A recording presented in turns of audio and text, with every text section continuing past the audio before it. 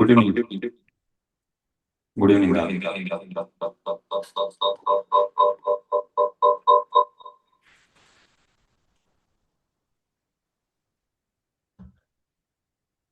I hope ನನ್ನ voice ಅಲ್ಲಿ clear ಆಗಿ ಕೇಳಿಸ್ತಾ ಇದೆಯಾ ಅಥವಾ ಎಕೋ ಬರ್ತಾ ಇದೆಯಾ?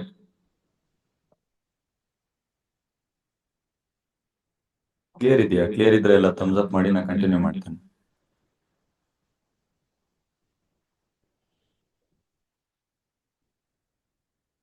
ಓಕೆ ಓಕೆ,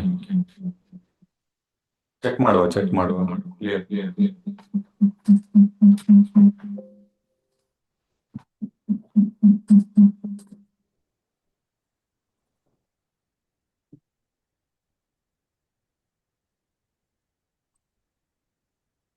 ಈಗ ವಾಯ್ಸ್ ಕ್ಲಿಯರ್ ಇದೆಯಾ? ಐ ಥಿಂಕ್ ಈಗ ಕ್ಲಿಯರ್ ಇರ್ಬೇಕಲ್ಲ. ಈಗಲೂ ಕೂಡ ಎಕೋ ಬರ್ತಾ ಇದೆಯಾ?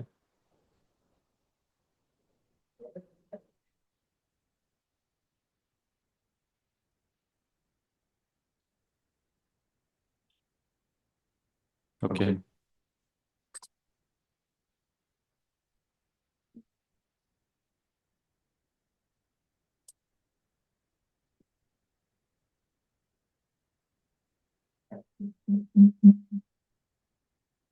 ಓಕೆ ಓಕೆ, ಸ್ಟಾರ್ಟ್ ಮಾಡೋದಿಲ್ಲ. ವಾಯ್ಸ್ ಕ್ಲಾರಿಟಿ ಆಗೋ ತನಕ ಸ್ಟಾರ್ಟ್ ಮಾಡೋದಿಲ್ಲ. ವೇಟ್ ಮಾಡಿ.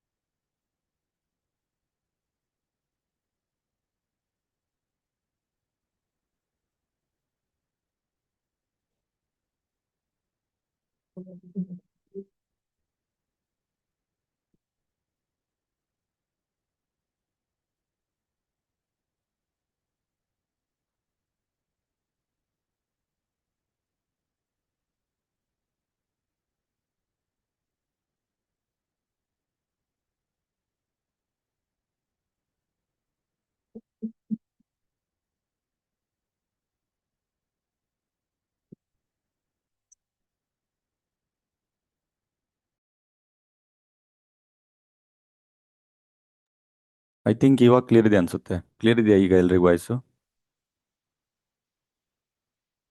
ಯಾ ಓಕೆ, ಥ್ಯಾಂಕ್ ಯು. ಕಂಟಿನ್ಯೂ ಮಾಡುವ. Thank you.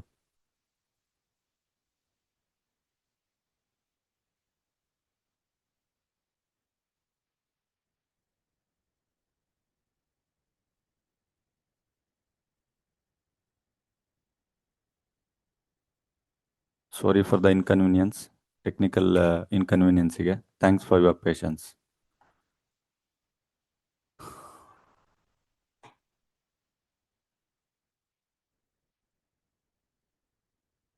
Okay, as per syllabus ಹೋಗ್ತಾ ಇದ್ದೀವಿ ನಾವು. ಯಾರೂ ಡ್ರಾ ಮಾಡಬೇಡಿ ಪೇಜ್ ಮೇಲೆ. ಓಕೆ, ಸೊ ಪೇಜ್ ಮೇಲೆ ಡ್ರಾ ಮಾಡೋದು ಸುಮ್ಮನೆ ಡಿಸ್ಟರ್ಬ್ ಆಗುತ್ತೆ. ನಿಮಗೆ ಬೇಕಿದ್ರೆ ಬರಿಬೇಕು ಅಂದರೆ ಅವಕಾಶ ಕೊಡ್ತೇನೆ. ಲಾಸ್ಟಿಗೆ ನೀವು 1 ಅವರ್ ಸೆಷನ್ ತೊಗೊಳ್ಳಿ, ನಾನು ವೆಯ್ಟ್ ಮಾಡ್ತೇನೆ. No issues.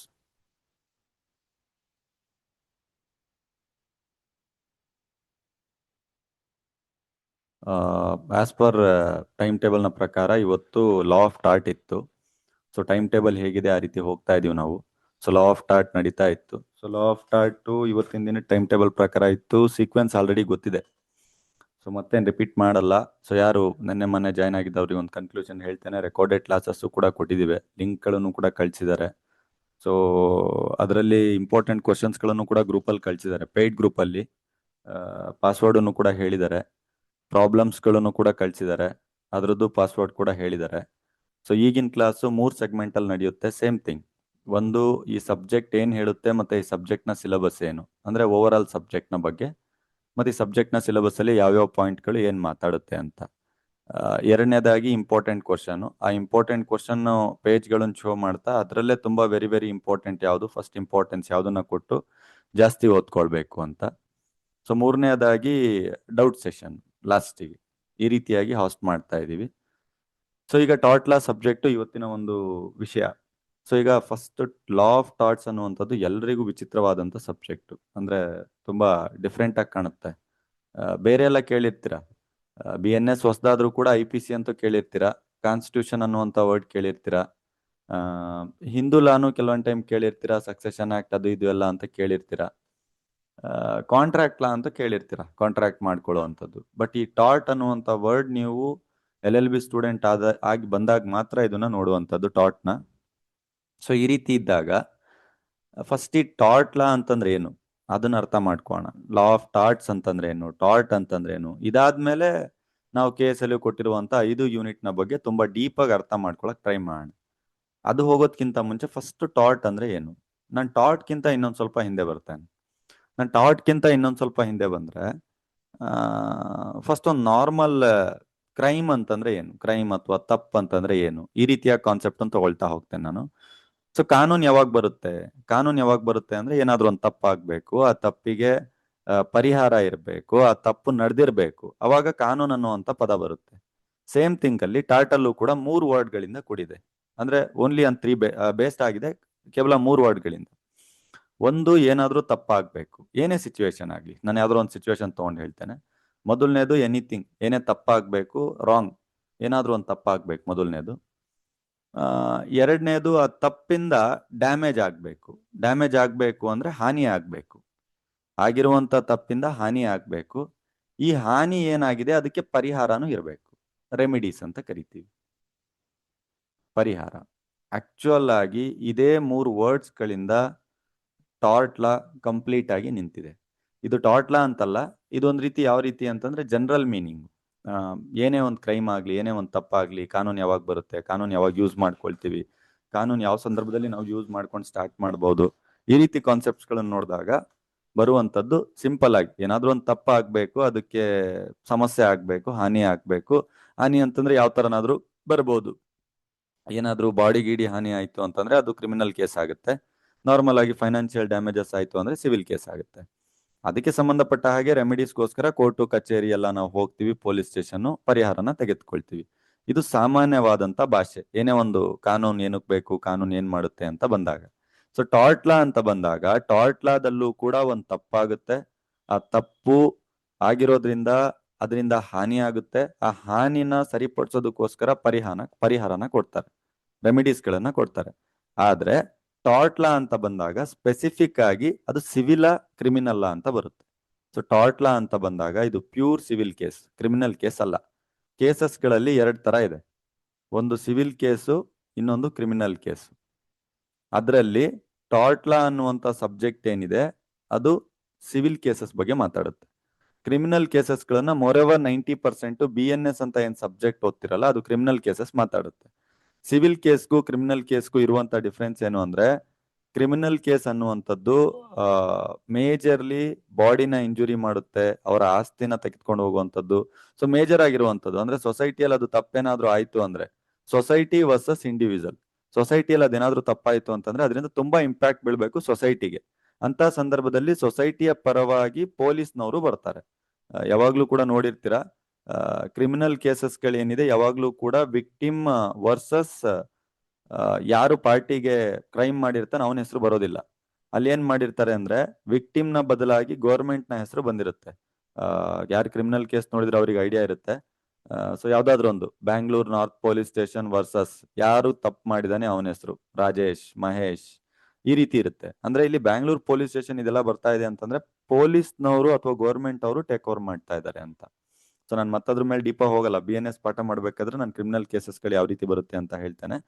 So civil cases ಅಂದ್ರೆ ತುಂಬಾ ಸಿಂಪಲ್, ಇಂಡಿವಿಜುವಲ್ ಮಧ್ಯದಲ್ಲಿ ಆಗುವಂಥದ್ದು. ಅಂದ್ರೆ ಈಗ ನಾನೊಬ್ಬ ಇಂಡಿವಿಜುವಲ್, ನೀವೊಬ್ರು ಇಂಡಿವಿಜುವಲ್, ವ್ಯಕ್ತಿ ಮತ್ತು ವ್ಯಕ್ತಿಯ ಮಧ್ಯದಲ್ಲಿ, individual versus individual or individual versus company. But ಇಲ್ಲಿ ಗೌರ್ಮೆಂಟ್ ಇಂಟರ್ವೆನ್ಷನ್ ಆಗಲ್ಲ. ಸಿವಿಲ್ ಕೇಸಸ್ ಅಂತಂದ್ರೆ ಆಲ್ಮೋಸ್ಟ್ ಪ್ರೈವೇಟ್ ಇರುತ್ತೆ, ಸಮ್ಟೈಮ್ಸ್ ಪ್ರೈವೇಟ್ ವರ್ಸಸ್ ಗೌರ್ಮೆಂಟ್ ಬೀಳುತ್ತೆ. ಅರ್ಥ ಮಾಡ್ಲಿಕ್ಕೆ ಏನ್ ಹೇಳ್ಬೇಕು ಅದೇ ಹೇಳ್ತಾ ಇದ್ದೀನಿ ನಾನು. ಅಂದ್ರೆ ನನ್ನ ಆಸ್ತಿಗೂ ನಿಮ್ಮ ಆಸ್ತಿಗೂ ಡಿಸ್ಪ್ಯೂಟ್ ಬಿತ್ತು, ಹಣಕಾಸಿನ ವಿಚಾರ ಬಂದಾಗ, ಕಾಂಪನ್ಸೇಷನ್ ನ ವಿಚಾರ ಬಂದಾಗ, ಫೈನಾನ್ಷಿಯಲ್ ಲಾಸ್ ನ ವಿಚಾರ ಬಂದಾಗ, ಅಂತ ಸಂದರ್ಭದಲ್ಲಿ ಸಿವಿಲ್ ಕೇಸಸ್ಗಳು ಬರುತ್ತೆ. ಟಾರ್ಟ್ ಲಾ ಅನ್ನುವಂಥದ್ದು ಸಿವಿಲ್ ಕೇಸಸ್ನ ಒಂದು ಸಬ್ ಪಾರ್ಟ್ ಅಷ್ಟೇ. ಮೇಜರ್ಲಿ ಸಿವಿಲ್ ಕೇಸಸ್ಸೇ ಗೈಡ್ ಮಾಡುವಂಥದ್ದು, ಅದರ ಒಂದು ಸಬ್ ಪಾರ್ಟ್ ಟಾರ್ಟ್ ಲಾ ಅನ್ನುವಂಥದ್ದು. ಸೊ ಈಗ ಟಾರ್ಟ್ ಲಾ ಅನ್ನುವಂಥದ್ದು ಫಸ್ಟ್ ರಾಂಗ್ ಆಗ್ಲೇಬೇಕು. ಲಾ ಅಂದಿದ ತಕ್ಷಣ ರಾಂಗ್ ಆಗ್ಲೇಬೇಕು. ಅದ್ರಲ್ಲಿ ಮತ್ತೆ ನಾನು ಮೇಲ್ಗಡೆ ಟಾಪ್ ಬರ್ತಾ ಇದ್ದೇನೆ, ಲಾ ಆಫ್ ಟಾರ್ಟ್ ಅಂತ ಹೆಡ್ಡಿಂಗ್ ಇದೆಯಲ್ಲ, ಅಲ್ಲಿ ಬರ್ತಾ ಇದ್ದೇನೆ ಸಬ್ಜೆಕ್ಟ್ ಹತ್ರ. ಮೊದಲನೇದು ಸಿವಿಲ್ ರಾಂಗ್ ಆಗ್ಬೇಕು. ಇದು ಕ್ರಿಮಿನಲ್ ರಾಂಗ್ ಅಲ್ಲ, ಇದೊಂದು ಸಿವಿಲ್ ರಾಂಗು. ಲಾ ಅಂತ ಏನಾದ್ರೂ ಕನ್ಸಿಡರ್ ಮಾಡಬೇಕು ಅಂದ್ರೆ ಅಲ್ಲಿ ಏನಾದ್ರೂ ಒಂದು ಡ್ಯಾಮೇಜ್ ಆಗಿರ್ಬೇಕು, ಸಮಸ್ಯೆ ಆಗಿರ್ಬೇಕು ಅಂತದಕ್ಕೆ ಮಾತ್ರ. ಆ ಡ್ಯಾಮೇಜು ಲೀಗಲಿ ಆಗಿರ್ಬೇಕು. ಇದ್ರಲ್ಲಿ ಮತ್ತೆ ಡ್ಯಾಮೇಜ್ ಎಲ್ಲ ಎರಡ್ ತರ ಬರುತ್ತೆ. ಡ್ಯಾಮೇಜ್ ಅಂತಂದ್ರೆ ಹಾನಿ. ಡ್ಯಾಮೇಜ್ ಅಲ್ಲೇ ಲೀಗಲ್ ಡ್ಯಾಮೇಜ್ ಅಂತ ಬರುತ್ತೆ, ಎಥಿಕಲ್ ಡ್ಯಾಮೇಜ್ ಅಂತ ಬರುತ್ತೆ. ಎಥಿಕಲ್ ಡ್ಯಾಮೇಜಿಗೆ ಕೋರ್ಟ್ ಎಂಟರ್ಟೈನ್ ಮಾಡೋದಿಲ್ಲ, ಲೀಗಲ್ ಡ್ಯಾಮೇಜಸ್ ಗಳಿಗೆ ಮಾತ್ರ ಮಾಡುತ್ತೆ. ಅಂದ್ರೆ ಕಾನೂನಲ್ಲಿ ಬರ್ದಿಟ್ಟಿರ್ಬೇಕು, ಸೆಕ್ಷನ್ಸ್ ಗಳಿರ್ಬೇಕು, ಆರ್ಟಿಕಲ್ಸ್ ಗಳಿರ್ಬೇಕು, ಅಂತವಕ್ ಮಾತ್ರ ಕೋರ್ಟ್ ಎಂಟರ್ಟೈನ್ ಮಾಡುತ್ತೆ. ಆ ರೀತಿಯಾಗಿ ಟಾರ್ಟ್ ಲಾ ಅನ್ನುವಂಥದ್ದು ಒಂದು legal damage. So once legal damage ಏನಾದ್ರೂ ಆಗ್ತಾ ಇದೆ ಅಂತಂದ್ರೆ ಅದಕ್ಕೆ ಸಂಬಂಧಪಟ್ಟ ಹಾಗೆ ಪರಿಹಾರನೂ ಕೂಡ ಇರುತ್ತೆ. ಅದನ್ನ ನಾವು ರೆಮಿಡೀಸ್ ಅಂತೇಳಿ ಕರಿತೀವಿ. ಈ ರೀತಿಯಾಗಿ ಟಾರ್ಟ್ ಲಾನ ಡೆಫಿನೇಷನ್ ನಾವು ಡಿಫೈನ್ ಮಾಡಬಹುದು. ಟಾರ್ಟ್ ಲಾ ಅಂತಂದ್ರೆ ತುಂಬಾ ಸಿಂಪಲ್ ಆಗಿ 3 ವರ್ಡ್ಸ್ ಗಳಿಂದ ಕೂಡಿದೆ. ಟಾರ್ಟ್ ಲಾ ಅಂತಂದ್ರೆ ಅದು ಒಂದು ಸಿವಿಲ್ ಕೇಸಸ್, ಸಿವಿಲ್ ರಾಂಗು. ಆಗಿರುವಂತ ಸಿವಿಲ್ ರಾಂಗಿಗೆ ಲೀಗಲಿ ಡ್ಯಾಮೇಜ್ ಆಗಿರ್ಬೇಕು, ಲೀಗಲಿ ಸಮಸ್ಯೆ ಆಗಿರ್ಬೇಕು, ಸಮಸ್ಯೆ ಆಗಿರುವಂತದ್ದಕ್ಕೆ ಪರಿಹಾರನ ಕೊಡುವಂಥದ್ದು. ಇಲ್ಲಿ ಏನ್ ನಾನು 3 ವರ್ಡ್ ಹೇಳಿದೆ ಅದೇ ಕಂಪ್ಲೀಟ್ ಆಗಿ ಯೂನಿಟ್ 1 ಗೈಡ್ ಮಾಡುತ್ತೆ. ಇಡೀ ಯೂನಿಟ್ 1 ಇದೇ 3 ವರ್ಡ್ ನ ಆಧಾರದ ಮೇಲೆ ಇರೋದು. ನಾನು ನಿಮಗೆ ಎಕ್ಸ್ಪ್ಲೈನ್ ಮಾಡ್ತೇನೆ ಹೇಗೆ ಅಂತ. ಸೊ ಓವರ್ ಆಲ್ ಆಗಿ ಟಾರ್ಟ್ ಲಾ ಅಂದಿದ ತಕ್ಷಣ ನಿಮ್ ತಲೆಗೆ ಬರಬೇಕು, ಟಾರ್ಟ್ ಲಾ ಅಂದಿದ ತಕ್ಷಣ ಇದು ಒಂದು ಸಿವಿಲ್ ರಾಂಗು. 3 ವರ್ಡ್ಸ್ಗಳು. ಇದು ಒಂದು ಸಿವಿಲ್ ರಾಂಗು, ದಿವಾನಿ ತಪ್ಪು, ಆಮೇಲೆ ಲೀಗಲಿ ಡ್ಯಾಮೇಜಸ್ಗಳಿರುತ್ತೆ, ಅದಕ್ಕೆ ರೆಮಿಡೀಸ್ಗಳು ಕೂಡ ಇರುತ್ತೆ. ಈ 3 ವರ್ಡ್ಗಳಿಂದ ಕೂಡಿದೆ. ಇದೇ 3 ವರ್ಡ್ ಇಂದ ಯೂನಿಟ್ ನಂಬರ್ 1 ಇದೆ. ಫುಲ್ ಕಂಪ್ಲೀಟ್ ಆಗಿ ಯೂನಿಟ್ ನಂಬರ್ 1 ಇದೆ. ಈಗ ನಾನು ನಿಮಗೆ ಏನ್ ಹೇಳಿದೆ ಅದನ್ನೇ ಮತ್ತೊಂದ್ಸಲ ಎಕ್ಸ್ಪ್ಲೈನ್ ಮಾಡ್ತೇನೆ ನಾನು. ಲಾ ಆಫ್ ಟಾರ್ಟ್ ಅದರ ಮೀನಿಂಗ್ ಏನು ಅಂತ ಹೇಳಿದಾಗ ನಾನು ನಿಮಗೆ ಏನಂತ ಹೇಳಿದೆ, 3 ವರ್ಡ್ಗಳ ಜೊತೆ ಹೇಳಿದೆ. ಇದನ್ನ ನಾನು ಯಾವುದೋ ಒಂದು ಪಾರ್ಟ್ ಅಲ್ಲಿ ಇದೇ ತರ ಚಾರ್ಟ್ ಹಾಕ್ಬಿಟ್ಟು ಎಕ್ಸ್ಪ್ಲೈನ್ ಮಾಡಿದೆ, ನಿಮ್ ನೋಟ್ಸ್ ಗಳಲ್ಲೂ ಕೂಡ ಇದೆ. ಮೊದಲನೇದ್ ಬಂದ್ಬಿಟ್ಟು ಒಂದು ಸಿವಿಲ್ ರಾಂಗ್. ಓಕೆ, ಏನಾದ್ರೂ ಸಿವಿಲ್ ರಾಂಗ್ ಆಗಿರ್ಬೇಕು. ಎರಡನೇದ್ ಬಂದ್ಬಿಟ್ಟು ಪ್ಲಸ್ ಡೆಫಿನೇಷನ್ ಆಗ್ಬೇಕು ಅಂದ್ರೆ, ಎರಡನೇದ್ ಬಂದ್ಬಿಟ್ಟು ಇದಕ್ಕೆ ಲೀಗಲ್ ಡ್ಯಾಮೇಜ್ ಇರಬೇಕು. ಮೂರನೇದ್ ಬಂದ್ಬಿಟ್ಟು ಇದಕ್ಕೆ ಒಂದು ಪರಿಹಾರ ಇರಬೇಕು, ಅಂದ್ರೆ ರೆಮಿಡೀಸ್ ಇರಬೇಕು. ಸೊ ಕನ್ನಡದಲ್ಲಿ ಹೇಳ್ಬೇಕು ಅಂದ್ರೆ ದಿವಾನಿ ತಪ್ಪು ಕಾನೂನಿನಿಂದ ಹಾನಿ ಆಗಿರ್ಬೇಕು, ಕಾನೂನು ಪ್ರಕಾರ ಹಾನಿ ಆಗಿರ್ಬೇಕು, ಆಮೇಲೆ ಪರಿಹಾರ ಇರಬೇಕು. ಇದು ಕನ್ನಡ ಮೀಡಿಯಂ ಸ್ಟೂಡೆಂಟ್.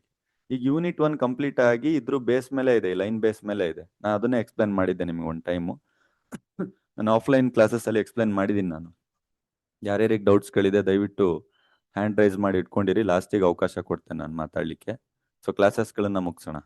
ಸೊ ಏನ್ ಹೇಳಕ್ ಬಂದಿದೆ ಅದನ್ನ ಕಂಪ್ಲೀಟ್ ಆಗಿ ಹೇಳೋಣ. ಓಕೆ, ಸೊ ಸಿವಿಲ್ ರಾಂಗ್ ಅನ್ನುವಂಥದ್ದು ಏನಿದೆ ಅಂದ್ರೆ ಎನಿ ತಪ್ಪು ಏನೇ ಆಗಿರ್ಬೋದು. ಈಗ ಉದಾಹರಣೆಗೆ ಹೇಳ್ತಾ ಇರುವಂಥದ್ದು ಡಿಫಾಮೇಶನ್, ನೆಕ್ಸ್ಟ್ ಯೂನಿಟ್ಗಳಲ್ಲಿ ಓದ್ತಿರಲ್ವಾ, ನೆಗ್ಲಿಜಿಯನ್ಸ್ ಆಗಿರಬಹುದು, ನ್ಯೂಸೆನ್ಸ್ ಆಗಿರಬಹುದು, ಇದೆಲ್ಲ ಒಂದ್ ರೀತಿ ಆದಂತ ತಪ್ಪುಗಳು. ಈ ತಪ್ಪುಗಳು ಲೀಗಲ್ ಡ್ಯಾಮೇಜ್ ಇರಬೇಕು ಅಂತ ಹೇಳ್ತಾ ಇದ್ದಾರೆ. ಈ ಲೀಗಲ್ ಡ್ಯಾಮೇಜ್ ನ ಪ್ರೂವ್ ಮಾಡ್ಬೇಕಾದ್ರೆ ನಾವು 2 ಪಾರ್ಟ್ ಆಗಿ ಡಿವೈಡ್ ಮಾಡ್ತೀವಿ. ಒಂದು ಸೈನ್ ಡ್ಯಾಮ್ನಮ್ ಇಂಜೂರಿಯಾ, ಇನ್ನೊಂದು ಡ್ಯಾಮ್ನಮ್ ಸೈನ್ ಇಂಜೂರಿಯಾ. ಸೊ ಇದು ಯಾಕೆ ಹೇಳ್ತಾ ಇದ್ದೀನಿ ಅಂದ್ರೆ, ಸಾರಿ, ಸೈನ್ ಡ್ಯಾಮ್ನಮ್ ಇಂಜೂರಿಯಾ, ಇಂಜೂರಿಯಾ ಸೈನ್ ಡ್ಯಾಮ್ನಮ್ ಅನ್ನುವಂಥದ್ದು. ಓಕೆನಾ? ಸೊ ಇದು ಯಾಕೆ ಹೇಳ್ತಾ ಇದ್ದೀನಿ ಅಂದ್ರೆ, ಲ್ಯಾಟಿನ್ ವರ್ಡ್ಸ್ ಗಳಿವು. ಯಾರಿನ್ನೂ ಓದಕ್ಕೆ ಸ್ಟಾರ್ಟ್ ಮಾಡಿಲ್ಲ ಅವರಿಗೆ ಯಾವುದೋ ಒಂದು ಬೇರೆ ಭಾಷೆಯಲ್ಲಿ ಮಾತಾಡ್ದಾಗ ಕಾಣ್ತಾ ಇದೆ. ಆದ್ರೆ ಲ್ಯಾಟಿನ್ ಭಾಷೆಯಲ್ಲಿ ಹಾನಿ ಮತ್ತು ತಪ್ಪಿನ ಮಧ್ಯೆ ಇರುವಂತ ವ್ಯತ್ಯಾಸಗಳನ್ನ ಹೇಳ್ತಾ 2 ಲ್ಯಾಟಿನ್ ಭಾಷೆಯಲ್ಲಿ ವರ್ಡ್ಸ್ ಗಳು ಬರುತ್ತೆ. ಸೊ ಇದ್ರ ಮೇಲೆ ಎಕ್ಸಾಮ್ ಅಲ್ಲಿ ಡೈರೆಕ್ಟ್ ಆಗಿ ಕ್ವಶನ್ಸ್ ಗಳನ್ನ ಕೇಳ್ತಾರೆ. ಸೈನ್ ಡ್ಯಾಮ್ನಮ್ ಇಂಜೂರಿಯಾ, ಡ್ಯಾಮ್ನಮ್ ಸೈನ್ ಇಂಜೂರಿಯಾ, ಇಂಜೂರಿಯಾ ಸೈನ್ ಡ್ಯಾಮ್ನಮ್, ಈ ರೀತಿ ಎಲ್ಲ ಲ್ಯಾಟಿನ್ ಮ್ಯಾಕ್ಸಿಮ್ಸ್ ಅಲ್ಲಿ ಕೇಳ್ತಾರೆ. ಸೊ ಕ್ಲಾಸಸ್ ಅಲ್ಲಿ ಕ್ಲಿಯರ್ ಆಗಿ ಎಕ್ಸ್ಪ್ಲೈನ್ ಮಾಡಿದ್ದೀನಿ ನಾನು. ರೆಮಿಡೀಸ್ಗಳು ಅಂತ ಬಂದಾಗ ಸೊ ಏನೇನ್ ಪರಿಹಾರಗಳಿರುತ್ತೆ, ರೆಮಿಡೀಸ್ಗಳಲ್ಲಿ ಯಾವ್ದು ಬರುತ್ತೆ, ಸೊ ಏನೇನ್ ರೆಮಿಡೀಸ್ಗಳು ಕೊಡಬಹುದು, ಸಿವಿಲ್ ರೆಮಿಡೀಸ್, ಕಾಂಪನ್ಸೇಷನ್, ಈ ರೀತಿಯಾದಂತ ವಿಷಯಗಳನ್ನ ಡಿಸ್ಕಸ್ ಮಾಡ್ತಾ ಹೋಗ್ತೀರಾ. ಸೊ ಇಲ್ಲಿ ಏನ್ ಹೇಳ್ತಾ ಇದ್ದೀನಿ, ಇಲ್ಲೊಂದು ಚಾರ್ಟ್ ಹಾಕಿ ನಾನು ಹೇಳಿದೆ, ಆ ಎಲ್ಲಾ ವಿಷಯಗಳನ್ನ ಇಲ್ಲಿ ಕ್ಲಬ್ ಮಾಡಿದ್ದಾರೆ ಅಷ್ಟೇ. ಮೊದಲನೇದು ಲಾ ಆಫ್ ಟಾರ್ಟ್ ಅನ್ನುವಂಥದ್ದು ಅಪಕೃತ್ಯ. ಟಾರ್ಟ್ ಅಂತ ಎಲ್ಲೆಲ್ಲಿ ಬಂದಿದೆ ಕನ್ನಡ ಮೀಡಿಯಂ ಸ್ಟೂಡೆಂಟ್ಸ್ಗಳು ಅದನ್ನ ಕ್ಲಿಯರ್ ಆಗಿ ಕಾನೂನು ಪ್ರಕಾರ ವರ್ಡ್ ನೋಡ್ಬೇಕು ಅಂದ್ರೆ ಅಪಕೃತ್ಯ ಕಾನೂನು ಅಂತ ಕರೀತಾರೆ. ಅಪಕೃತ್ಯ ಕಾನೂನು word, legal word meaning. Okay, ಮೊದಲನೇದಾಗಿ ನಿಮ್ ಸಿಲೆಬಸ್ ಕಾಪಿ ಅಂತ ನೋಡಿದಾಗ ಆ ಸಿಲೆಬಸ್ ಕಾಪಿಯಲ್ಲಿ ಲಾ ಆಫ್ ಟಾರ್ಟ್ ಹೇಗೆ ಎವಲ್ಯೂಷನ್ ಆಯಿತು, ಈ ಲಾ ಆಫ್ ಟಾರ್ಟ್ ನ ಸ್ವರೂಪ ಏನು, ಈ ಲಾ ಆಫ್ ಟಾರ್ಟ್ ನ ವ್ಯಾಪ್ತಿ ಏನು, ಸೊ ಈ ಲಾ ಆಫ್ ಟಾರ್ಟ್ ಏನಿದೆ ಅದರ ಮೀನಿಂಗ್, ಅರ್ಥ ಏನು ಅಂತ.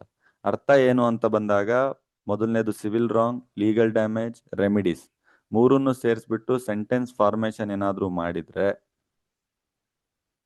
ಮೀನಿಂಗ್ ಮತ್ತೆ ಡೆಫಿನೇಷನ್ ಲಾ ಆಫ್ ಟಾರ್ಟ್ ಇನ್ ಬರುತ್ತೆ. ಇದೇ ರೀತಿ ಕ್ಲಾಸಸ್ಗಳನ್ನು ಕೂಡ ಹೇಳಿದ್ದೇನೆ ನಾನು ಕ್ಲಾಸಸ್ಗಳಲ್ಲಿ 100% ಎಲ್ಲದನ್ನು ಹೇಳಿದ್ದೇನೆ ಯಾವ ರೀತಿ ಬರುತ್ತೆ ಅಂತ.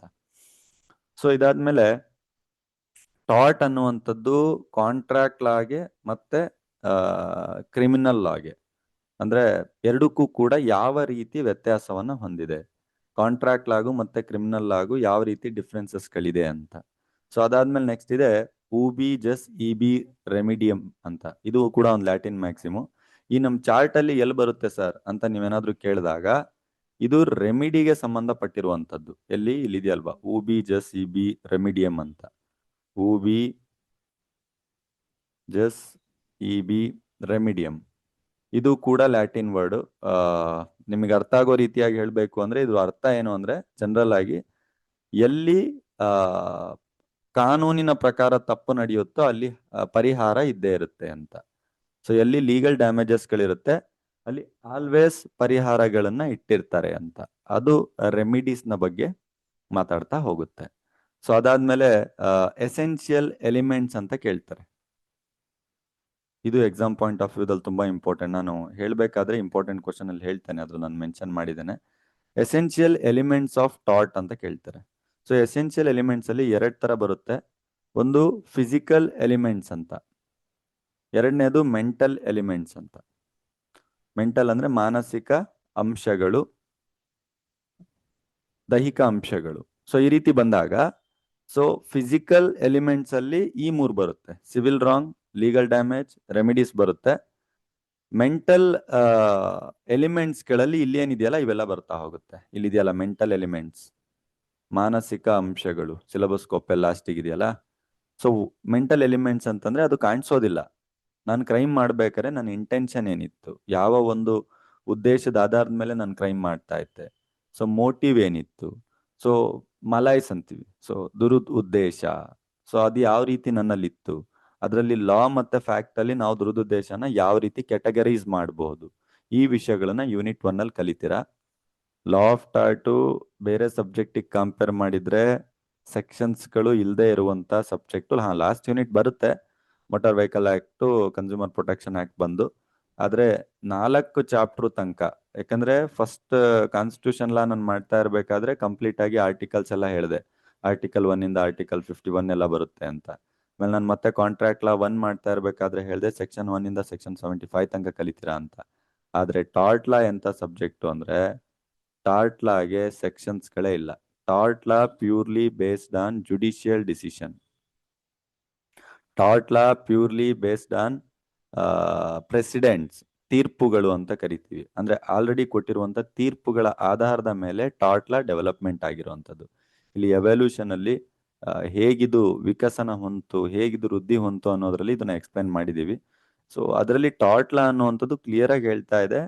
ಸೊ ಇದು ಯಾವುದೇ ಕಾರಣಕ್ಕೂ ಕೂಡ ಸೆಕ್ಷನ್ಸ್ಗಳು ಇದರಲ್ಲಿ ಬರೋದಿಲ್ಲ, ಸೆಕ್ಷನ್ಸ್ಗಳು ಇರೋದಿಲ್ಲ, ಕ್ಲಿಯರ್ ಮಾಡ್ಕೊಳ್ಳಿ. Unit 1 to unit 4 of tort law ತನಕ ಸೆಕ್ಷನ್ಸ್ಗಳು ಇರೋದಿಲ್ಲ. ಆದ್ರೆ ರಿಯಲ್ ಮೀನಿಂಗನ್ನ ಹುಡುಕ್ತಾ ಹೋಗ್ತಾರೆ. ಸೊ ಇದರಲ್ಲಿ ಪರಿಹಾರನ ಕೊಡ್ತಾ ಇರ್ಬೇಕಾದ್ರೆ ಕ್ಲಿಯರ್ ಆಗಿ ಇನ್ನೊಂದ್ ಸ್ವಲ್ಪ ಡೆಫಿನೇಷನ್ ನೋಡ್ತೀರಾ ಅಂದ್ರೆ ಪರಿಹಾರದಲ್ಲಿ 2 ತರ ಬರುತ್ತೆ. ಅಂದ್ರೆ 3 ವಿಷಯಗಳು ಹೇಳಿದ್ನಲ್ವಾ, ಒಂದು ಏನಾದ್ರೂ ರಾಂಗ್ ಆಗ್ಬೇಕು, ಟಾರ್ಟ್ ಲಾ ಆಗ್ಬೇಕು ಅಂದ್ರೆ, ಎರಡನೇದು ಅಲ್ಲಿ ಏನಾದ್ರೂ ಡ್ಯಾಮೇಜ್ ಆಗ್ಬೇಕು, ಹಾನಿ ಆಗ್ಬೇಕು, ಅದಕ್ಕೆ ಸಂಬಂಧಪಟ್ಟ ಹಾಗೆ ರೆಮಿಡೀಸ್ ಕೊಡ್ತಾರೆ, ಪರಿಹಾರ ಕೊಡ್ತಾರೆ. ಈ ರೆಮಿಡೀಸ್ ಅಲ್ಲಿ 2 ತರ ಪರಿಹಾರ ಇದೆ. ಒಂದು ಲಿಕ್ವಿಡೇಟೆಡ್ ಡ್ಯಾಮೇಜಸ್ ಅಂತ ಕರಿತೀವಿ, ಅಂದ್ರೆ ಲಿಕ್ವಿಡೇಟೆಡ್ ರೆಮಿಡೀಸ್ ಅಂತ ತಗೊಳ್ಳಿ. ಮತ್ತೆ ಎಕ್ಸ್ಪ್ಲೈನ್ ಮಾಡ್ತಾ ಇದ್ದೇನೆ. ಟಾರ್ಟ್ ಲಾದಲ್ಲಿ ಇಂಗ್ಲಿಷ್ ಮೀಡಿಯಂ ಸ್ಟೂಡೆಂಟ್ಸ್ ಗಳಿಗೆ ಕನ್ಫ್ಯೂಸ್ ಆಗುವಂತ ವಿಷಯ, ಡ್ಯಾಮೇಜ್ ಅಂತ ಇರುತ್ತೆ, ಡ್ಯಾಮೇಜಸ್ ಅಂತ ಇರುತ್ತೆ. ಡ್ಯಾಮೇಜ್ ಅಂತ ಏನಾದ್ರೂ ಇದೆ ಅಂತಂದ್ರೆ ಅದು ಹಾನಿ ಅಂತ. ಡ್ಯಾಮೇಜಸ್ ಅಂತ ಎಸ್ ಅಂತ ಏನಾದ್ರೂ ಕೊಟ್ಟಿದ್ರು ಅಂತಂದ್ರೆ ಅದು ಲೀಗಲಿ ಪರಿಹಾರ ಅಂತ. ಎರಡನ್ನೂ ಕನ್ಫ್ಯೂಸ್ ಮಾಡ್ಕೊಳ್ಬೇಡಿ. ಡೆಫಿನೇಷನ್ ಅಲ್ಲಿ ಡ್ಯಾಮೇಜಸ್ ಅಂತ ಮಿಕ್ಸ್ ಆಗ್ತಾ ಇರುತ್ತೆ. ಇಂಗ್ಲಿಷ್ ಮೀಡಿಯಂ ಸ್ಟೂಡೆಂಟ್ಸ್ಗಳು ಓದ್ತಾ ಇರ್ಬೇಕಾದ್ರೆ ನಿಮ್ಮ ಹತ್ರ ಕ್ಲಾರಿಟಿ ಇರಲಿ, ಡ್ಯಾಮೇಜ್ ಬೇರೆ, ಡ್ಯಾಮೇಜಸ್ ಬೇರೆ. ಓಕೆ, ಸೊ ಈಗ ಅದನ್ನ ಡ್ಯಾಮೇಜು ಕನ್ಫ್ಯೂಸ್ ಆಗುತ್ತೆ ಅಂತ ನಾನು ಅದ್ರ ಬದಲಿಗೆ ಡೈರೆಕ್ಟ್ ಆಗಿ ರೆಮಿಡಿ ಅನ್ನುವಂಥ ವರ್ಡ್ನ ಯೂಸ್ ಮಾಡಿ ಎಕ್ಸ್ಪ್ಲೇನ್ ಮಾಡ್ತಾ ಇದ್ದೇನೆ. ಸೊ ಟೈಮ್ಸ್ ಇಲ್ಲಿ ಡ್ಯಾಮೇಜ್ ಅಂತ ಕೊಟ್ಟಿರ್ತಾರೆ, ಇಲ್ಲಿ ಡ್ಯಾಮೇಜಸ್ ಅಂತ ಕೊಟ್ಟಿರ್ತಾರೆ. ಡ್ಯಾಮೇಜಸ್ ಅಂತ ಕೊಟ್ಟಿದ ತಕ್ಷಣ ಮತ್ತೆ ಅದೇ ಕನ್ಫ್ಯೂಸ್ ಆಗ್ತಾ ಇದೆ ಅಂತಲ್ಲ, ಮೀನಿಂಗ್ ಬೇರೆ ಇದೆ. ಡ್ಯಾಮೇಜಸ್ ಮೀನಿಂಗ್ ಬೇರೆ ಇದೆ, ಡ್ಯಾಮೇಜ್ ಮೀನಿಂಗ್ ಬೇರೆ ಇದೆ. ಸೊ ಈ ಡ್ಯಾಮೇಜಸ್ಗಳಲ್ಲಿ ಅಂದ್ರೆ ಪರಿಹಾರಗಳಲ್ಲಿ ಎರಡು ತರ ಪರಿಹಾರಗಳು ಬರುತ್ತೆ. ಒಂದು ಲಿಕ್ವಿಡೇಟೆಡ್, ಇನ್ನೊಂದು ಅನ್ಲಿಕ್ವಿಡೇಟೆಡ್. ಲಿಕ್ವಿಡೇಟೆಡ್ ಅನ್ಲಿಕ್ವಿಡೇಟೆಡ್ ಡ್ಯಾಮೇಜಸ್ಗಳಿಂದ ಅಂದ್ರೆ ಪರಿಹಾರಗಳು, ರೆಮಿಡೀಸ್ಗಳಂತಂದ್ರೆ ಏನು ಅಂತ ಹೇಳ್ತೇನೆ ನಾನು. ಲಿಕ್ವಿಡೇಟೆಡ್ ಪರಿಹಾರಗಳು ಅಂತಂದ್ರೆ, ಲಿಕ್ವಿಡೇಟೆಡ್ ರೆಮಿಡೀಸ್ಗಳು ಅಂದ್ರೆ ಪ್ರೀಫಿಕ್ಸ್ ಆಗಿರುತ್ತೆ. ಉದಾಹರಣೆಗೆ ಹೇಗೆ ಅಂದ್ರೆ, ಈಗ ಆ ಹಾ ಈ ರೀತಿ ತಗೋಣ. ವಿತೌಟ್ DL ಏನಾದ್ರೂ ಗಾಡಿ ಹೊಡಿತಾ ಇದ್ರೆ, ನಾನು ನಾರ್ಮಲ್ ಆಗಿ ಹೇಳ್ತಾ ಇರೋಂಥದ್ದು ಫೈನ್, ಇಷ್ಟೇ ಅಂತ ಹೇಳ್ತಾ ಇಲ್ಲ, ಒಂದು 5,000 ರೂಪಾಯಿ ಫೈನ್ ಅಂತ ಫಿಕ್ಸ್ ಮಾಡಿ ಇಟ್ಟಿದ್ದಾರೆ. ವಿತೌಟ್ DL ಏನಾದ್ರೂ ಗಾಡಿ ಹೊಡಿತಾ ಇದ್ರೆ 5,000 ರೂಪಾಯಿನ ಫೈನ್ ಕಟ್ಟಬೇಕಾಗುತ್ತೆ ಅಂತ ಫಿಕ್ಸ್ ಮಾಡಿ ಬರ್ದಿಟ್ಟಿರುವಂಥದ್ದು ಲಿಕ್ವಿಡೇಟೆಡ್ ಡ್ಯಾಮೇಜ್. ಅನ್ಲಿಕ್ವಿಡೇಟೆಡ್ ಡ್ಯಾಮೇಜ್ ಅಂತಂದ್ರೆ ಯಾವುದು ಫಿಕ್ಸ್ ಇರೋದಿಲ್ಲ, ಅಲ್ಲಿ ಆಗಿರುವಂತ ಹಾನಿನ ನೋಡ್ಕೊಂಡು, ಅಲ್ಲಿ ಆಗಿರುವಂತ ಡ್ಯಾಮೇಜ್ ನ ನೋಡ್ಕೊಂಡು ಅದರ ಆಧಾರದ ಮೇಲೆ ಕೊಡುವಂಥದ್ದು. Tort law based on unliquidated damage. ಯಾಕಂದ್ರೆ ಲಿಕ್ವಿಡೇಟೆಡ್ ಡ್ಯಾಮೇಜ್ ಏನಾದ್ರು ಇತ್ತು ಅಂದ್ರೆ ಸೆಕ್ಷನ್ಗಳಿರ್ತಾ ಇತ್ತು, ಸೆಕ್ಷನ್ಗಳಲ್ಲಿ ಬರ್ದಿಟ್ಟಿರ್ತಿದ್ರು ಇಷ್ಟೇ ಡ್ಯಾಮೇಜ್ ಕೊಡಬೇಕು ಅಂತ. ಆದ್ರೆ tort law based on unliquidated damage ಫಸ್ಟಿಗೆ ಡಿಸೈಡ್ ಆಗಿರಲ್ಲ ಇಷ್ಟೇ ಕೊಡಬೇಕು ಅಂತ, ಜಡ್ಜ್ ಸಾಹೇಬ್ರು ಡಿಸೈಡ್ ಮಾಡ್ತಾರೆ. ಸೊ ಅದು ಟಾರ್ಟ್ ಲಾ.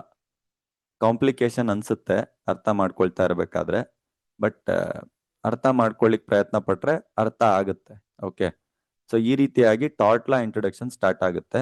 ತುಂಬಾ ಕನ್ಫ್ಯೂಷನ್ ಮಾಡ್ಕೊಳ್ಬೇಡಿ, ಫುಲ್ ಕನ್ಕ್ಲೂಷನ್ ಹೇಳ್ತೇನೆ. ಟಾರ್ಟ್ ಲಾ ಅಂತಂದ್ರೆ ಏನು ಅಂದ್ರೆ, ಟಾರ್ಟ್ ಲಾ ಅಂತಂದ್ರೆ ಸಿಂಪಲ್ ಆಗಿ ಅದೊಂದು ಸಿವಿಲ್ ರಾಂಗ್. ಸಿವಿಲ್ ರಾಂಗ್ ಅಂತಂದ್ರೆ ದಿವಾನಿ ತಪ್ಪು. ಆಗಿರುವಂತ ಒಂದು ತಪ್ಪಿಗೆ ಲೀಗಲಿ ಪರಿಹಾರಗಳು ಇರಬೇಕು, ಲೀಗಲಿ ಹಾನಿ ಆಗ್ಬೇಕು, ಆ ಹಾನಿಗೆ ಲೀಗಲಿ ಪರಿಹಾರಗಳಿರ್ಬೇಕು. ಅದನ್ನ ನಾವು ಟಾರ್ಟ್ ಲಾ ಅಂತ ಕರಿತೀವಿ. ಸೊ ಈ ಟಾರ್ಟ್ ಲಾದಲ್ಲಿ ಸಿಂಪಲ್ ಆಗಿ ನೆಗ್ಲಿಜಿಯನ್ಸ್, ನ್ಯೂಸೆನ್ಸ್, ಡಿಫಾರ್ಮೇಶನ್ ಇಂಥ ಕ್ರೈಮ್ಸ್ಗಳೆಲ್ಲ ಓದ್ತಾ ಹೋಗ್ತೀವಿ. ಸೊ ಅದನ್ನೆಲ್ಲ ಮುಂದಿನ ಯೂನಿಟ್ಸ್ಗಳಲ್ಲಿ ನಿಮಗೆ ಹಾಕ್ತಾ ಹೋಗಿದ್ದಾರೆ. ಸೊ ಯೂನಿಟ್ 2 ನಾವು ಎಂಟ್ರಿ ಕೊಟ್ಟಾಗ ಹಾಗೆ ನಾ ಯೂನಿಟ್ 2ಗೆ ಎಂಟ್ರಿ ಕೊಟ್ಟಾಗ ಯೂನಿಟ್ 2ದಲ್ಲಿ ಬೇಸಿಕಲಿ ತುಂಬಾ ಸಿಂಪಲ್ ಆಗಿ ಒಂದೇ ಒಂದು ಲೈನ್ ನ ಕೊಟ್ಟಿದ್ದಾರೆ ಸಿಲೆಬಸ್ ಕಾಪಿಯಲ್ಲಿ. ನಿಮ್ಮ ಇಡೀ 5ರಿಂದ 6 ಸಬ್ಜೆಕ್ಟ್ಸ್ಗಳೇನಿದೆ ಅದರಲ್ಲಿ ತುಂಬಾ ಮೋಸ್ಟ್ ಸಿಂಪಲ್ ಆಗಿ ಕೊಟ್ಟಿರುವಂತದ್ದು ಇದು syllabus. Just general defences and vicarious liability ಅಂತ ಕೊಟ್ಟಿದ್ದಾರೆ. General defences and vicarious liability ಅಂತ. ಸೊ ಜನರಲ್ ಡಿಫೆನ್ಸಸ್ ಅಂದ್ರೆ ಏನು ಅಂತ ಅರ್ಥ ಮಾಡ್ಕೋಣ, ವೈಕೇರಿಯಸ್ ಲಯಬಿಲಿಟಿ ಅಂದ್ರೆ ಏನು ಅಂತ ಅರ್ಥ ಮಾಡ್ಕೋಣ. ಸೊ ಎರಡು ಕಾನ್ಸೆಪ್ಟ್ ಮೇಲೆ ನಿಮ್ಮ ಸಿಲೆಬಸ್ ಕಾಪಿ ನಿಂತಿದೆ. ಜನರಲ್ ಡಿಫೆನ್ಸಸ್ ಅಂದ್ರೆ ಏನು? ಬೇಸಿಕಲಿ ಜನರಲ್ ಡಿಫೆನ್ಸಸ್ ಅಂದ್ರೆ ಏನು ಅಂದ್ರೆ, ಈಗ ಒಂದು ಇನ್ಸಿಡೆಂಟ್ ಪ್ರಕಾರ ನಾನು ನಿಮಗೆ ಹೇಳ್ತಾ ಹೋಗ್ತೇನೆ. ಸೊ ಯಾವ ರೀತಿ ಇರುತ್ತೆ, ಯಾವ ರೀತಿ ಅರ್ಥ ಮಾಡ್ಕೊಳ್ಬೇಕು ಅಂತ. ಸೊ ಓಕೆ, ಈಗ ಎ ಅನ್ನುವಂಥ ವ್ಯಕ್ತಿಯ ಮೇಲೆ ಬಿ ಅನ್ನುವಂಥ ವ್ಯಕ್ತಿ ಒಂದು ಕೇಸ್ನ ಫೈಲ್ ಮಾಡಿದ್ದಾನೆ. ಅದು ಯಾವ ಕೇಸ್ನ ಫೈಲ್ ಮಾಡಿದ್ದಾನೆ? ಟಾರ್ಟ್ ಲಾಗೆ ಸಂಬಂಧಪಟ್ಟಂತ ಕೇಸ್ನ ಫೈಲ್ ಮಾಡಿದ್ದಾನೆ. ಸೊ ಟಾರ್ಟ್ ಲಾಗೆ ಸಂಬಂಧಪಟ್ಟಂತ ಕೇಸ್ ಯಾವುದು? ಡಿಫಾರ್ಮೇಶನ್, ನ್ಯೂಸೆನ್ಸ್, ನೆಗ್ಲಿಜಿಯನ್ಸ್, ಈ ರೀತಿಯಾದಂಥ ಕೇಸು ಬಿ ಅನ್ನುವಂಥವನು ಎನ ಮೇಲೆ ಫೈಲ್ ಮಾಡಿದ್ದಾನೆ. ಬಿ ಅನ್ನುವಂಥವನಿಗೆ ನಾನು ಒಂದು ಹೆಸರು ಕೊಡ್ತೀನಿ, ಮಹೇಶ್ ಅಂತ. ಎ ಅನ್ನುವಂಥವನಿಗೆ ನಾನು ಹೆಸರು ಕೊಡ್ತೀನಿ, ರಾಜೇಶ್ ಅಂತ. ಇಲ್ಲಿ ಮಹೇಶ್ ರಾಜೇಶ್ನ ಮೇಲೆ ಕೇಸ್ನ ಫೈಲ್ ಮಾಡಿದ್ದಾನೆ. ಟಾರ್ಟ್ ಲಾನ ಮೇಲಿರುವಂತ ಪಾಯಿಂಟ್ಸ್ಗಳ ಒಂದು ಸಿವಿಲ್ ಕೇಸ್ನ ಫೈಲ್ ಮಾಡಿದ್ದಾನೆ. ನನಗೆ ಇಂತಿಂತ ಸಮಸ್ಯೆ ಮಾಡಿದ್ದಾನೆ, ನನಗೆ ಇಂತಿಷ್ಟು ದುಡ್ಡು ಬೇಕು. ಇದು ಕ್ರಿಮಿನಲ್ ಕೇಸ್ ಅಲ್ಲ, ಜೈಲಿಗೆ ಹಾಕ್ಲಿಕ್ಕೆ. ಅದು ಬೇರೆ ವಿಷಯ. ಹೇಳಿರುವಂತದನ್ನ ಕೋರ್ಟ್ ಕಡೆಯಿಂದ ಫಾಲೋ ಮಾಡಿಲ್ಲ ಅಂದ್ರೆ ಜೈಲಿಗೆ ಹಾಕ್ತಾರೆ, ದುಡ್ಡು ಗಿಟ್ಟು ಕೊಟ್ಟಿಲ್ಲ, ಕಾಂಪನ್ಸೇಷನ್ ಕೊಟ್ಟಿಲ್ಲ ಅಂತಂದ್ರೆ. ಸೊ ಈ ಸಂದರ್ಭದಲ್ಲಿ ಯಾರು ಈ ರಾಜೇಶ್ ಇದಾನಲ್ಲ, ಸೊ ಈಗ ಇವನ್ ಮೇಲೆ ಕೇಸ್ ಹಾಕಿದಾನೆ. ಯಾರು? ಮಹೇಶ ಕೇಸ್ ಹಾಕಿದ್ದಾನೆ ಬಿ ಅನ್ನುವಂತನು, ರಾಜೇಶ್ ಅನ್ನುವಂತನ ಎ ಅನ್ನುವಂತನ ಮೇಲೆ ಕೇಸ್ ಹಾಕಿದ್ದಾನೆ. ಸೊ ಕೇಸ್ ಹಾಕಿದ ತಕ್ಷಣನೇ ರಾಜೇಶ ಇವನ್ ಮಹೇಶ ಏನ್ ಹೇಳ್ದ ಅದನ್ನ ಒಪ್ಕೊಳ್ಬಿಡ್ಬೇಕಾ? ಮಹೇಶ ಹೇಳ್ತಾನೆ, ಆ ನೀನ್ ನನಗ್ ಮರ್ಯಾದೆ ತಕ್ಕದೆ, ಸೊ ಅದಕ್ಕೋಸ್ಕರ ನನಗೆ ನೀನ್ 10 ಕೋಟಿ ಕೊಡ್ಬೇಕು ಅಂತ ನಾನ್ ನಿಮ್ ಮೇಲೆ ಹಾಕ್ತೆ, ನಿಮ್ ಮೇಲೆ ಒಂದ್ ಕೇಸ್ ಹಾಕ್ತೆ. ನೀವೇನೆಲ್ಲರೂ ಹಾಗೆ ಒಪ್ಕೊಳ್ಬಿಡ್ತೀರಾ? ಸೊ ಅಂದ್ರೆ ಇರುವಂತ ಎಲ್ಲಾ ಸ್ಟೂಡೆಂಟ್ಸ್ ಗಳಿಗೆ ಹೇಳ್ತಾ ಇದ್ದೀನಿ ನಾನು, ಎಲ್ಲರೂ ಯಾರು ಒಪ್ಕೊಳ್ಳಲ್ಲ. ಕೇಸ್ ಹಾಕಿದ ತಕ್ಷಣ ನೀವು ಫಸ್ಟ್ ಏನ್ ಮಾಡ್ತೀರಾ? ಉಲ್ಟಾ ಮಾತಾಡ್ತೀರಾ, ಇಲ್ಲ ನೀವು ತಪ್ಪು ಮಾತಾಡ್ತಾ ಇದ್ದೀರಾ ಅಂತೇಳಿ ಡಿಫೆನ್ಸ್ ತಗೊಳ್ತೀರಾ. ಪ್ರತಿರಕ್ಷಣೆನ ತಗೊಳ್ತೀರಾ.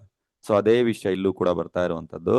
ಸೊ ಯಾರಾದ್ರೂ ನಿಮ್ ಮೇಲೆ ಕೇಸ್ ಹಾಕಿದಾಗ, ಅಥವಾ ಮಹೇಶ್ ಅನ್ನುವಂಥವ್ರು ನಿಮ್ ಮೇಲೆ ಕೇಸ್ ಹಾಕಿದಾಗ, ಅಥವಾ ನನ್ನಂತವ್ರು ನಿಮ್ ಮೇಲೆ ಕೇಸ್ ಹಾಕಿದಾಗ, ನೀವು ಉಲ್ಟಾ ಹೇಗ್ ಮಾತಾಡ್ತೀರಾ, ನೀವು ಡಿಫೆನ್ಸ್ ನ ಹೇಗ್ ತಗೊಳ್ತೀರಾ, ನೀವು ಯಾವ ರೀತಿ ರಕ್ಷಣೆನ ಪಡ್ಕೊಳ್ತೀರಾ, ನೀವು ಯಾವ ರೀತಿ ನಾನ್ ತಪ್ಪು ಮಾಡಿಲ್ಲ ಅಂತ ಪ್ರೂವ್ ಮಾಡ್ತೀರಾ. ಸೊ ಈ ವಿಷಯಗಳನ್ನ of the syllabus unit number 2 ಮಾತಾಡುತ್ತೆ. ಮತ್ತೆ ಕ್ಲಾರಿಫಿಕೇಶನ್ ಕೊಡ್ತಾ ಇದ್ದಾನೆ. ಜನರಲ್ ಡಿಫೆನ್ಸಸ್ ಅಂದ್ರೆ ಏನು ಅಂದ್ರೆ, ಸ್ಪೆಷಲಿ ನಿಮ್ಮ ಮೇಲೆ ಯಾರಾದ್ರೂ ಕೇಸ್ ಹಾಕಿದಾಗ ನೀವು ಹೇಗೆ ವ್ಯತಿರಿಕ್ತವಾಗಿ ಸೇಫ್ ಆಗ್ತೀರಾ ಅಂತ. ಸೊ ಈಗ ಇನ್ನೂ ತುಂಬಾ ಸಿಂಪಲ್ ಆಗಿ ಹೇಳ್ಬೇಕು ಅಂದ್ರೆ, ಡಿಫೆನ್ಸ್ ಲಾಯರ್ ಅಂತ ಕೇಳಿರ್ತೀರಾ. ಡಿಫೆನ್ಸ್ ಲಾಯರ್ ಎಲ್ಲಿ ಬರ್ತಾನೆ ಅಂತಂದ್ರೆ, ಯಾರೋ ಒಬ್ಬ ನಿಮ್ಮ ಮೇಲೆ ಅಪ್ಲಿಕೇಶನ್ ಕೋರ್ಟ್ ಅಲ್ಲಿ ಫೈಲ್ ಮಾಡಿರ್ತಾನೆ. ನೀವು ಆ ಫೈಲ್ ಮಾಡಿರುವಂತ ಕೋರ್ಟ್ ಅಲ್ಲಿ ಅಪ್ಲಿಕೇಶನ್ ತಪ್ಪು ಅಂತ ಹೋದಾಗ ನೀವು ಡಿಫೆನ್ಸ್ ಲಾಯರ್ ಆಗ್ತೀರಾ. ಡಿಫೆನ್ಸ್ ಅಂತ ಹೆಸರು ಬರ್ತಾ ಇದೆ ಅಂತಂದ್ರೆ ನೀವು ನಿಮ್ಮನ್ನು ನೀವು ರಕ್ಷಣೆ ಮಾಡ್ಕೊಳ್ತಾ ಇರುವಂತದ್ದು. ಸೊ ಈ ಕಾನ್ಸೆಪ್ಟ್ ಜನರಲ್ ಡಿಫೆನ್ಸಸ್ ಅಲ್ಲಿ ಬರುತ್ತೆ. ಇದ್ರಲ್ಲಿ ಸುಮಾರಿದೆ. ಕನ್ಸೆಂಟ್ ಅನ್ನುವಂತ ವಿಷಯ ಇದೆ.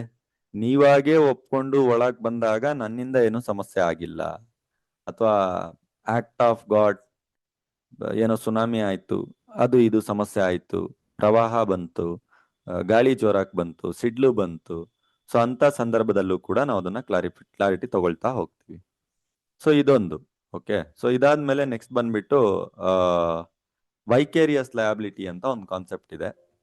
ಹಾಗೆ ರೀ, ಒಂದು ನಿಮಿಷ ರಿಮೂವ್ ಮಾಡಿ ಸರ್. ಓಕೆ, ನೀವು ನಿಮ್ಮ ಕ್ಲಾಸು ನೀವೇ ಡಿಸ್ಟರ್ಬ್ ಮಾಡ್ಕೊಳ್ತೀರಾ, ಒಂದು ಫ್ಲೋದಲ್ಲಿ ಹೇಳ್ತಾ ಇರ್ತೀವಿ. ಓಕೆ, ನೀವು ಸ್ಟಾರ್ಟ್ ಮಾಡುವ. ಸರಿ, ನಾನು ಈ ಜನರಲ್ ಡಿಫೆನ್ಸ್ ಹತ್ರ ಇದ್ದೆ. ಜನರಲ್ ಡಿಫೆನ್ಸ್ ನ ಬಗ್ಗೆ ನಾನು ನಿಮಗೆ ಕ್ಲಾರಿಟಿ ಕೊಟ್ಟೆ. ಜನರಲ್ ಡಿಫೆನ್ಸ್ ಅಂದ್ರೆ ಏನು ಅಂತಂದ್ರೆ, ನಿಮ್ಮ ಮೇಲೆ ಯಾರಾದ್ರೂ ಕೇಸ್ ಹಾಕಿದಾಗ ನೀವು ಹೇಗೆ ನಿಮ್ಮನ್ನ ರಕ್ಷಣೆ ಮಾಡ್ಕೊಳ್ಳಿಕ್ಕೆ ಯಾವ ಯಾವ ಪಾಯಿಂಟ್ಸ್ ಗಳನ್ನ ಮೆನ್ಷನ್ ಮಾಡ್ತೀರಾ ಅಂತ. ಅಂದ್ರೆ ಯಾರು ನಿಮ್ಮ ಮೇಲೆ ಕೇಸ್ ಹಾಕಿರ್ತಾರೆ, ಅದು ನೀವು ಅಪೋಸ್ ಮಾಡ್ಲಿಕ್ಕೆ ಯಾವ ಯಾವ ಪಾಯಿಂಟ್ಸ್ ಗಳನ್ನ ಮೆನ್ಷನ್ ಮಾಡ್ತೀರಾ ಅಂತ. ಈ ರೀತಿ ಒಂದು 8 ಪಾಯಿಂಟ್ಗಳಿದೆ. ಐ ಥಿಂಕ್ 7 to 8 ಪಾಯಿಂಟ್ಸ್ಗಳಿದೆ. ಕ್ಲಾಸಸ್ಗಳು ಫಿನಿಶ್ ಮಾಡಿದಾಗ ಅಥವಾ ಒಂದು 30 ಸಬ್ಜೆಕ್ಟ್ಸ್ಗಳು ಕ್ಲಾಸ್ ಮಾಡ್ಬಿಟ್ಟು ನನಗೆ ಕನ್ಫ್ಯೂಷನ್ ಇದೆ, ಸೊ ಎಷ್ಟು ಪಾಯಿಂಟ್ ಇದೆ ಅಂತೇಳಿ.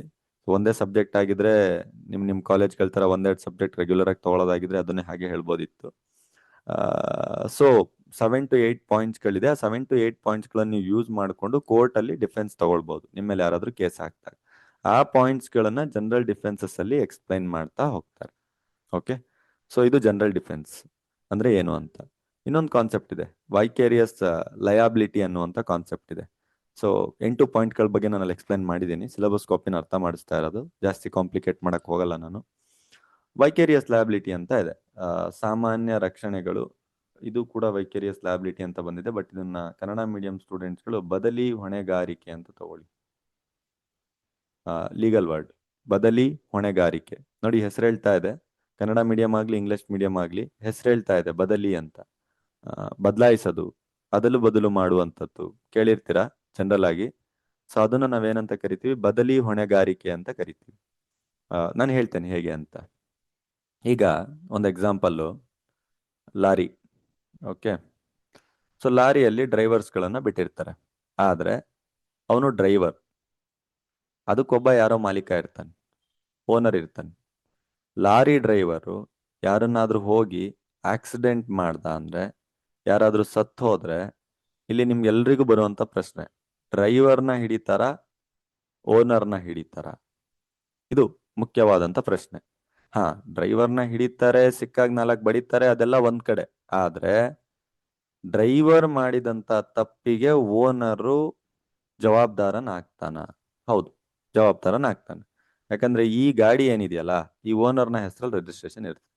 ಈ ರೀತಿಯಾಗಿ ಯಾರೋ ಮಾಡಿದ ತಪ್ಪು, ಡ್ರೈವರ್ ಮಾಡಿದ ತಪ್ಪು ಇವನ್ ತಲೆ ಮೇಲೆ ಬಂತು, ಓನರ್ ತಲೆ ಮೇಲೆ ಬಂತು. ಇನ್ನೂ ಒಂದು ಉದಾಹರಣೆ, ಒಂದು ಕಂಪನಿ ನಡೀತಾ ಇದೆ. ಆ ಕಂಪನಿ ಅಂಡ್ರಲ್ಲಿ ನೀವು ಕೆಲಸ ಮಾಡ್ತಾ ಇದ್ದೀರಾ as a employee, as a ಕೆಲ್ಸಗಾರರಾಗಿ ನೀವು ಕೆಲಸ ಮಾಡ್ತಾ ಇದ್ದೀರಿ. ಕಂಪನಿಯ ಒಬ್ಬ ಓನರ್ ಇರ್ತಾನೆ, ಅವನು ನಾವೇನಂತ ಕರಿತೀವಿ, ಎಂಪ್ಲಾಯರ್ ಅಂತ ಕರಿತೀವಿ. ಸರಿ, ಉದ್ಯೋಗದಾತ, ನಾವು ಉದ್ಯೋಗಿಗಳು ಅಂತ ಕರಿತೀವಿ. ಕನ್ನಡ ಮೀಡಿಯಂ ಅಲ್ಲಿ ಉದ್ಯೋಗದಾತ, ಉದ್ಯೋಗಿಗಳಂತ ಕರಿತೀವಿ. ಸೊ ಇಲ್ಲಿ ಎಂಪ್ಲಾಯೀಸ್ಗಳ ಕೆಲಸ ಏನು, ಏನು ಎಂಪ್ಲಾಯರ್ ಹೇಳಿರ್ತಾನೆ ಅಥವಾ ಏನು ಮ್ಯಾನೇಜ್ಮೆಂಟ್ ಹೇಳಿರುತ್ತೆ ಆ ಕೆಲಸನ ಮುಗಿಸೋವಂಥದ್ದು, ಡ್ಯೂಟಿ ಮಾಡೋದು ಅಂತ ಕರಿತಾರಲ್ಲ ಆ ರೀತಿ. ಏನ್ ಹೇಳಿರ್ತಾನೆ ಆ ಕೆಲಸನ ಮುಗಿಸ್ ಬರುವಂಥದ್ದು. ಆದ್ರೆ ಈ ಎಂಪ್ಲಾಯ್ ಏನಾದ್ರೂ ತಪ್ಪು ಮಾಡ್ದ ಅಂದ್ರೆ, ಏನಾದ್ರೂ ರಾಂಗ್ ಮಾಡ್ದ ಅಂತಂದ್ರೆ, ಅಂತ ಸಂದರ್ಭದಲ್ಲಿ ಎಂಪ್ಲಾಯ್ ಮೇಲೆ ಬರುವಂತದ್ದು ಇಂಟರ್ನಲ್ ಮ್ಯಾನೇಜ್ಮೆಂಟ್ ಬೇರೆ ಲೆಕ್ಕ. ಆದ್ರೆ ಅದು ಸೀದಾ ಕಂಪ್ನಿ ಮೇಲೆ ಹೋಗುತ್ತೆ. ಕಂಪ್ನಿ ಮೇಲೆ ಹೋಗ್ತಾ ಇದೆ ಅಂತಂದ್ರೆ ಕಂಪ್ನಿ ಓನರ್ ಮೇಲೆ ಹೋದ ಹಾಗೆ. ಈ ಒಂದು ಕಂಪನಿಯ ಎಂಪ್ಲಾಯ್ ಹೋಗ್ಬಿಟ್ಟು ಕಂಪನಿ ಹೆಸರು ತಗೊಂಡು ಏನಾದ್ರೂ ಕ್ರೈಮ್ ಮಾಡಿ ಬಂದ್ರೆ, ಕಳ್ತನ ಮಾಡಿ ಬಂದ್ರೆ, ಫ್ರಾಡ್ ಮಾಡಿದ್ರೆ, ಸೊ ಆಗದು ಕಂಪ್ನಿ ಮೇಲೆ ಹೋಗುವಂಥದ್ದು. ಸೊ ಈ ರೀತಿಯಾಗಿ ಹೊಣೆಗಾರಿಕೆಗಳು, ಲಯಾಬಿಲಿಟೀಸ್ಗಳು ಬದಲಿ ಆಗುತ್ತೆ. ಸೊ ಯಾರು ಮಾಡಿದಾನ ಅವನ ತಲೆ ಮೇಲೆ ಬರಲ್ಲ, ಅವನಕ್ಕಿಂತ ಮೇಲ್ಗಡೆ ಹೋಗುತ್ತೆ. ಇದನ್ನು ನಾವು ವೈಕೇರಿಯಸ್ ಲಯಾಬಿಲಿಟಿ ಅಂತ ಕರಿತೀವಿ. ಎಕ್ಸಾಮ್ ಪಾಯಿಂಟ್ ಆಫ್ ವ್ಯೂದಲ್ಲಿ ಇದು ತುಂಬಾ ಕಾಂಪ್ಲಿಕೇಟೆಡ್ ವಿಷಯ. ತುಂಬಾ ಕಾಂಪ್ಲಿಕೇಟೆಡ್ ಅಂತಂದ್ರೆ ಯಾವ ರೀತಿ ಯಾವ ತರ ಕ್ವಶನ್ಸ್ ಗಳನ್ನ ರೈಸ್ ಮಾಡ್ತಾರೆ ಅಂತ ಹೇಳಕ್ಕಾಗಲ್ಲ. ಸೊ ಅಷ್ಟೊಂದು ಕಾಂಪ್ಲಿಕೇಟೆಡ್ ವಿಷಯ. ಇದ್ರಲ್ಲೇ ಸಿಲೆಬಸ್ ಸ್ಕೋಪ್ ತುಂಬಾ ಸ್ಪ್ಲಿಟ್ ಮಾಡಿ ಕೊಟ್ಬಿಟ್ಟಿದ್ರು ಅಂತಂದ್ರೆ ಇದ್ರಲ್ಲೇ ರೈಸ್ ಮಾಡ್ತಾರೆ ಅಂತೇಳಿ ಅದನ್ನ ಕ್ಲಾಸಸ್ ಮಾಡಿ ಕ್ಲೋಸ್ ಮಾಡ್ಬೋದಿತ್ತು. ಆದ್ರೆ ಅದು ತುಂಬಾ ಕಾಂಪ್ಲಿಕೇಟ್ ಮಾಡ್ಬಿಟ್ಟಿದ್ದಾರೆ ವೈಕೇರಿಯಸ್ ಲಯಾಬಿಲಿಟಿನ. ಸೊ ಅದಕ್ಕೆ ನನ್ನ ಒಂದು ಸಜೆಷನ್ ಏನು ಅಂತಂದ್ರೆ, ಜನರಲ್ ಡಿಫೆನ್ಸ್ ಏನಿದೆ ಇದನ್ನ ಕಾನ್ಸಂಟ್ರೇಟ್ ಮಾಡಿ. ತುಂಬಾ ಸಿಂಪಲ್ ವಿಷಯ. ಜನರಲ್ ಡಿಫೆನ್ಸಸ್, ನಿಮ್ಮ ಮೇಲೆ ಅಪೋಸಿಟ್ ವಕೀಲ ಅಟ್ಯಾಕ್ ಮಾಡ್ತಾ ಇದ್ದಾನೆ, ನಿಮ್ಮ ಮೇಲೆ ಕೇಸ್ ಹಾಕಿದಾನೆ, ನೀವು ಅವನ ಮೇಲೆ ಉಲ್ಟಾ ಅಟ್ಯಾಕ್ ಮಾಡಕ್ಕೆ ಏನೇನ್ ಪಾಯಿಂಟ್ಸ್ ಗಳನ್ನ ಯೂಸ್ ಮಾಡಬಹುದು, ಅದನ್ನೇ ನಾವು ಜನರಲ್ ಡಿಫೆನ್ಸ್ ಅಂತ ಕರಿತೀವಿ. ಇಷ್ಟೇ. ಸೊ ಈ ಜನರಲ್ ಡಿಫೆನ್ಸ್ ಬಗ್ಗೆ ಕಾನ್ಸಂಟ್ರೇಟ್ ಮಾಡಿ. ಇದ್ರಲ್ಲಿ ಒಂದು ಕ್ವಶನ್ ಬಂದೇ ಬರುತ್ತೆ ಜನರಲ್ ಡಿಫೆನ್ಸಸ್ ಅಲ್ಲಿ. ಯಾಕಂದ್ರೆ ಒಂದು ಕ್ವಶನ್ ಬರಲೇಬೇಕು ಎರಡಕ್ಕೂ ಕಂಪೇರ್ ಮಾಡಿದಾಗ. ಅಟ್ ಲೀಸ್ಟ್ ಶಾರ್ಟ್ ನೋಟಿಗಾದ್ರೂ ಬಂದೇ ಬರುತ್ತೆ, ಇಲ್ಲ ಅಟ್ ಲೀಸ್ಟ್ ಪ್ರಾಬ್ಲಮ್ ಈಗಾದ್ ಬಂದೇ ಬರುತ್ತೆ. ಇದ್ರಲ್ಲಿ ಮಾರ್ಕ್ಸ್ ಬಂದೇ ಬರುತ್ತೆ ಒಂದಾದ್ರೂ ಕ್ವಶನ್ ಜನರಲ್ ಡಿಫೆನ್ಸ್ ಅಲ್ಲಿ. ಇದನ್ನ ಕಾನ್ಸಂಟ್ರೇಟ್ ಮಾಡಿ. ವೈಕೇರಿಯಸ್ ಲಯಾಬಿಲಿಟಿ ತುಂಬಾ ಕಾಂಪ್ಲಿಕೇಟೆಡ್ ಇದೆ. ಇದನ್ನ ಕಾನ್ಸಂಟ್ರೇಟ್ ಮಾಡೋ ಬದಲಿಗೆ ಸುಮಾರು ವಿಷಯಗಳಿದೆ, ಅದನ್ನ ಕಂಪ್ಲೀಟ್ ಮಾಡ್ಕೊಂಡು ಬಂದು ಆಮೇಲೆ ಇದ್ರಲ್ಲಿ ಡೀಪ್ ಡ್ರೈವ್ ಮಾಡಿ. ಸಿಲೆಬಸ್ ಕಾಪಿಯಲ್ಲಿ ತುಂಬಾ ನೀಟಾಗಿ ಏನು ಕೊಟ್ಟಿಲ್ಲ, ಇದನ್ನ ಓದಿ ಅದನ್ನ ಓದಿ ಅಂತ. ಸೊ ಅದಕ್ಕೋಸ್ಕರ ಯೂನಿಟ್ 1 ಅಲ್ಲಿ ಏನ್ ಕಲ್ತ್ವಿ ಅಂತಂದ್ರೆ, ಲಾ ಅಂತಂದ್ರೆ ಏನು, ಅದರಲ್ಲಿ ಸ್ಪೆಷಲಿ ಟಾರ್ಟ್ ಲಾ ಅಂತಂದ್ರೆ ಏನು, ಸಿವಿಲ್ ರಾಂಗ್ ಏನು, ಕ್ರಿಮಿನಲ್ ರಾಂಗ್ ಏನು, ಲಾ ಹೇಗೆ ಗ್ರೌತ್ ಆಗುತ್ತೆ, ಅದರ ನೇಚರ್ ಏನು, ಸ್ಕೋಪ್ ಏನು, ಮೀನಿಂಗ್ ಏನು, ಈ ರೀತಿಯಾದಂತ ವಿಷಯಗಳನ್ನ ನಾವು ಯೂನಿಟ್ 1 ಅಲ್ಲಿ ಕಲ್ತ್ವಿ. ಯೂನಿಟ್ 2ಗೆ ಎಂಟ್ರಿ ಕೊಟ್ಟಾಗ ಜನರಲ್ ಡಿಫೆನ್ಸಸ್ ಅಂದ್ರೆ ಏನು, ಸಾಮಾನ್ಯ ರಕ್ಷಣೆಗಳಂತಂದ್ರೆ ಏನು, ವೈಕೇರಿಯಸ್ ಲಯಾಬಿಲಿಟಿ ಅಂತಂದ್ರೆ ಏನು ಅನ್ನುವಂಥ ವಿಷಯನ ಯೂನಿಟ್ 2ದಲ್ಲಿ ಕಲ್ತ್ವಿ. ಸೊ ಯೂನಿಟ್ 3ಗೆ ಬಂದಾಗ ಯೂನಿಟ್ 1-2ದಲ್ಲಿ ಸ್ವಲ್ಪ ಇಂಟ್ರೊಡಕ್ಷನ್ ಮುಗಿಸ್ಕೊಂಡು ಬಂದು ನಾವು ಯೂನಿಟ್ 3ಯಲ್ಲಿ ಡೈರೆಕ್ಟ್ ಆಗಿ ಯಾವ ಯಾವ ರೀತಿಯಾದಂತ ನಾವು ಟಾರ್ಟ್ ಲಾಗೆ ಸಂಬಂಧಪಟ್ಟಂತಹ ರಾಂಗ್ಸ್ ಗಳನ್ನ ನೋಡಬಹುದು, ಯಾವ ಯಾವ ರೀತಿಯಾದಂತಹ ಟಾರ್ಟ್ ಲಾಗೆ ಸಂಬಂಧಪಟ್ಟಂತಹ ತಪ್ಪುಗಳನ್ನ ನೋಡಬಹುದು. ಅಂದ್ರೆ ಈ ಕೇಸಸ್ ನೋಡ್ಬೇಕಲ್ಲ, ಟಾರ್ಟ್ ಲಾ ಏನು, ಹೇಗೆ ಬೆಳೀತು, ಮೀನಿಂಗ್ ಏನು, ಡೆಫಿನೇಷನ್ ಏನು, ಡಿಫೆನ್ಸ್ ಹೇಗೆ ತಗೊಳ್ತೀರಾ, ಇದನ್ನೆಲ್ಲ ನೋಡ್ಕೊಂಡು ಬಂದ್ರಿ. ಈಗ ಟಾರ್ಟ್ ಲಾಗೆ ಸಂಬಂಧಪಟ್ಟಂತ ತಪ್ಪುಗಳು ಯಾವ್ಯಾವು, ಟಾರ್ಟ್ ಲಾದಲ್ಲಿ ಯಾವ ಯಾವ ತಪ್ಪುಗಳನ್ನ ಓದ್ತೀವಿ. ಈಗ BNS ಅಂತ ಬಂದಿದ ತಕ್ಷಣ ಅದರಲ್ಲಿ ಮರ್ಡರ್, ರೇಪ್, ಹೊಡೆದಾಟ, ಬಡ್ದಾಟ, ಆಫ್ ಮರ್ಡರು, ಕೈ ಹೋಯ್ತು, ಕಾಲು ಹೋಯ್ತು, ಕಳ್ತನ, ರಾಬ್ರಿ, ಡಕಾಯ್ತಿ, ಈ ರೀತಿ ಹೇಳ್ತೀರಾ. BNS ಅಲ್ಲೆಲ್ಲ ಬರುತ್ತೆ, IPC ಅಲ್ಲಿ ಬರುತ್ತೆ, ಹಳೇದ IPC ಈಗಿನ BNS ಬರುತ್ತೆ ಅಂತ ಹೇಳ್ತೀರಾ. ಈಗ ಪ್ರಶ್ನೆ ಟಾರ್ಟ್ ಲಾ ಅಂತ ಬಂದಾಗ, ಟಾರ್ಟ್ ಲಾದಲ್ಲಿ ಯಾವ್ಯಾವ ತಪ್ಪುಗಳು ನೀವು ಬರುತ್ತೆ ಅಂತ ಹೇಳ್ತೀರಾ ಅಂತ ಬಂದಾಗ, ಟಾರ್ಟ್ ಲಾದಲ್ಲಿ ಸಿಲೆಬಸ್ ಪಾಯಿಂಟ್ ಆಫ್ ವ್ಯೂದಲ್ಲಿ ತುಂಬಾ ಇಂಪಾರ್ಟೆಂಟ್ ಆಗಿರುವಂತಹ ಕಾನ್ಸೆಪ್ಟ್ಗಳ ಪ್ರಕಾರ ನೆಗ್ಲಿಜಿಯನ್ಸ್, ನಿರ್ಲಕ್ಷ್ಯತನ ಅಂತ ಕರಿತೀವಿ ನಾವು. ನೆಗ್ಲಿಜಿಯನ್ಸ್ ಎಲ್ರಿಗೂ ಗೊತ್ತು. ಸೊ ನಿನ್ ನೆಗ್ಲಿಜಿಯನ್ಸ್ ಇಂದನೇ ಹಾಳಾಗಿತ್ತು ನೋಡೆಲ್ಲ ಅಂತ ಬೈತಾ ಇರ್ತಾರೆ. ನೀನೇ ನಿರ್ಲಕ್ಷ್ಯ ಮಾಡಿದ್ದು ಅದಕ್ಕೆ ಹಾಳಾಗಿತ್ತು ಅಂತ.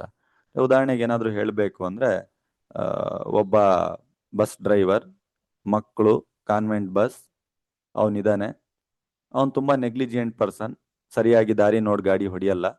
ಸೊ ಅವನ ನೆಗ್ಲಿಜಿಯನ್ಸ್ ಇಂದ ಆಕ್ಸಿಡೆಂಟ್ ಮಾಡ್ತಾನೆ, ಒಳಗಡೆ ಇರುವಂತ ಮಕ್ಕಳಿಗೆಲ್ಲ ಸಮಸ್ಯೆ ಆಗುತ್ತೆ. This is called negligence. Meaning ಹೇಳ್ತಾ ಇದೀನಿ, ನೆಗ್ಲಿಜಿಯನ್ಸ್ ಅಂದ್ರೆ ಏನು ಅಂತ. ಇಲ್ಲ ತುಂಬಾ ಸಿಂಪಲ್ ಆಗಿ ಅರ್ಥ ಮಾಡಿಸುವಂಥದ್ದು, ಸ್ವಿಚಸ್ ಗಳನ್ನ, ಮೋಟಾರ್ ಅದು ಇದು ಕೊಟ್ಟಿರುವಂತ ರೆಸ್ಪಾನ್ಸಿಬಿಲಿಟೀಸ್ ಗಳನ್ನ, ಅಥವಾ ನಿಮ್ಮ ಮನೆ ಸ್ವಿಚಸ್ ಗಳನ್ನ ನೆಗ್ಲಿಜಿಯೆಂಟ್ ಆಗಿ ನೀವು ಆಫ್ ಮಾಡದೇ ಇರುವಂತದ್ದು ಸಿಂಪಲ್ ವಿಷಯ. ಅದು ಏನ್ ಕೇಸ್ ಬೀಳಲ್ಲ. ಈಗ ಅಥವಾ ನೀವೆಲ್ಲ ಒಂದ್ ಕಡೆ ಡ್ಯೂಟಿ ಮಾಡ್ಬೇಕಾದ್ರೆ ನಿಮಗೆ ಹೇಳಿರ್ತಾರೆ, ಸೊ ನೀನು ಇಂತಿಂತೆಲ್ಲ ಕೆಲಸ ಮಾಡ್ಬೇಕು ಅಂತ. ಸ್ಪೆಷಲಿ ಫ್ಯಾಕ್ಟ್ರೀಸ್ ಗಳಲ್ಲಿ ನೆಗ್ಲಿಜಿಯನ್ಸಿ ಜಾಸ್ತಿ ನೋಡ್ಬೋದು ನಾವು. ಫ್ಯಾಕ್ಟ್ರೀಸ್ ಗಳಲ್ಲಿ ತುಂಬಾ ಸ್ಟ್ರಿಕ್ಟ್ ಆಗಿ SOPs ಗಳನ್ನ, ಚೆಕ್ ಲಿಸ್ಟ್ ಗಳನ್ನೆಲ್ಲ ಫಾಲೋ ಮಾಡ್ಬೇಕು. SOP ಕನ್ಫ್ಯೂಸ್ ಆಗುತ್ತೆ ನಿಮ್ಗೆ. ಸ್ಟ್ಯಾಂಡರ್ಡ್ ಆಪರೇಟಿಂಗ್ ಪ್ರೊಸೀಜರ್ ಅಂತಾರೆ. ಅಂದ್ರೆ ಸಮ್ ಪ್ರೊಸೀಜರ್ಸ್ ಗಳನ್ನ ಓನರ್ಸ್ ಗಳೆಲ್ಲ ಬರ್ದು ಕೊಟ್ಟಿರ್ತಾರೆ. ಸೊ ಅದನ್ನೆಲ್ಲ ಫಾಲೋ ಮಾಡ್ಬೇಕು ಎಲ್ಲಿ, ಫ್ಯಾಕ್ಟ್ರೀಸ್ ಗಳಲ್ಲಿ. ಅದನ್ನ ಫಾಲೋ ಮಾಡೋದೇನೋ ಸ್ವಲ್ಪ ಮಿಸ್ಟೇಕ್ ಆಯ್ತು ಅಂತಂದ್ರೆ ಅಲ್ಲಿ ಜೀವಗಳೇ ಹೋಗುತ್ತೆ, ಪ್ರಾಣಗಳೇ ಹೋಗ್ಬಿಡುತ್ತೆ. ಸೊ ಅವ್ನ ನೆಗ್ಲಿಜೆನ್ಸ್ ಇಂದ ಮಷಿನ್ ನಿಂತ್ಕೊಂಡಿದ್ ಮೂವ್ ಆಗುತ್ತೆ, ಯಾರಿಗೋ ಹೊಡ್ತಾ ಬೀಳುತ್ತೆ, ಅವನಿಂದ ಇನ್ನೊಬ್ನಿಗೆ ಬೀಳುತ್ತೆ, ಕ್ರೇನ್ ಬೀಳುತ್ತೆ.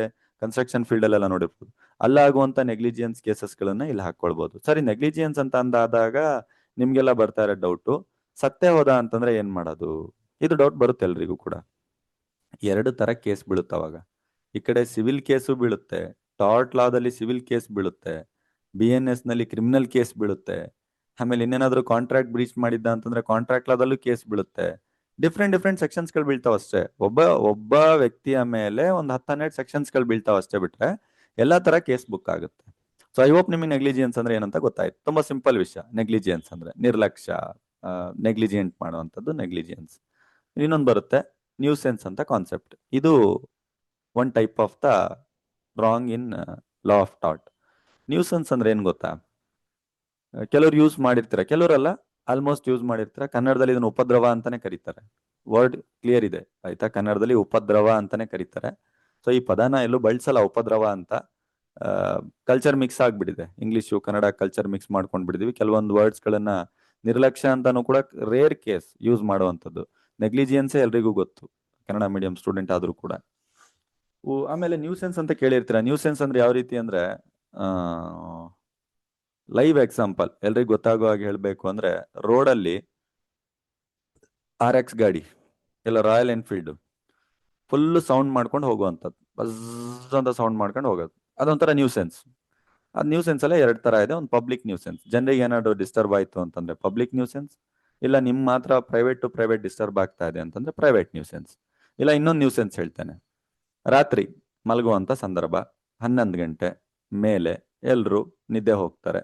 ಸೊ ಅಂತ ಸಂದರ್ಭದಲ್ಲಿ 2 ಗಂಟೆಗೆ ಕರೆಕ್ಟ್ ಆಗಿ ಬೀದಿ ಮಧ್ಯದಲ್ಲಿ ಬಂದು ಹೇಗ್ ಬೇಕಾಗಿ ಡೋಲ್ ಬಾರಿಸೋದು, ಸುಮ್ನೆ ಚೆನ್ನಾಗಿ ಆಲ್ಕೋಹಾಲಿಕ್ ಎಲ್ಲ ಮುಗಿಸ್ಕೊಂಡು ಚೆನ್ನಾಗಿ ಡೊಳ್ ಬಾರಿಸೋದು, ಗಲಾಟೆ ಮಾಡೋದು, ಹೇಗ್ ಬೇಕಾ ಕೂಗಾಡೋದು, ಇದನ್ನೆಲ್ಲದನ್ನು ಕೂಡ ನಾವೇನಂತ ಕರಿತೀವಿ ಅಂದ್ರೆ ನ್ಯೂಸೆನ್ಸ್ ಅಂತ ಕರಿತೀವಿ. ಇದನ್ನ ಉಪದ್ರವ ಅಂತ ಕರಿತೀವಿ. ವರ್ಡ್ಸ್ ಗಳನ್ನ ಅರ್ಥ ಮಾಡಿಸ್ಲಿಕ್ಕೆ ಕೆಲವೊಂದು ಪದಗಳನ್ನ ನಾನು ಬಳಸ್ತಾ ಇದ್ದೀನಿ ಅಷ್ಟೇ, ಪಬ್ಲಿಕ್ ಆಗು ಕೂಡ. ಸೊ ನ್ಯೂಸೆನ್ಸ್ ಅಂತ ಕರಿತೀವಿ. ಸೊ ಈ ನ್ಯೂಸೆನ್ಸ್ ಅಲ್ಲಿ ಎರಡು ತರ. ಅದನ್ನೇನಾದ್ರೂ ಪಬ್ಲಿಕ್ ಅಲ್ಲಿ ಬಂದ್ ಮಾಡಿದ್ರೆ ಅದು ಪಬ್ಲಿಕ್ ನ್ಯೂಸೆನ್ಸ್, ಪ್ರೈವೇಟ್ ಅಲ್ಲಿ ಏನಾದ್ರೂ ಮಾಡಿದ್ರೆ ಅದು ಪ್ರೈವೇಟ್ ನ್ಯೂಸೆನ್ಸ್. ಓಕೆ, ಸೊ ಈ ರೀತಿಯಾಗಿ ಅದ್ ನಾವು ಕೆಟಗರೈಸ್ ಮಾಡ್ತಾ ಹೋಗ್ಬಹುದು. ಈಗ ನೆಗ್ಲಿಜಿಯನ್ಸ್ ಅಂದ್ರೆ ಗೊತ್ತಾಯ್ತು, ನ್ಯೂಸೆನ್ಸ್ ಅಂದ್ರೆ ಗೊತ್ತಾಯ್ತು. ಟಾರ್ಟ್ ಲಾನ ಕ್ರೈಮ್ಗಳಿವು. ಯೂನಿಟ್ 3 ಅಲ್ಲಿ ಇದೆರಡೇ ತಪ್ಪುಗಳನ್ನು ನೀವು ನೋಡೋದು. ಯೂನಿಟ್ 4 ಅಲ್ಲಿ ಬಂದಾಗ ಸುಮಾರು ತಪ್ಪುಗಳನ್ನ ನಾನು ಹೇಳ್ತೇನೆ. ಟಾರ್ಟ್ ಲಾಗೆ ಸಂಬಂಧಪಟ್ಟ ಹಾಗೆ ಇನ್ನೂ ಒಂದು 8ರಿಂದ 10 ತಪ್ಪುಗಳ ಬಗ್ಗೆ ಯೂನಿಟ್ 4 ಅಲ್ಲಿ ಹೇಳ್ತೇನೆ. ಈಗ ಯೂನಿಟ್ 3 ಅಲ್ಲಿ ಇದನ್ನ ಬಿಟ್ಟು ಲಯಾಬಿಲಿಟಿ ಅಂತ ನಾವೇನು ಓದಿದ್ವಲ್ವಾ ಲಾಸ್ಟ್ ಒಂದು ಯೂನಿಟ್ ಅಲ್ಲಿ, ಹೊಣೆಗಾರಿಕೆ ಅಂತ ಓದಿದ್ವಲ್ವಾ, ಅದೇ ಹೊಣೆಗಾರಿಕೆಯಲ್ಲಿ 2 ತರ ಹೊಣೆಗಾರಿಕೆಗಳನ್ನ ಮಾತಾಡ್ತಾ ಇದೆ. ಸೊ ಲಯಾಬಿಲಿಟಿಯಲ್ಲಿ 2 ತರ ಇದೆ, ಆಕ್ಚುಲ್ 3 ತರ ಅಂತಾನೆ ತಗೊಳ್ಳಿ. ಯೂನಿಟ್ 2ದಲ್ಲಿ ವೈಕೇರಿಯಸ್ ಲಯಾಬಿಲಿಟಿನ ಕಲ್ತ್ರಿ. ಸೊ ಯೂನಿಟ್ 3 ಅಲ್ಲಿ ಅಬ್ಸಲ್ಯೂಟ್ ಲಯಾಬಿಲಿಟಿ ಮತ್ತೆ ಸ್ಟ್ರಿಕ್ಟ್ ಲಯಾಬಿಲಿಟಿ. ಕನ್ನಡದಲ್ಲಿ ಅಬ್ಸಲ್ಯೂಟ್ ಲಯಾಬಿಲಿಟಿನ, ವೈಕೇರಿಯಸ್ ಲಯಾಬಿಲಿಟಿನ ಬದಲಿ ಹೊಣೆಗಾರಿಕೆ ಅಂತಾರೆ, ಅಬ್ಸಲ್ಯೂಟ್ ಲಯಾಬಿಲಿಟಿನ ಸಂಪೂರ್ಣ ಹೊಣೆಗಾರಿಕೆ ಅಂತಾರೆ, ಸ್ಟ್ರಿಕ್ಟ್ ಲಯಾಬಿಲಿಟಿನ ಕಟ್ಟುನಿಟ್ಟಾದ ಹೊಣೆಗಾರಿಕೆ ಅಂತ ಕರೀತಾರೆ. ಸೊ ಹೊಣೆಗಾರಿಕೆಯಲ್ಲೇ ಕೆಲವೊಂದು ಹೊಣೆಗಾರಿಕೆಗಳಿದೆ.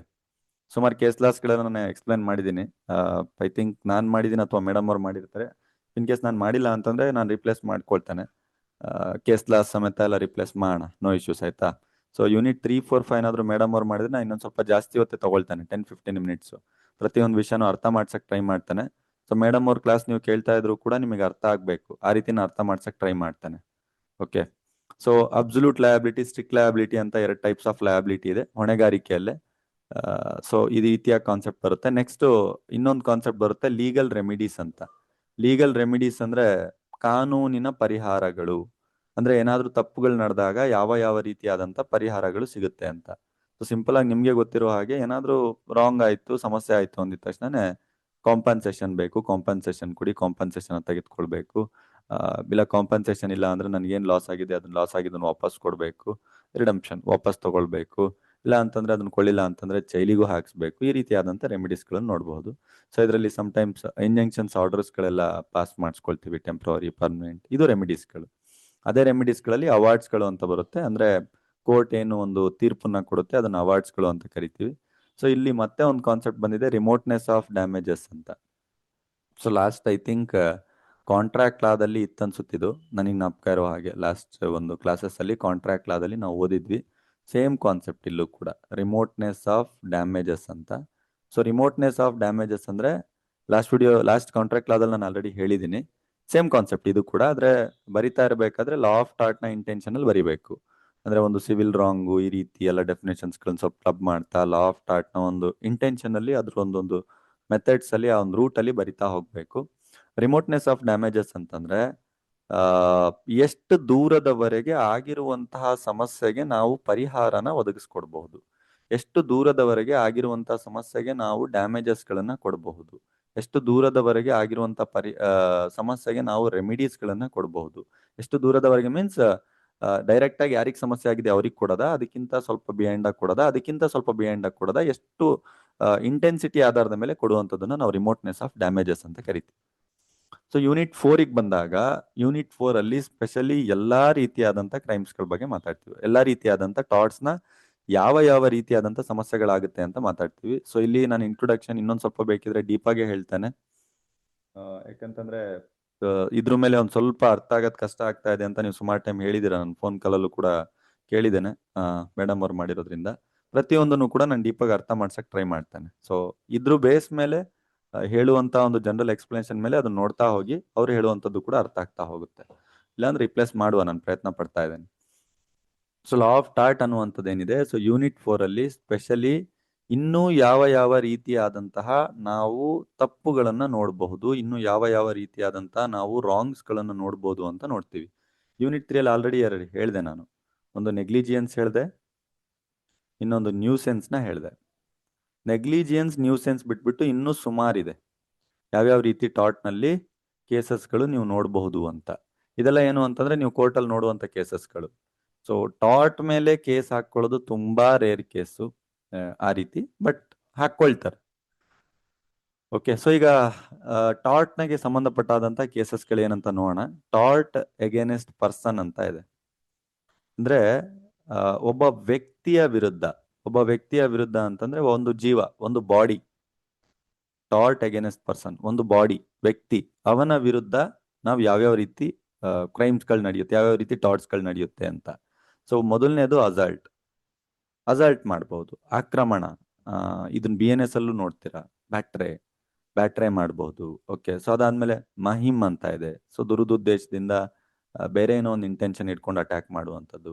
ಫಾಲ್ಸ್ ಇಂಪ್ರಿಸ್ಮೆಂಟ್. ಫಾಲ್ಸ್ ಇಂಪ್ರಿಸ್ಮೆಂಟ್ ಅಂದ್ರೆ ಅವನು ಜೈಲಲ್ಲಿ ಇರಬಾರ್ದಾಗಿತ್ತು ಅಥವಾ ಅವನೊಂದು ಲಾಕ್ ಆಗಿರ್ಬಾರ್ದಾಗಿತ್ತು, ಅವನನ್ನ ಲಾಕ್ ಮಾಡುವಂಥದ್ದು, ತಪ್ಪಾಗಿ ಅವನಿಗೆ ಜೈಲ್ ಶಿಕ್ಷಣ ಕೊಡುವಂಥದ್ದು, ಈ ರೀತಿಯಾದಂಥ ವರ್ಡ್ಸ್. ಇದರಲ್ಲಿ false imprisonment important exam point of ವ್ಯೂದಲ್ಲಿ. ಹೇಗಿದ್ರು ಕ್ವಶನ್ಸ್ಗಳು ಡಿಸ್ಕಸ್ ಮಾಡ್ತಾನಲ್ಲ, ಆ ಟೈಮಲ್ಲಿ ನಾನು ಸೀರಿಯಲ್ ವೈಸ್ ಕೊಡ್ತೇನೆ ನಿಮಗೆ, ಅದ್ರ ಪ್ರಕಾರ ಓದ್ತಾ ಹೋಗಿ. ಆಮೇಲೆ ಒಂದು ಇಂಪಾರ್ಟೆಂಟ್ ಕಾನ್ಸೆಪ್ಟ್ ಬರುತ್ತೆ. ಟಾರ್ಟ್ ಲಾ ಅಂದಿದ ತಕ್ಷಣ ಮೋಸ್ಟ್ ಇಂಪಾರ್ಟೆಂಟ್ ಫೇಮಸ್ ಒಂದು ಟಾಪಿಕ್ ಯಾವುದು ಅಂತಂದ್ರೆ ಡಿಫಾರ್ಮೇಶನ್, ಮಾನಹಾನಿ. ಕೇಳಿರ್ತೀರ ನ್ಯೂಸ್ಗಳಲ್ಲೆಲ್ಲ.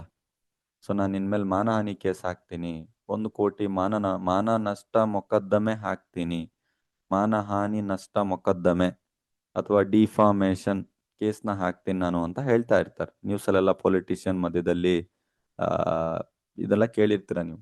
ಸೊ ಆ ಕಾನ್ಸೆಪ್ಟನ್ನ ಇಲ್ಲಿ ಕಲಿತೀರ ನೀವು. ಡಿಫಾರ್ಮೇಶನ್ ಅನ್ನುವಂಥದ್ದು ಒಂದು ತಪ್ಪು ಯಾವ್ದ್ರಲ್ಲಿ, ಲಾ ಆಫ್ ಟಾರ್ಟ್ ಅಲ್ಲಿ.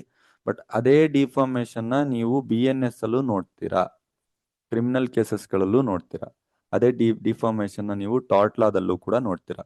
ಟಾರ್ಟ್ ಲಾದಲ್ಲಿ ಸಿವಿಲ್ ನ ಬೇಸ್ ಮೇಲೆ ನೋಡ್ತೀರಾ, BNS ಅಲ್ಲಿ ಕ್ರಿಮಿನಲ್ ನ ಬೇಸ್ ಮೇಲೆ ನೋಡ್ತೀರಾ. ಅದಕ್ಕೆ ನಾನು ಸ್ಟಾರ್ಟಿಂಗ್ಗೆ ಫಸ್ಟ್ ಯೂನಿಟ್ ಅಲ್ಲಿ ಸಿವಿಲ್ ರಾಂಗ್ ಅಂದ್ರೆ ಏನು, ಕ್ರಿಮಿನಲ್ ರಾಂಗ್ ಅಂದ್ರೆ ಏನು, ಲಿಕ್ವಿಡೇಟೆಡ್ ಡ್ಯಾಮೇಜಸ್ ಏನು, ಅನ್ಲಿಕ್ವಿಡೇಟೆಡ್ ಡ್ಯಾಮೇಜಸ್ ಏನು, ಕ್ಲಾರಿಟಿ ಕೊಡ್ತಾ ಬಂದಿದ್ದು ನಿಮ್ಗೆಲ್ಲ. ಸೊ ಡಿಫಾರ್ಮೇಶನ್ ಅಂತಂದ್ರೆ ಎಲ್ರಿಗೂ ಗೊತ್ತಿದೆ, ಮಾನಹಾನಿ ಮಾಡುವಂಥದ್ದು, ಅಂದ್ರೆ ಆ ಮರ್ಯಾದೆ ತೆಗೆಯುವಂಥದ್ದು. ಇನ್ನು ತುಂಬಾ ಸಿಂಪಲ್ ನಾರ್ಮಲ್ ವರ್ಡ್ಸ್ ಅಲ್ಲಿ ಹೇಳುವಂತಂದ್ರೆ ಒಬ್ಬ ವ್ಯಕ್ತಿಯ ಮರ್ಯಾದೆನ ತೆಗೆಯುವಂಥದ್ದು, ಅದನ್ನ ನಾವು ಡಿಫಾರ್ಮೇಶನ್ ಅಂತ ಹೇಳಿ ಕರಿತಾ ಹೋಗ್ತೀವಿ. ಉದಾಹರಣೆಗೆ ಏನಾದ್ರು ಹೇಳ್ಬೇಕು ಅಂದ್ರೆ ಪಬ್ಲಿಕ್ ಅಲ್ಲಿ ಬೈಯುವಂಥದ್ದು. ಬಟ್ ಇದಕ್ಕೆ ಎಸೆನ್ಷಿಯಲ್ಸ್ಗಳಿದೆ, ಡಿಫಾರ್ಮೇಶನ್ಗೆ ತುಂಬಾ ಎಸೆನ್ಷಿಯಲ್ಸ್ಗಳಿದೆ. ನೀವು ಆ ವ್ಯಕ್ತಿಗೆ ಹೇಳಿರ್ಬೇಕು, ಪಬ್ಲಿಕ್ ಅಲ್ಲಿ ಹೇಳಿರ್ಬೇಕು, ಪಬ್ಲಿಕ್ ಅದನ್ನ ಕೇಳಿಸ್ಕೊಂಡಿರ್ಬೇಕು, ಅದರಿಂದ ಯಾರಿಗೆ ನೀವು ಹೇಳಿದಿರೋ ಅವನಿಗೆ ಹಾನಿ ಆಗಿರ್ಬೇಕು, ಅದು ಲೀಗಲಿ ಇರಬೇಕು. ಇದೆಲ್ಲ ಇತ್ತು ಅಂದ್ರೆ ಮಾತ್ರ ಡಿಫಾರ್ಮೇಶನ್ ಕೇಸ್ನ ನೀವು ಫೈಲ್ ಮಾಡಕ್ ಬರೋದು. ಆ ಎಸೆನ್ಷಿಯಲ್ಸ್ಗಳು ನಾನು ನಿಮಗೆ ಹೇಳಿದ್ದೇನೆ. ಅದೇನಾದ್ರೂ ಬಾಯಿ ಮುಖಾಂತರ ನೀವೇನಾದ್ರೂ ಬರೀ ಹೇಳ್ತಾ ಇದ್ದೀರಾ ಅಂತಂದಾಗ, ಸೊ ಅದ್ ಬಂದ್ಬಿಟ್ಟು ಲೈಬಲ್, ಸ್ಲೆಂಡರ್ ಈ ರೀತಿ ಎಲ್ಲ ಬರುತ್ತೆ. ಬಾಯಿ ಮುಖಾಂತರನೋ ಬರವಣಿಗೆ ಮುಖಾಂತರ ಯಾವ ತರ, ನೀವು ಯಾವುದೋ ಒಂದು ವ್ಯಕ್ತಿಯ ಮೇಲೆ ಒಂದು ಆರ್ಟಿಕಲ್ ನ ಪಬ್ಲಿಷ್ ಮಾಡ್ತೀರಾ, ಯಾವುದೋ ಒಂದು ವ್ಯಕ್ತಿಯ ಮೇಲೆ ಒಂದು ಆರ್ಟಿಕಲ್ ನ ಪಬ್ಲಿಷ್ ಮಾಡ್ತೀರಾ, ಆಯ್ತಾ? ಏನು ಸಮಸ್ಯೆ?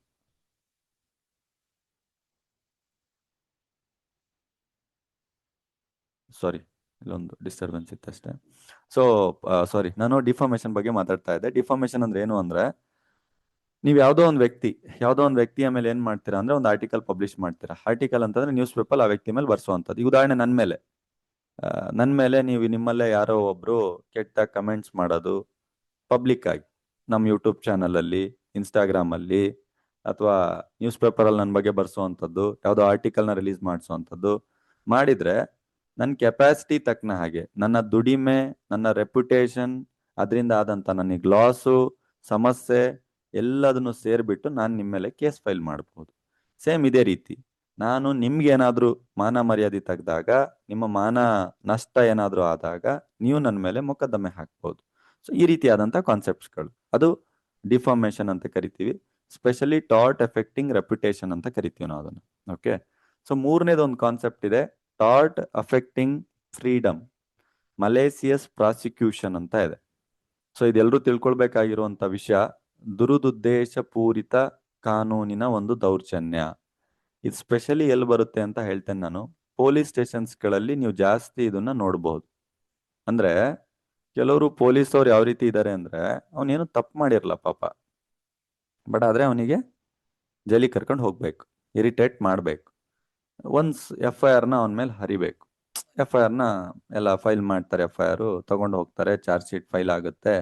ಚಾರ್ಜ್ ಶೀಟ್ ಫೈಲ್ ಆದ್ಮೇಲೆ ಕೋರ್ಟಿಗೆ ಕರ್ಕೊಂಡು ಹೋಗ್ತಾರೆ. ಕೋರ್ಟ್ ಅಲ್ಲಿ ಅವನು ಇನ್ನೋಸೆಂಟ್ ಅಂತ ಪ್ರೂವ್ ಆಗುತ್ತೆ. ಕೋರ್ಟ್ ಅಲ್ಲಿ ಅವನು ಒಳ್ಳೆ ಡಿಫೆನ್ಸ್ ತಗೊಂಡು ಲಾಯರ್ಗಳೆಲ್ಲ ಇಟ್ಬಿಟ್ಟು ನಾನೇನು ತಪ್ಪು ಮಾಡಿಲ್ಲ, ನಾನು ಇನ್ನೋಸೆಂಟ್ ಅಂತ ಪ್ರೂವ್ ಆಗುತ್ತೆ. ಸೊ ಈಗ ಇವನು ಆಕ್ಚುಯಲ್ ಇನ್ನೋಸೆಂಟ್ ಇರ್ತಾನೆ, ಅವನು ಏನೂ ಮಾಡಿರಲ್ಲ, ಸುಮ್ಮನೆ ಇರ್ತಾನೆ. ಪೊಲೀಸ್ ಅವರು ನಾನು ಏನೋ ಒಂದು ಇರಿಟೇಷನ್ ಕೊಡಬೇಕು, ನಾನು ಪವರ್ಲಿ ಇದೀನಿ ಅಂತ ಇವನನ್ನ ಹಾಕೊಂಡೋಗಿ ಇವನ್ ಮೇಲೆ FIR ಹಾಕಿ ಚಾರ್ಜ್ ಶೀಟ್ ಫೈಲ್ ಮೇಲೆ ಕೋರ್ಟ್ ಅಲ್ಲಿ ಕರ್ಕೊಂಡೋಗಿ ನಿಲ್ಸಿ 4-5 ವರ್ಷ ಸೈಕಲ್ ಓಡಿಸಿ ಆಮೇಲೆ ಇವ್ನು ಇನ್ನೋಸೆಂಟ್ ಅಂತ ಹೊರಗಡೆ ಬಂದಾಗ, ಸೊ ಇವನ್ ಸುಮ್ನಿರೋದು ಒಳ್ಳೇದಾ? ಅಕಸ್ಮಾತ್ ಇವನ್ ಜಾಗದಲ್ಲಿ ನೀವಿದ್ರೆ ಸುಮ್ನಿರ್ತಿದ್ರ? ಸೊ ಈ ಪ್ರಶ್ನೆಗೆ ಇರುವಂತ ಉತ್ತರನೇ ಮಲೇಸಿಯಸ್ ಪ್ರಾಸಿಕ್ಯೂಷನ್.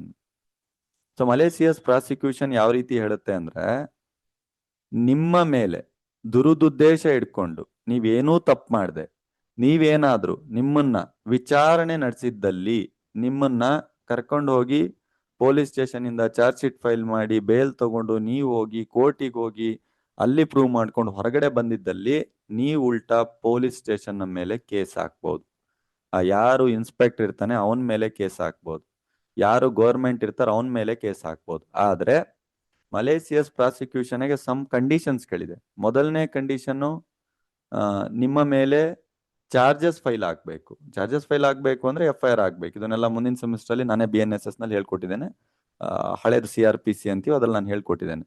ಸೊ FIR ಆಗ್ಬೇಕು, ಅದಕ್ಕೆ ಚಾರ್ಜ್ ಶೀಟ್ ಫೈಲ್ ಆಗ್ಬೇಕು, ಕಂಡೀಷನ್ಸ್ಗಳು ಹೇಳ್ತಾ ಇದ್ದೇನೆ. ಮತ್ತೆ ಪೊಲೀಸ್ ಅವ್ರು ಕರ್ಕೊಂಡು ಹೋಗಿದ ತಕ್ಷಣ ಅವ್ರ ಮೇಲೆ ನಾನು ಮಲೇಸಿಯಸ್ ಪ್ರಾಸಿಕ್ಯೂಷನ್ ಫೈಲ್ ಮಾಡ್ತೇನೆ ಅನ್ನಕ್ ಬರಲ್ಲ, ಕಂಡೀಷನ್ ಇದೆ. ನಿಮ್ಮ ಮೇಲೆ ಚಾರ್ಜ್ ಶೀಟ್ ಫೈಲ್ ಆಗ್ಬೇಕು, ಕೋರ್ಟ್ ಹಿಯರಿಂಗ್ಸ್ಗಳು ನಡಿಬೇಕು. ಕೋರ್ಟ್ ಹಿಯರಿಂಗ್ಸ್ ಅಂತಂದ್ರೆ ಅಲ್ಲಿ ಎವಿಡೆನ್ಸ್ಗಳು ಇಡಬೇಕು, ಆರ್ಗ್ಯುಮೆಂಟ್ಸ್ ಎಲ್ಲದೂ ಆಗ್ಬೇಕು.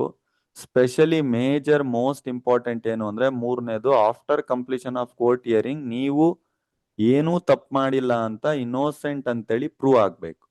ಸೊ ಈ ಇನ್ನೋಸೆಂಟ್ ಅಂತ ನೀವೇನಾದ್ರೂ ಪ್ರೂವ್ ಆದ್ರಿ ಅಂತಂದ್ರೆ, ಅವತ್ತೇ ನೀವು ಬಂದ್ಬಿಟ್ಟು ಆ ಪೊಲೀಸ್ ಸ್ಟೇಷನ್ ಮೇಲೆ ಮಲೇಸಿಯಸ್ ಪ್ರಾಸಿಕ್ಯೂಷನ್ ಕೇಸ್ ಹಾಕಿ ಅವ್ನು ಸಸ್ಪೆಂಡ್ ಆದ್ರೂ ಮಾಡಿಸಿ, ಟರ್ಮಿನೇಟ್ ಮಾಡಿಸಿ, ತುಂಬಾನೇ ಜಾಸ್ತಿ ಸಮಸ್ಯೆ ಆಗಿತ್ತು ಅಂದ್ರೆ ಪನಿಷ್ಮೆಂಟ್ ಕೊಡ್ಸಿ, ಇಲ್ವಾ ನಿಮ್ಮ 4 ವರ್ಷ ನೀವೇನ್ ಸೈಕಲ್ ಹೊಡೆದ್ರಲ್ಲ 3-4 ವರ್ಷ, ಸೊ ಅದಕ್ಕೆ ಬೇಕಾದಂತ ಕಾಂಪನ್ಸೇಷನ್ ಕೇಳಿ. ಅದು ಅವ್ರವ್ರ ದುಡಿಮೆಗೆ ತಕ್ಕನ ಹಾಗೆ. ಈಗ ನನ್ನ ಕೆಪಾಸಿಟಿಗೆ ತಕ್ಕನಾಗ ನಾನು ಎಷ್ಟು ಕೇಳ್ಬೇಕು ಅಷ್ಟು ಕೇಳ್ತೀನಿ. CR GR ಎಲ್ಲ ಕ್ರೋರ್ಸ್ ಎಲ್ಲ ಕೇಳ್ತೀನಿ. ಅವ್ರವ್ರ ದುಡಿಮೆ ತಕ್ಕನಾಗ ನನಗೆ ಎಷ್ಟು ಲಾಸ್ ಆಯ್ತು ಅಷ್ಟು ನಾನು ಕೇಳ್ತೇನೆ. ಸೊ ಈ ರೀತಿಯಾದಂತ ಒಂದು ವೆಪನ್ ನಿಮ್ಮ ಹತ್ರ ಇದೆ ಅಂತ ನಿಮಗೆ ಗೊತ್ತಿರಲಿ. ಅದನ್ನ ನಾವು ಮಲೇಸಿಯಸ್ ಪ್ರಾಸಿಕ್ಯೂಷನ್ ಅಂತ ಹೇಳಿ ಕರಿತೀವಿ. ಸೊ ಪೊಲೀಸ್ ಸ್ಟೇಷನ್ ಅಲ್ಲಿ ಇದನ್ನ ನಾವು ಯೂಸ್ ಮಾಡಬಹುದು. ಬರೀ ಪೊಲೀಸ್ ಸ್ಟೇಷನ್ ಅಂತಲ್ಲ, ಎಕ್ಸಾಂಪಲ್ ಹೇಳಿದ್ ಎಲ್ರಿಗೂ ಗೊತ್ತಾಗುತ್ತೆ ಅಂತ. ಎಲ್ಲೇ ತಗೊಳ್ಳಿ, ಎಲ್ಲೆಲ್ಲಿ ಇಲ್ಲಿಗಲ್ ಆಗಿ ನಿಮ್ ತಪ್ಪು ಮಾಡಿಲ್ಲ ಅಂತ ಗೊತ್ತಿದ್ರು ತಗೊಂಡು ನಿಮ್ಮ ಮೇಲೆ ಸುಮ್ಮನೆ ದ್ವೇಷನ ಕಾರ್ಬೇಕು ಅನ್ನುವಂಥ ಜಾಗದಲ್ಲಿ ಬರುವಂತ ವಿಷಯ ಮಲೇಸಿಯಸ್ ಪ್ರಾಸಿಕ್ಯೂಷನ್. ತುಂಬಾ ಸ್ಲೋ ಹೋಗ್ತಾ ಇದ್ದೀನಿ, ಗೊತ್ತಿದ್ದೇ ಸ್ಲೋ ಹೋಗ್ತಾ ಇದ್ದೀನಿ. ಅಲ್ಲಿ ಕಾನ್ಸೆಪ್ಟ್ ಕನ್ಫ್ಯೂಷನ್ ಆಗಿದೆ ನಿಮ್ಗೆ, ಕ್ಲಾರಿಟಿ ಕೊಡ್ತಾ ಹೋಗೋಣ ಅಂತ. ಸೊ ಅದಾದ್ಮೇಲೆ ನೆಕ್ಸ್ಟ್ ಇದೆ malicious civil action and abuse of legal process ಅಂತ ಇದೆ. ಸೊ ಇದು ಯಾವ ರೀತಿ ಅಂದ್ರೆ, ಒಂದು ಲೀಗಲ್ ಪ್ರೋಸೆಸ್ ಇರುತ್ತೆ. ಲೀಗಲ್ ಪ್ರೋಸೆಸ್ ಅಂದ್ರೆ ಎಲ್ಲ ಬರ್ದಿಟ್ಟಿದ್ದಾರೆ, ರೂಲ್ಸ್ ಅಂಡ್ ರೆಗ್ಯುಲೇಷನ್ಸ್ ಗಳನ್ನ, ಸೆಕ್ಷನ್ಸ್ ಗಳನ್ನ. ನೆಕ್ಸ್ಟ್ ಟಾಪಿಕ್ ಬರ್ತಾ ಇದೀನಿ ನಾನು. ಮಲೇಸಿಯಸ್ ಪ್ರಾಸಿಕ್ಯೂಷನ್ ಮುಗೀತು, ಪೊಲೀಸ್ ಸ್ಟೇಷನ್ ಮೇಲೆ ನೀವು ಕೇಸ್ ಹಾಕಾಯ್ತು, ಅದು ಮುಗೀತು. ನೆಕ್ಸ್ಟ್ ಟಾಪಿಕ್ ಬರ್ತಾ ಇದೀನಿ ನಾನು. Malicious civil action and abuse of legal process ಅಂತ. ಸೊ ಇದ್ಯಾವ ರೀತಿ ಮಾತಾಡುತ್ತೆ ಅಂದ್ರೆ ಲೀಗಲ್ ಪ್ರೋಸೆಸ್ ಅನ್ನುವಂಥದ್ದು ರೂಲ್ಸ್, ರೆಗ್ಯುಲೇಷನ್, ಸೆಕ್ಷನ್ಸ್ ಗಳನ್ನ ಎಲ್ಲದನ್ನು ಕೂಡ ಕಾನೂನು ಕಡೆಯಿಂದ ಮಾಡಿಟ್ಟಿದ್ದಾರೆ. ಸೊ ಮಾಡಿಟ್ಟಿರುವಂತದ್ದನ್ನ ಒಬ್ಬ ಅಧಿಕಾರಿ ಆದವನು, ಆ ಅಧಿಕಾರಿ ಯಾರೇ ಆಗಿರ್ಬೋದು, ಪೊಲೀಸ್ ಆಗಿರ್ಬಹುದು, IAS, DC, AC, AD, FTO, PDO, VA, first grade, second grade, third grade, fourth grade, ಯಾರಾದ್ರಾಗ್ಲಿ, ಸೆಕ್ರೆಟರಿ ಆಗ್ಲಿ, ಯಾರಾದ್ರಾಗ್ಲಿ, ಮಿನಿಸ್ಟರ್ ಆದ್ರಾಗ್ಲಿ, ಓಕೆ. ಸೊ ಅವ್ರೇನಾದ್ರೂ ಲೀಗಲ್ ಪ್ರೊಸೆಸ್ ಅನ್ನ ಸರಿಯಾಗಿ ಫಾಲೋ ಮಾಡದೇ ಇದ್ದಲ್ಲಿ, ನಿಮಗೆ ಅದರಿಂದ ಏನಾದ್ರೂ ಹಾನಿ ಆಗಿದ್ದಲ್ಲಿ, ನಿಮಗೆ ಅದರಿಂದ ಏನಾದ್ರೂ ಸಮಸ್ಯೆ ಆಗಿದ್ದಲ್ಲಿ, ನೀವು ಅವ್ರ ಮೇಲೆ ಕೇಸ್ನ ಫೈಲ್ ಮಾಡಬಹುದು. ಇದು malicious civil action and abuse of legal process ಅಂತ. ಸೊ ಇದಾದ್ಮೇಲೆ ನೆಕ್ಸ್ಟ್ ಬರುತ್ತೆ,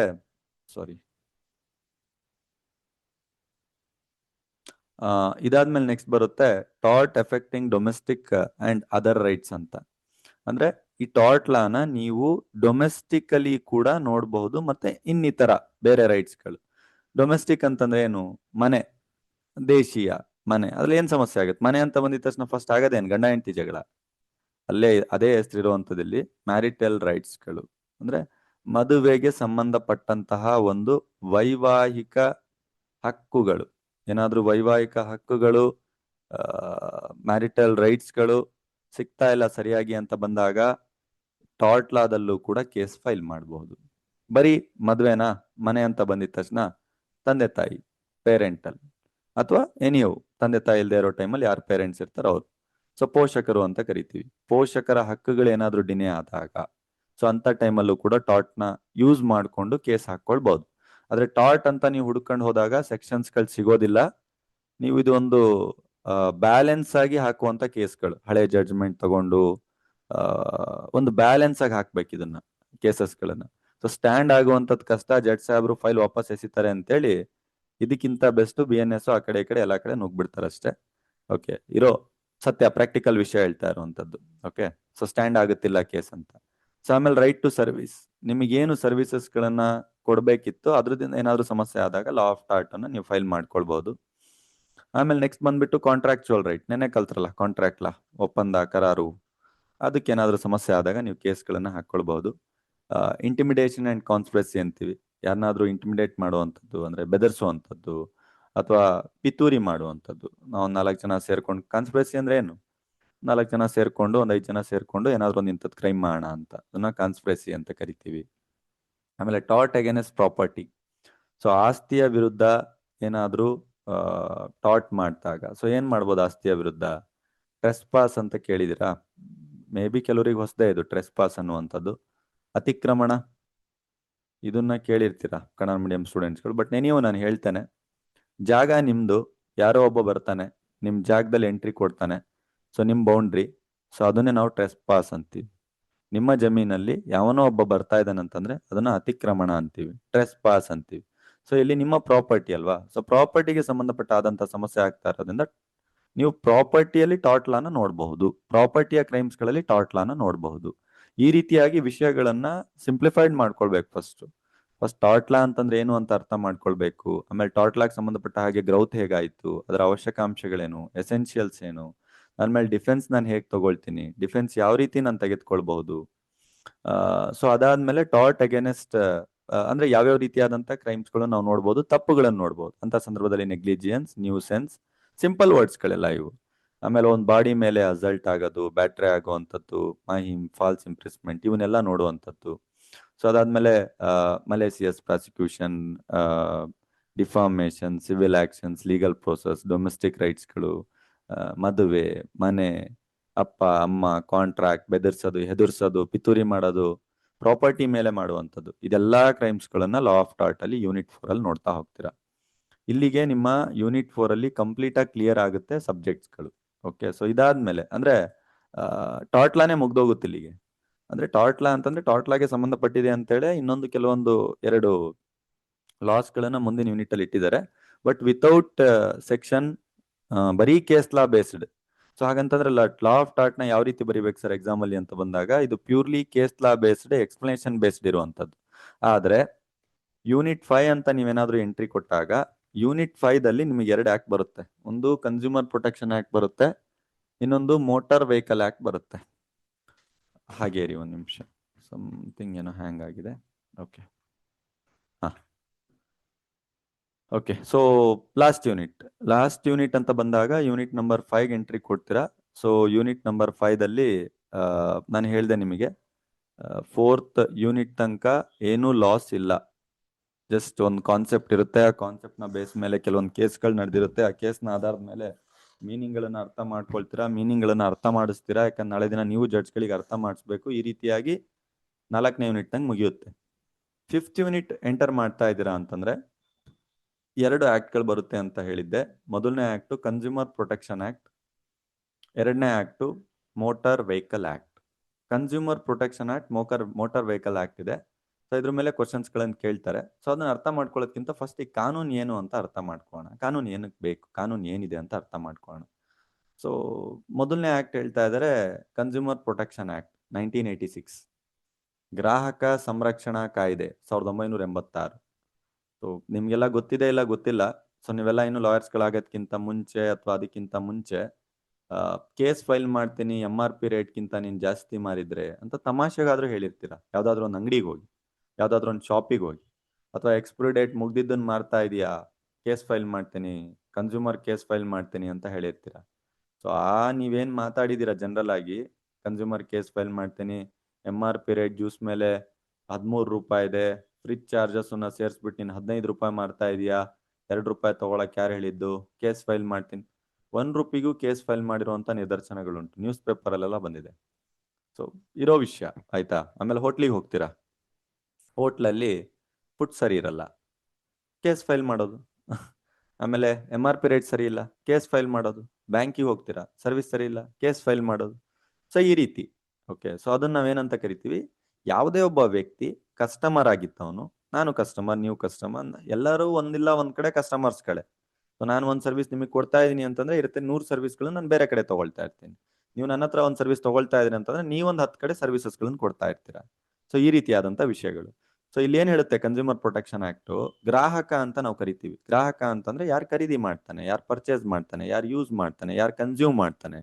ಸೊ ಆ ವ್ಯಕ್ತಿಗೆ ಏನಾದ್ರೂ ಸಮಸ್ಯೆ ಆದಾಗ ಅವನು ಕೋರ್ಟ್ ಮೆಟ್ಲ್ ಹತ್ಲಕ್ಕಿರುವಂತ ಒಂದು ಅವಕಾಶ ಇದೆ 1986 ಆಕ್ಟ್.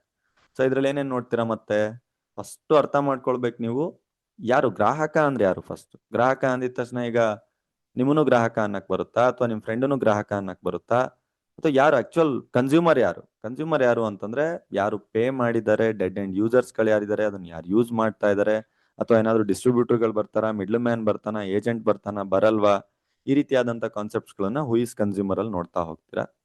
ಸೊ ಅದಾದ್ಮೇಲೆ ಫಸ್ಟ್ ಅರ್ಥ ಮಾಡ್ಕೊಳ್ತೀರಾ ಡಿಫೆಕ್ಟ್ಸ್ ಅಂದ್ರೆ ಏನು, ಡಿಫಿಷಿಯನ್ಸಿ ಅಂದ್ರೆ ಏನು ಅಂತ. ಕೇಸ್ ಹಾಕೋದ್ಕಿಂತ ಮುಂಚೆ ಜನರಲ್ ಆಗಿ ಮಾತಾಡುವಂಥದ್ದು ಬೇರೆ, ಆದ್ರೆ ರಿಯಲ್ ಆಗಿ ಲೀಗಲ್ ಮೀನಿಂಗ್ ನ ಅರ್ಥ ಮಾಡ್ಕೊಳ್ತಾ ಹೋಗ್ತೀರಾ.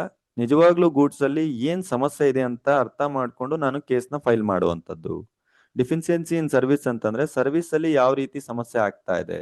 ಸರ್ವಿಸ್ ಮೀನ್ಸ್ ಈಗ ಬ್ಯಾಂಕಿಗೆ ಹೋಗ್ತೀರಾ, ಬ್ಯಾಂಕ್ ಅಲ್ಲಿ ಹೋದಾಗ ನಿಮಗೆ ಸರಿಯಾದ ರೀತಿಯಾದಂತ ಸರ್ವಿಸ್ ನ ಕೊಡ್ಬೇಕು, ಬಟ್ ಅವ್ರು ಸರ್ವಿಸ್ ಕೊಡ್ತಾ ಇರಲ್ಲ. ಇಲ್ಲ ಇನ್ನೊಂದು ಎಕ್ಸಾಂಪಲ್ ಹೇಳ್ತೇನೆ, ಹೋಟೆಲ್ಗೆ ಹೋಗ್ತೀರಾ, ಹೋಟೆಲ್ ಚಾರ್ಜಸ್ಗಳು, ಯಾವ್ದೋ ಒಂದು ಲಾಡ್ಜಿಗೆ ಹೋಗಿದ್ದೀರಾ, ಹೋಟೆಲ್ ಚಾರ್ಜಸ್ಗಳು ತಗೊಂಡಿರ್ತಾರೆ, AC ಇರುತ್ತೆ, ಫ್ರಿಡ್ಜ್ ಇರುತ್ತೆ, ಏನೇನೋ ಹೇಳ್ಬಿಟ್ಟು ದುಡ್ಡು ತಗೊಂಡಿರ್ತಾರೆ. ಒಳಗೆ ಹೋದಾಗ ಆ ಸರ್ವಿಸ್ ಇರೋದಿಲ್ಲ. ಸೊ ಅಂತ ಸಂದರ್ಭದಲ್ಲಿ ನೀವು ಡಿಫಿಷಿಯನ್ಸಿ ಇನ್ ಸರ್ವಿಸ್ ನ ಕೇಳುವಂಥದ್ದು, ಡಿಫೆಕ್ಟ್ಸ್ ಇನ್ ಗೂಡ್ಸ್ ನ ಕೇಳುವಂಥದ್ದನ್ನ ನೋಡ್ಬೋದು. ಇಲ್ಲ ಹಾಸ್ಪಿಟ್ಲಿಗೆ ಹೋಗ್ತೀರಾ, ಅದನ್ನ ಮೆಡಿಕಲ್ ಸರ್ವಿಸ್ ಅಲ್ಲಿ ಡಿಫಿಷಿಯನ್ಸಿ ಅಂತ ಕರಿತೀವಿ. ಹಾಸ್ಪಿಟ್ಲಿಗೆ ಹೋದಾಗ ಸೊ ಅಲ್ಲಿ ಇರ್ಬೇಕಾದಂತ ಫೆಸಿಲಿಟೀಸ್ಗಳು ಇಲ್ಲ, ಬಟ್ ಆದ್ರೆ ಅವರ ಚಾರ್ಜಸ್ ಗಳನ್ನ ಮಾಡ್ತಾ ಇದ್ದಾರೆ. ಅಂತ ಸಂದರ್ಭದಲ್ಲಿ ನೀವು ಕನ್ಸ್ಯೂಮರ್ ಪ್ರೊಟೆಕ್ಷನ್ ಹಾಕ್ಬೋದು. ಇಲ್ಲ ಅಂತಂದ್ರೆ ಈಗ ಮೆಡಿಕಲ್ಲಿ ತುಂಬಾ ಡೇಂಜರ್, ಮೆಡಿಕಲ್ ಸರ್ವಿಸಸ್ ಗಳಲ್ಲಿ ಸ್ವಲ್ಪ ಹೆಚ್ಚು ಕಮ್ಮಿ ಆಯ್ತು ಅಂದ್ರೂ ಕೂಡ ಜೀವ ಹೋಗುತ್ತೆ, ತುಂಬಾ ನೆಕ್ ಮೂಮೆಂಟ್ ಅಲ್ಲಿ ಇಟ್ಕೊಂಡು ಜೀವನ ನಡೆಸ್ತಾ ಇರ್ತಾರೆ. ಸೊ ಅಂತ ಸಂದರ್ಭದಲ್ಲಿ ಮೆಡಿಕಲ್ ಸರ್ವಿಸಸ್ ಗಳನ್ನ ನೀವು ಅಲ್ಲಿ ಏನಾದ್ರು ಸಮಸ್ಯೆಗಳಾದಾಗ ಕೇಸ್ಗಳನ್ನ ಹಾಕೊಳ್ಬಹುದು. ಸೊ ಏನೇನು ರೆಮಿಡೀಸ್ಗಳು ಸಿಗುತ್ತೆ, ಏನೇನು ಗ್ರಾಹಕರಿಗೆ ಪರಿಹಾರಗಳಿದೆ ಅನ್ನುವಂಥದ್ದನ್ನ ಕಲಿತೀರಾ. ಸೊ ಇದನ್ನೆಲ್ಲಾ ಕೇಸ್ ಹಾಕೊಳ್ಬೇಕಾದ್ರೆ ಕನ್ಸ್ಯೂಮರ್ ಡಿಸ್ಪ್ಯೂಟ್ ರಿಡ್ರೆಸಲ್ ಏಜೆನ್ಸೀಸ್ಗಳು ಯಾವ ರೀತಿ ಮಾಡ್ತವೆ, ಕೆಲಸ ಮಾಡ್ತವೆ ಅಂತ. ಅಂದ್ರೆ ಏನಾದ್ರೂ ಒಂದು ಆಫೀಸ್ ಬೇಕಲ್ವಾ ಕೇಸ್ ಫೈಲ್ ಮಾಡ್ಲಿಕ್ಕೆ. ಸೊ ಅದನ್ನ ನಾವೇನಂತ ಕರಿತೀವಿ, ಕನ್ಸ್ಯೂಮರ್ ಡಿಸ್ಪ್ಯೂಟ್ ರಿಡ್ರೆಸಲ್ ಏಜೆನ್ಸೀಸ್ಗಳು, ನಥಿಂಗ್ ಬಟ್ ಕೋರ್ಟ್ಗಳು ಅಂತ ಅನ್ಕೊಳ್ಳಿ. ಕನ್ಸ್ಯೂಮರ್ ಕೋರ್ಟ್ಸ್ಗಳು ಅಂತ ಶಾರ್ಟ್ ಕಟ್ ಆಗಿ ಕರಿತೀವಿ. ಸೊ ಅದ್ರ ಬಗ್ಗೆ ಕಲಿತಾ ಹೋಗ್ತೀರಾ. ಈ ಕನ್ಸ್ಯೂಮರ್ ಕೋರ್ಟ್ಸ್ಗಳಲ್ಲಿ ನ್ಯಾಷನಲ್ ಲೆವೆಲ್ ಕೋರ್ಟ್ಸ್ಗಳಿರುತ್ತೆ, state level courts, district level courts, depends upon. District level ಅಲ್ಲಿ ಎಷ್ಟು ಲಾಸ್ ಆಗಿದೆ ಅಷ್ಟು, ಸ್ಟೇಟ್ ಲೆವೆಲ್ ಅಲ್ಲಿ ಅದಕ್ಕಿಂತ ಜಾಸ್ತಿ ದುಡ್ಡು ಹೋಗಿದ್ರೆ ಸ್ಟೇಟ್ ಲೆವೆಲ್ ಅಲ್ಲಿ, ಅದಕ್ಕಿಂತ ಜಾಸ್ತಿ ಇದ್ರೆ ನ್ಯಾಷನಲ್ ಲೆವೆಲ್ ಅಲ್ಲಿ. ಆಮೇಲೆ ಅಪಿಲೆಂಟ್ ಅಥಾರಿಟಿ ಕೂಡ ಇವು ಒಂದಕ್ಕೊಂದೊಂದಕ್ಕೊಂದೊಂದಕ್ಕೊಂದು ಅಪೀಲ್ ಹೋಗ್ತಾ ಹೋಗ್ತೀರಾ. ಆಮೇಲೆ ಲಿಮಿಟೇಷನ್ಸ್ಗಳು ಕೂಡ ಇದೆ ಫೈಲ್ನ ಕಂಪ್ಲೇಂಟ್ ಫೈಲ್ ಮಾಡ್ಲಿಕ್ಕೆ. ಈಗ ಹಾಗೆ ಸುಮ್ಮನೆ ಹೋಗ್ಬಿಟ್ಟು ಅಂಗಡಿಯಲ್ಲಿ ತಗೊಂಡು ಅಥವಾ ಏನೋ ಒಂದು ಸರ್ವಿಸ್ ತಗೊಂಡ್ಬಿಟ್ಟು ನಾನು ಕಂಪ್ಲೇಂಟ್ ಫೈಲ್ ಮಾಡ್ತೀನಿ ಅಂತ ಬರಲ್ಲ. ನಮ್ಮ ಟರ್ಮ್ಸ್ ಅಂಡ್ ಕಂಡೀಷನ್ಸ್ಗಳಿರ್ತವೆ, ಅವನ್ನೆಲ್ಲ ಫಾಲೋ ಮಾಡಿರಬೇಕು. ಆಮೇಲೆ ಟರ್ಮ್ಸ್ ಅಂಡ್ ಕಂಡೀಷನ್ಸ್ಗಳಲ್ಲಿ ಸ್ಪೆಷಲಿ ನೀವು ಗೊತ್ತಿದ್ದು ಕನ್ಸೆಂಟ್ ಇದ್ದು ಟರ್ಮ್ಸ್ ಅಂಡ್ ಕಂಡೀಷನ್ಸ್ಗಳನ್ನ ನೋಡಿ ಎಂಟ್ರಿ ಕೊಟ್ಟಾಗ ಅಂತ ಸಂದರ್ಭದಲ್ಲಿ ನೀವು ಕೇಸ್ ಫೈಲ್ ಮಾಡಕ್ ಬರಲ್ಲ. ಈಗ ಉದಾಹರಣೆಗೆ ಹೇಳ್ತಾ ಇದ್ದೇನೆ ನಾನು, ನೀವು ಯಾವುದೋ ಒಂದು ಆ್ಯಪ್ನ ಡೌನ್ಲೋಡ್ ಮಾಡ್ತೀರಾ, ಆ್ಯಪಲ್ಲಿ ಇರುತ್ತೆ ಟರ್ಮ್ಸ್ ಅಂಡ್ ಕಂಡೀಷನ್ಸ್ ಅಂತ, ಅಥವಾ ಆ್ಯಪಲ್ಲಿ ನೀವು ಎಂಟ್ರಿ ಕೊಟ್ಟರೆ ಟರ್ಮ್ಸ್ ಅಂಡ್ ಕಂಡೀಷನ್ ಎಂಟ್ರಿ ಕೊಟ್ಟ ಹಾಗೆ, ಯಾಕಂದ್ರೆ ನೀವೇ ಕನ್ಸೆಂಟ್ ಕೊಟ್ಟು ಎಂಟ್ರಿ ಕೊಡ್ತಾ ಇರೋವಂಥದ್ದು. ಈಗ ನೀವು ಯಾವುದೋ ಒಂದು ಆ್ಯಪನ್ನ ಎಂಟ್ರಿ ಕೊಟ್ಟು ಸೊ ನಿಮ್ಗೆ ಏನೋ ಆ ಆ್ಯಪಲ್ಲಿ ಸಮಸ್ಯೆ ಆಯ್ತು ಅಂತ ಬಂದಾಗ ಸೊ ನೀವೇ ಅದರಲ್ಲಿ ಎಂಟ್ರಿ ಕೊಟ್ಟು ನೀವೇ ಸಮಸ್ಯೆ ಮಾಡ್ಕೊಂಡ ಹಾಗೆ. ಆ ರೀತಿ ಟರ್ಮ್ಸ್ ಅಂಡ್ ಕಂಡೀಷನ್ಸ್ಗಳನ್ನ ನೀವು ಅಗ್ರಿ ಮಾಡಿ ಎಂಟ್ರಿ ಕೊಟ್ಟಾಗ ನೀವು ಉಲ್ಟಾ ಕೇಳಕ್ ಬರಲ್ಲ. ಸೊ ಅಂತ ಸಂದರ್ಭದಲ್ಲಿ ಅವ್ನು ಕ್ವಶನ್ ರೈಸ್ ಮಾಡ್ತಾನೆ, ಸೊ ಇದನ್ನ ಉಲ್ಟಾ ಕೇಳಕ್ ಬರೋದಿಲ್ಲ ಅಂತ. ಸೊ ಈ ರೀತಿಯಾದಂತ ಲಿಮಿಟೇಷನ್ಸ್ಗಳೇನಿದೆ. ಆಮೇಲೆ ಇನ್ನೊಂದು ಲಿಮಿಟೇಷನ್ ಹೇಳ್ತೇನೆ, ಜ್ಯೂರಿಸ್ಡಿಕ್ಷನ್ ಲಿಮಿಟ್. ನೀವು ಇಲ್ಲಿ ಕುತ್ಕೊಂಡು ಸೊ ಎಲ್ಲೋ ಒಂದು ತಗೊಂಡಂತ ಪ್ರಾಡಕ್ಟ್ ಯಾವುದೋ ಒಂದು ಆಫೀಸ್ ಇಲ್ದೇ ಇರುವಂತ ಒಂದು ಇದಕ್ಕೆ ಸೊ ಅದಕ್ಕೆ ಕೇಸ್ ಫೈಲ್ ಮಾಡಬಹುದಾ, ಸೊ ಈ ರೀತಿ ಜ್ಯೂರಿಸ್ಡಿಕ್ಷನ್ ಆಗಿರ್ಬೋದು, ಎಲ್ಲಾ ವಿಷಯಗಳು ಬರುತ್ತೆ. ಅದ್ರ ಲಿಮಿಟೇಷನ್ಸ್ಗಳು ಕೂಡ ಸುಮಾರು ಇರುತ್ತೆ. ಎಷ್ಟು ಫೆಸಿಲಿಟಿಗಳನ್ನ ಗ್ರಾಹಕರಿಗೆ ಕೊಟ್ಟಿದಾರೋ, ಕನ್ಸ್ಯೂಮರ್ಸ್ ಗಳಿಗೆ ಕೊಟ್ಟಿದಾರೋ, ಅಷ್ಟೇ ರೀತಿಯಾದಂತ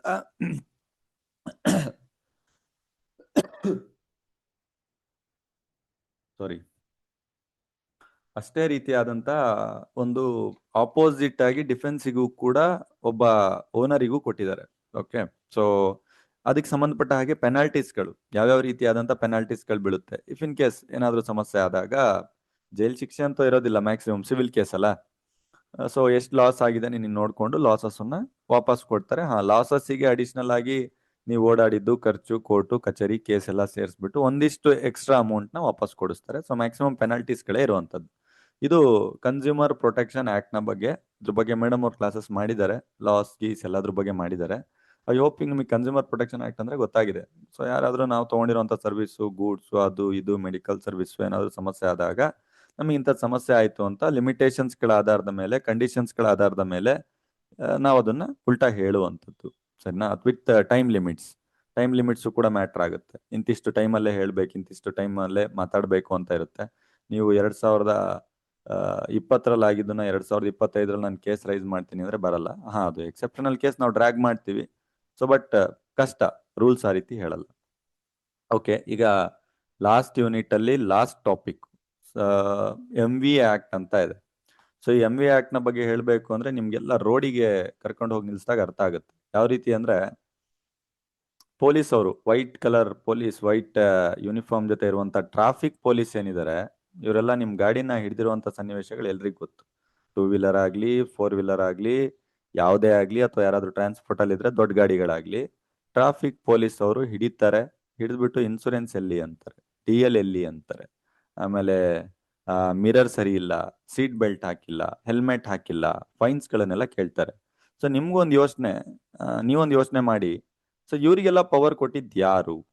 ಎಲ್ಲಿದೆ ಇವ್ರಿಗೆ ಕಾನೂನು? ಯಾವ ಕಾಯ್ದೆ ಮೇಲೆ ನಡೆಸ್ತಾ ಇದ್ದಾರೆ ಅಂತ ನೀವೇನಾದ್ರೂ ನೋಡಿದಾಗ, ತುಂಬಾ ಡೀಪ್ ಆಗಿ ಅರ್ಥ ಮಾಡ್ಕೊಂಡಾಗ, ಟ್ರಾಫಿಕ್ ಇನ್ಸ್ಪೆಕ್ಟರ್ಗಳಿಗೆ ಕ್ಲಿಯರ್ ಆಗಿ ಗೊತ್ತಿರುವಂತದ್ದು ಒಂದೇ ಒಂದು ಕಾಯ್ದೆ. ಆದ್ರೆ ನೀವು ಲಾಯರ್ಸ್ಗಳಾಗಿ ನೀವು ಓದುವಂಥದ್ದು ಹತ್ತತ್ರ 80ರಿಂದ 100 ಕಾಯ್ದೆಗಳನ್ನ ಕೇವಲ ನಿಮ್ಮ LLB ಅಲ್ಲಿ ಓದ್ತೀರಾ.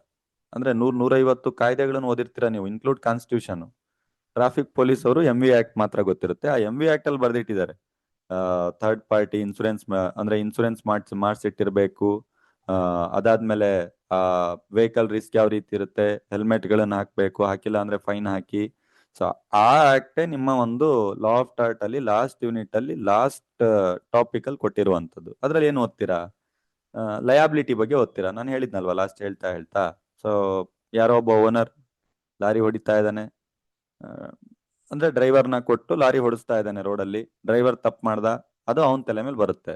ಅಂದ್ರೆ ಅವನೇನೂ ಫಾಲ್ಟ್ ಇಲ್ಲ ಅಂತಂದ್ರೂ ಕೂಡ ಕೆಲವೊಂದು ಕೇಸಸ್ಗಳಲ್ಲಿ ಅವನ ತಲೆ ಮೇಲೆ ಬರುವಂತದ್ದು.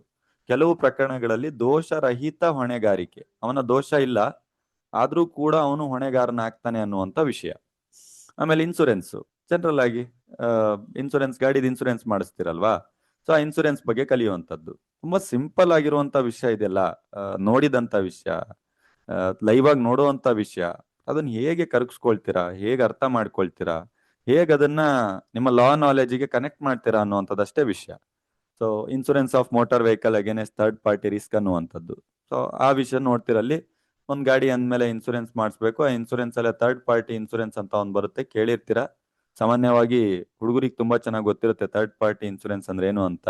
ಸಾಮಾನ್ಯವಾಗಿ ಆ ಒಬ್ಬ ವ್ಯಕ್ತಿ ಗಾಡಿ ಇನ್ನೊಂದ್ ಕಡೆ ಯಾರಿಗಾದ್ರೂ ಗುದ್ದಾಗ, ಸೊ ಇನ್ಸೂರೆನ್ಸ್ ಫಸ್ಟ್ ಪಾರ್ಟಿ ಆಗ್ತಾನೆ, ಇನ್ನೊಂದ್ ಪಾರ್ಟಿ ಆಗ್ತಾನೆ. ಸಮಸ್ಯೆ ಯಾರಿಗಾಗಿದೆ ಅವ್ನ್ ಥರ್ಡ್ ಪಾರ್ಟಿ ಆಗ್ಬಿಟ್ಟು ಅವನಿಗೆ ಸೊಲ್ಯೂಷನ್ ಕೊಡುವಂತದ್ದು. ಜನರಲಿ ಹೇಳಬೇಕು ಅಂದ್ರೆ ಥರ್ಡ್ ಪಾರ್ಟಿ ಇನ್ಸೂರೆನ್ಸ್. ಸೊ ಅದನ್ನ ಹೇಗೆ ಕ್ಲೇಮ್ ಮಾಡ್ತಾರೆ, ಕ್ಲೇಮ್ ಮಾಡ್ಲಿಕ್ಕೆ ಟ್ರಿಬ್ಯುನಲ್ಸ್ಗಳು ಹೋಗ್ತಾರೆ. ಅದನ್ನೆಲ್ಲ ನಾವು ಜನರಲಿ ಏನಂತ ಕರಿತೀವಿ ಅಂದ್ರೆ MVC ಕೇಸ್ಗಳು ಅಂತ ಕರಿತೀವಿ. ಸೊ MV ಕೇಸಸ್ ಅಂತಾನೆ ಕರಿತೀವಿ. MV ಅಂತಂದ್ರೆ ಮೋಟಾರ್ ವೆಹಿಕಲ್ ಕೇಸಸ್ ಅಂತ. MV ಕೇಸ್ ನಡೀತಾ ಇದೆ ಅಂತಾರೆ ವಕೀಲರುಗಳೆಲ್ಲ. ಅಥವಾ ನೀವು ಇನ್ಸೂರೆನ್ಸ್ ಕೇಸಸ್ಗಳು ನಿಮ್ಮ ಮೇಲೆ ಏನೋ ನಡೆದಿದ್ರೆ ನೀವು ಕೇಳಬೇಕು ವಕೀಲರಿಗೆ, MV ಕೇಸ ಅಂತ ಕೇಳ್ತಾರೆ. ಅಥವಾ ಈಗ ಇನ್ಸಿಡೆಂಟ್ ಹೆಂಗಾಗ್ಬಿಟ್ಟಿದೆ ಅಂತಂದ್ರೆ ಆಕ್ಸಿಡೆಂಟ್ ಆಗಿ ಹಾಸ್ಪಿಟ್ಲಿಗೆ ಹೋಗಿದ ತಕ್ಷಣ ಫಸ್ಟ್ ವಕೀಲರು ಓಡ್ ಬರ್ತಾರೆ, ಕೇಸ್ ಹಾಕೊಳ್ಳೋದಾ, ಕೇಸ್ ಮಾಡ್ಲಾ ಅಂತ. ಟ್ರೀಟ್ಮೆಂಟ್ ಸಮೇತ ಎಲ್ಲ ಕೊಡ್ಸ್ಬಿಟ್ಟು ಕೇಸ್ ಹಾಕೊಳ್ತಾರೆ ಇನ್ಸೂರೆನ್ಸ್ ಅವ್ರ ಮೇಲೆ. ಸೊ ಆ ರೀತಿ ಸಿಚುವೇಶನ್ಸ್ಗಳು ನಡೀತಾ ಇದೆ ಈಗ ಮಾರ್ಕೆಟ್ ಅಲ್ಲಿ ನಮ್ಮ ಲಾಯರ್ಸ್ಗಳದು. ಒಳ್ಳೆ ಲಾಯರ್ಗಳಾಗಿ ಆ ಅವಕಾಶಗಳು ನಿಮ್ಗೆ ಇರೋದಿಲ್ಲ, ಬ್ರಾಂಡೆಡ್ ಲಾಯರ್ಗಳಾಗ್ತೀರಾ. ಓಕೆ. ಸೊ ನೆಕ್ಸ್ಟ್ ಬಂದ್ಬಿಟ್ಟು ಕ್ಲೇಮ್ಸು, ಟ್ರಿಬ್ಯುನಲ್ಸ್ಗಳು. ಯಾವ್ಯಾವ ರೀತಿ ಟ್ರಿಬ್ಯುನಲ್ಸ್ಗಳು ನಡೆಯುತ್ತೆ ಅಂತ ಅಂದ್ರೆ ಯಾವ್ಯಾವ ರೀತಿ ಕೋರ್ಟು ಕಚೇರಿಗಳಿದೆ ಅಂತೇಳಿ. ಸೊ ಆ ವಿಷಯ. ಸೊ ಅದಾದ್ಮೇಲೆ ಏನೇನು ಅಫೆನ್ಸಸ್ಗಳನ್ನ ನಾವು ಇದ್ರಲ್ಲಿ ರೆಕಾರ್ಡ್ ಮಾಡ್ಬೋದು. ಈ ಅಫೆನ್ಸಸ್ ಅಲ್ಲೇ ಟ್ರಾಫಿಕ್ ಪೊಲೀಸ್ ಅವ್ರು ಬರೋದು. ಇದರಲ್ಲಿ ಬರೆದಿಟ್ಟಿದ್ದಾರೆ, DL ಇರಬೇಕು, ಇನ್ಸೂರೆನ್ಸ್ ಇರಬೇಕು, ಆಮೇಲೆ ಸೀಟ್ ಬೆಲ್ಟ್ ಹಾಕ್ಬೇಕು, ಹೆಲ್ಮೆಟ್ ಹಾಕ್ಬೇಕು, 2 ಮಿರರ್ ಇರಬೇಕು, ಇಂಡಿಕೇಟ್ರು, FC ಎಲ್ಲದನ್ನು ಕೂಡ ಅದನ್ನೇ ಅವ್ರು ಚೆಕ್ ಮಾಡ್ಬಿಟ್ಟು ನಿಮಗೆ ಅಫೆನ್ಸ್ ಮಾಡಿದೀರಾ ಅಂತ ಹೇಳ್ಬಿಟ್ಟು ನಿಮ್ಮ syllabus copy next topic penalties ಗಳನ್ನ ಹಾಕ್ತಾರೆ. ಆ ಪೆನಾಲ್ಟಿ, ಅಫೆನ್ಸು, ಕೋರ್ಟು ಎಲ್ಲದು ಯಾವ ರೀತಿ ಇರಬೇಕು ಅಂತ ಒಂದಿಷ್ಟು ಪ್ರೊಸೀಜರ್ ಇದೆ. ಅದನ್ನು ಕೂಡ ಕಾರ್ಯವಿಧಾನಗಳಲ್ಲಿ ನಿಮ್ಮ ಸಿಲೆಬಸ್ ಕಾಪಿಯಲ್ಲಿ ಕೊಟ್ಟಿದ್ದಾರೆ. ಇದಿಷ್ಟು ನಿಮ್ಮ ಕಂಪ್ಲೀಟ್ ಸಿಲೆಬಸ್. ಸ್ವಲ್ಪ ಲೆಂತಿ ತಗೊಂಡ ನಾನು ಇವತ್ತು, ಯಾಕಂದ್ರೆ ಇದು ಕನ್ಫ್ಯೂಷನ್ ಇರುತ್ತೆ ನಿಮ್ಗೆ ವಿಷಯಗಳು ಅಂತ ಬಂದಿದ್ದಕ್ಕೆ ಸ್ವಲ್ಪ ಲೆಂತಿನೇ ತಗೊಂಡೆ. ನಾನು ಮಾಡಿರ್ಲಿಲ್ಲ ಲಾಸ್ಟ್ ಒಂದ್ 2-3 ಯೂನಿಟ್ ಕ್ಲಾಸಸ್ಗಳು, ಅದಕ್ಕೋಸ್ಕರ. ಓಕೆ. ಸೊ ಈಗ ಮತ್ತೆ ನಾನು ಬ್ಯಾಕ್ ಒಂದು ರಿವಿಷನ್ ಬಂದಾಗ ಐ ಹೋಪ್ ಈಗ ಕಂಪ್ಲೀಟ್ ಐಡಿಯಾ ಸಿಕ್ಕಿದೆ ಲಾ ಆಫ್ ಟಾರ್ಟ್ ಅಲ್ಲಿ. ಜಸ್ಟ್ ಒಂದು 2 ಮಿನಿಟ್ಸ್ ಅಲ್ಲಿ ಹೇಳೋಣ. ಲಾ ಆಫ್ ಟಾರ್ಟ್ ಅಂತಂದ್ರೆ ತುಂಬಾ ಸಿಂಪಲ್ ಸಬ್ಜೆಕ್ಟು. ಬೇಸಿಕ್ ತಪ್ಪುಗಳು, negligence, nuisance, defamation, marital rights, malicious prosecution ಅನ್ನುವಂಥ ಸಣ್ಣ ಪುಟ್ಟ ತಪ್ಪುಗಳು. ಜಸ್ಟ್ ದುಡ್ಡಿನ ವ್ಯವಹಾರದಲ್ಲಿ ಕ್ಲೋಸ್ ಆಗುವಂಥವು. ಜೈಲು ಅನ್ನುವಂಥದ್ದು ಇಲ್ಲಿ ಆಗುವಂಥದ್ದು ಕಡಿಮೆ, ಆಗಲ್ಲ ಅಂತ ಹೇಳಲ್ಲ ಸಿವಿಯಾರಿಟಿ ಮೇಲೆ, ಬಟ್ ಕಡಿಮೆ. ಅದೆಲ್ಲ BNS ಅಲ್ಲಿ ಫೈಲ್ ಮಾಡ್ತಾರೆ. ಇದಕ್ಕೆ ಯಾವುದೇ ರೀತಿಯಾದಂತಹ ಸೆಕ್ಷನ್ಸ್ಗಳಿಲ್ಲ, ಕೇಸ್ನ ಅದಾದ್ಮೇಲೆ ನಡೆಯುತ್ತೆ. ಲಾ ಆಫ್ ಟಾರ್ಟ್ ಅಂತಂದ್ರೆ ಮೀನಿಂಗು ತುಂಬಾ ಸಿಂಪಲ್ ಆಗಿ ಇದೊಂದು ಸಿವಿಲ್ ರಾಂಗ್, ಲೀಗಲ್ ಹಾನಿ ಆಗಿರ್ಬೇಕು, ಲೀಗಲ್ ಡ್ಯಾಮೇಜ್ ಆಗಿರ್ಬೇಕು, ಅದಕ್ಕೆ ಪರಿಹಾರ ಇರಬೇಕು. ಸೊ ಇದನ್ನ ನಾವು ಲಾ ಆಫ್ ಟಾರ್ಟ್ ಅಂತೀವಿ. ಇದನ್ನೇ ಬೇಸ್ ಆಗಿ ಇಟ್ಕೊಂಡು ಇಂಜುರಿಯಾ ಸೈನ್ ಡ್ಯಾಮ್ನಮ್ ಸೈನ್ ಇಂಜುರಿಯಾ, OB ಸರಬ್ಜಸ್ ಇಬಿ ರಿಬಿಡಿಯಂ ಅಂತೇಳಿ ಯೂನಿಟ್ 1 ಅಲ್ಲಿ ಕಲಿತೀರಾ. ಯೂನಿಟ್ 2 ಅಂತ ಬಂದಾಗ ನಿಮ್ಮನ್ನ ನೀವು ಹೇಗೆ ಕಾಪಾಡ್ಕೊಳ್ತೀರಾ ಅಂತ ಜನರಲ್ ಡಿಫೆನ್ಸ್ ಅಲ್ಲಿ, ವೈಕೇರಿಯಸ್ ಲ್ಯಾಬಿಲಿಟಿಯಲ್ಲಿ ಹೇಗೆ ನೀವು ಮಾಡದೇ ಇರೋ ತಪ್ಪು ನಿಮ್ ತಲೆ ಮೇಲೆ ಹೇಗೆ ಬರುತ್ತೆ ಅಂತ ಕಲಿತೀರಾ ಬದಲಿ ಹೊಣೆಗಾರಿಕೆಯಲ್ಲಿ. ಯೂನಿಟ್ 3 ಅಂತ ಬಂದಾಗ ಕ್ರೈಮ್ಸ್ ಗಳ ಬಗ್ಗೆ ಕಲಿತಾ negligence, nuisance, absolute and strict liability ಹೊಣೆಗಾರಿಕೆಯಲ್ಲಿ, ಆಮೇಲೆ ಡ್ಯಾಮೇಜಸ್ ಏನಿದೆ, ಏನೇನ್ ಹಾನಿ ಆಗುತ್ತೆ, ಅದು ಎಷ್ಟು ದೂರದ ಮಟ್ಟಿಗೆ ನಾವು ಕೊಡಬೇಕು, ಏನೇನ್ ರೆಮಿಡೀಸ್ ಗಳನ್ನ ಕೊಡ್ತೀವಿ ಅಂತ ಕಲಿತಾ ಬರ್ತೀರಾ. ಲಾ ಆಫ್ ಟಾರ್ಟ್ಸ್ ಯೂನಿಟ್ 4 ಅಲ್ಲಿ ಇನ್ನೂ ಎಕ್ಸ್ಟ್ರಾ ತಪ್ಪುಗಳನ್ನ ನೋಡ್ತಾ ಬರ್ತೀರಾ. Just like assault, battery, false imprisonment, defamation, malicious prosecution, legal process ನ ಅಬ್ಯೂಸ್ ಮಾಡೋದು, ಡೊಮೆಸ್ಟಿಕ್ ರೈಟ್ಸ್ ಗಳಲ್ಲಿ marital rights, parental rights, right to service, contractual rights, intimidation, conspiracy, ಆಮೇಲೆ ಪ್ರಾಪರ್ಟಿ ವಿರುದ್ಧ ಆದಂತ ಸಮಸ್ಯೆಗಳು. ಲಾಸ್ಟ್ ಯೂನಿಟ್ ಅಲ್ಲಿ 2 ಆಕ್ಟ್ ಗಳನ್ನ ಬಗ್ಗೆ ಕಲಿತೀರಾ. ಒಂದು 1986 ಕನ್ಸ್ಯೂಮರ್ ಪ್ರೊಟೆಕ್ಷನ್ ಆಕ್ಟ್, ಇನ್ನೊಂದು ME ಆಕ್ಟ್ 1988 ನ ಬಗ್ಗೆ. ಇದಿಷ್ಟು ನಿಮ್ಮ ಲಾ ಆಫ್ ಟಾರ್ಟ್ ನ ಸಬ್ಜೆಕ್ಟ್. ಹೆಸರು ನೋಡಿ ಕಾಂಪ್ಲಿಕೇಶನ್ ತಗೊಳ್ಬೇಡಿ. ಲಾ ಆಫ್ ಟಾರ್ಟ್ ಅನ್ನುವಂಥ ಸಬ್ಜೆಕ್ಟ್ ನ ಹೆಸರು ಮಾತ್ರ ಸ್ವಲ್ಪ ಕಾಂಪ್ಲಿಕೇಶನ್ ಇದೆ. ಯೂನಿಟ್ 1 ನ ಕ್ಲಿಯರ್ ಆಗಿ ಅರ್ಥ ಮಾಡ್ಕೊಳ್ಳಿ, ಯೂನಿಟ್ 2 ನ ಅರ್ಥ ಮಾಡ್ಕೊಳ್ಳಿ, ಡಿಫೆನ್ಸಸ್ ಅನ್ನ. ಯೂನಿಟ್ 3, 4, 5 ಬಂದಾಗ ಯಾವ್ಯಾವ ರೀತಿಯಾದಂತ ತಪ್ಪುಗಳು ನಡೆಯುತ್ತೆ, ಅದಕ್ಕೆ ಸಂಬಂಧಪಟ್ಟಾದಂತ ಕೆಲವೊಂದು ಪರಿಹಾರಗಳಿದೆ. ಯೂನಿಟ್ 5 ಬಂದಾಗ 2 ಆಕ್ಟ್ ನ ಆಧಾರದ ಮೇಲಿದೆ. ಸೊ ಈ ರೀತಿಯಾಗಿ ಸಬ್ಜೆಕ್ಟ್ ನ ಅರ್ಥ ಮಾಡ್ಕೊಳಕ್ ಟ್ರೈ ಮಾಡಿ, ತುಂಬಾ ಚೆನ್ನಾಗಿ ಅರ್ಥ ಆಗುತ್ತೆ. ಹೆಸರು ಮೇಲೆ ಟಫ್ ಅಂತ ಅನ್ಕೊಳ್ಬೇಡಿ. ಸೊ ಒಂದು ಬ್ರೇಕ್ ತಗೊಂಡು, ಬ್ರೇಕ್ ಮೀನ್ಸ್ ಜಾಸ್ತಿ ಏನು ಬ್ರೇಕ್ ತಗೊಳಲ್ಲ. ಸೊ 1.5 ಅವರ್ ಕಂಟಿನ್ಯೂಸ್ ಆಗಿ ಹೇಳಿದೆ ನಾನು. ಸೊ ಸ್ವಲ್ಪ ಟಯರ್ಡ್ ಇದ್ದೇನೆ. ಜಸ್ಟ್ ಒಂದು 5 ಮಿನಿಟ್ಸ್ ಬ್ರೇಕ್ ಕೊಡಿ. 9:18 ಆಗಿದೆ ಅಲ್ವಾ, ಮತ್ತೆ 9:23 ನಾನು ಬ್ಯಾಕ್ ಬರ್ತೇನೆ. 9:23 ಬಂದ್ಬಿಟ್ಟು ನಾನೇನು ಒಂದು ಪೇಜ್ ಶೇರ್ ಮಾಡ್ತೇನೆ. ಸೊ ಆ ಪೇಜ್ ನ ಬಗ್ಗೆ ನಾನು ನಿಮಗೆ ಹೇಳ್ತಾ ಹೋಗ್ತೇನೆ. ಸೊ ಹಾಗೆ ಇರಿ, ನಾನು ಪೇಜ್ ಶೇರ್ ಮಾಡ್ತೇನೆ ನಿಮ್ಗೆಲ್ಲ. ಸೊ ನಾವು ಹೇಳಬೇಕಾಗಿರುವಂಥ ವಿಷಯ ಇಂಪಾರ್ಟೆಂಟ್ ಕ್ವಶನ್ ಅಲ್ವಾ? ಸೊ ಇಂಪಾರ್ಟೆಂಟ್ ಕ್ವಶನ್ ಬಗ್ಗೆ ನೋಡೋಣ.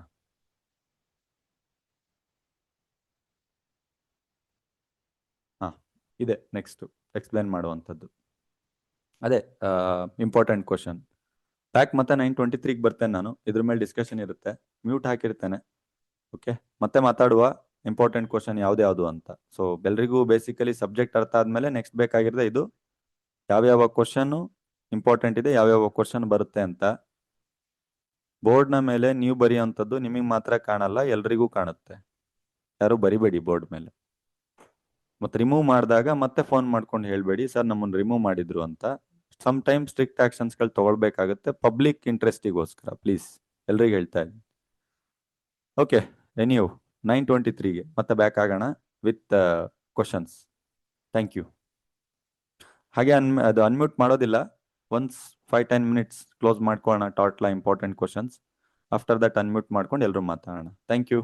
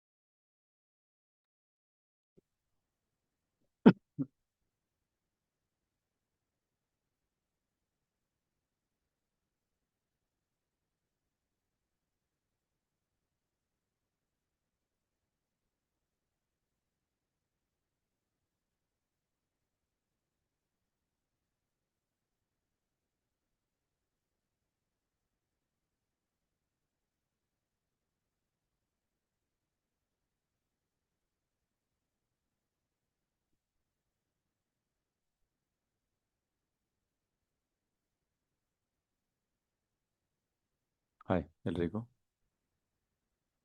ಐ ಹೋಪ್ ನನ್ನ ವಾಯ್ಸ್ ಕೇಳಿಸ್ತಾ ಇದೆಯಲ್ಲ? Okay, thank you. Okay, second session, second phase, important question. Important ಕ್ವಶನಲ್ಲೇ ಯಾವ್ದು ಬರುತ್ತೆ ಅನ್ನುವಂಥದ್ದು ನೋಡ್ತಾ ಹೋಗೋಣ. ಸೊ ಕೊಟ್ಟಿರುವಂಥ ಇಂಪಾರ್ಟೆಂಟ್ ಕ್ವಶನಲ್ಲೇ ಇನ್ನೂ ಮೋಸ್ಟ್ ಇಂಪಾರ್ಟೆಂಟ್ ಯಾವ್ದಾದಿದೆ ಅದನ್ನು ಕೂಡ ಅಬ್ಸರ್ವ್ ಮಾಡ್ತಾ ಹೋಗೋಣ. ಓಕೆ, ಟೋಟಲ್ ಆಗಿ ಪ್ರತಿ ಯೂನಿಟ್ಗೂ 4-5 ಕ್ವಶನ್ಸ್ಗಳು ನಾನು ಕೊಟ್ಟಿದ್ದೇನೆ. ಕನ್ನಡ ಮೀಡಿಯಂನಲ್ಲೂ ಕೂಡ ಕೆಳಗಡೆ ಹಾಗೆ ಮೆನ್ಷನ್ ಮಾಡಿದ್ದೇವೆ. ಸೊ ಆ ಇಂಗ್ಲೀಷ್ನ ಕ್ವಶನ್ ಕೆಳಗಡೆನೆ ಕೂಡ ಎಕ್ಸ್ಪ್ಲನೇಷನ್ ಏನು ಸಮಸ್ಯೆ ಆಗಲ್ಲ. ಡೈರೆಕ್ಟ್ ಆಗಿ ಹೇಳಲಿಕ್ಕೆ. ಸೊ ಅದರಲ್ಲೇ ಇಂಪಾರ್ಟೆಂಟ್ ಯಾವ್ದಾವ್ದಿದೆ ಅಂತ ಹೇಳ್ತೇನೆ. ಸೊ ಎಲ್ರಿಗೂ ಒಂದು ಡೌಟ್ ಇದೆ, ಯಾವ ರೀತಿ ಕೆಳಗಡೆ ಈ ಪಾರ್ಟ್ಸ್ ಎಲ್ಲ ಕೊಟ್ಟಿದಾರಲ್ಲ ಇದೆಲ್ಲ ಏನು ಅಂತ. ಸೊ ಇಲ್ಲಿ ಕೆಳಗಡೆ ಕೊಟ್ಟಿರುವಂತ ಪಾರ್ಟ್ಸ್ ಅಂತ ಏನೇನಿದೆ ಇದೆಲ್ಲ ನಾವು ಕೊಟ್ಟಿರುವಂತ ಪಾರ್ಟ್ ನಂಬರ್ ಅಲ್ಲಿ ಇದೆ ಅಂತ. Part number 3, part number 4, part number 5 ದಲ್ಲಿ ಹೋದಾಗ ಇದಕ್ಕೆ ಆನ್ಸರ್ ಸಿಗುತ್ತೆ.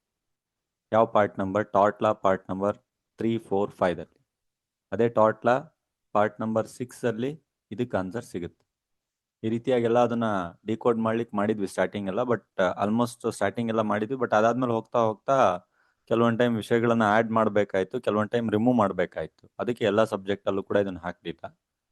ಸೊ ನೀವು ಸ್ಟಾರ್ಟ್ ಮಾಡೋಣ. ಸೊ ಯೂನಿಟ್ ಒನ್ ಅಲ್ಲಿ ಮೋಸ್ಟ್ ಇಂಪಾರ್ಟೆಂಟ್ ಅಂತ ಬಂದಾಗ ಫಸ್ಟ್ ಮೋಸ್ಟ್ ಇಂಪಾರ್ಟೆಂಟ್ ಇದೆ. ಇದಕ್ಕೆ ಒಂದೇ ಒಂದು ವಿಡಿಯೋದಲ್ಲಿ ನಾನು ಆನ್ಸರ್ ಹೇಳಿದ್ದೇನೆ, ಪಾರ್ಟ್ ನಂಬರ್ 6 ಅಲ್ಲಿ.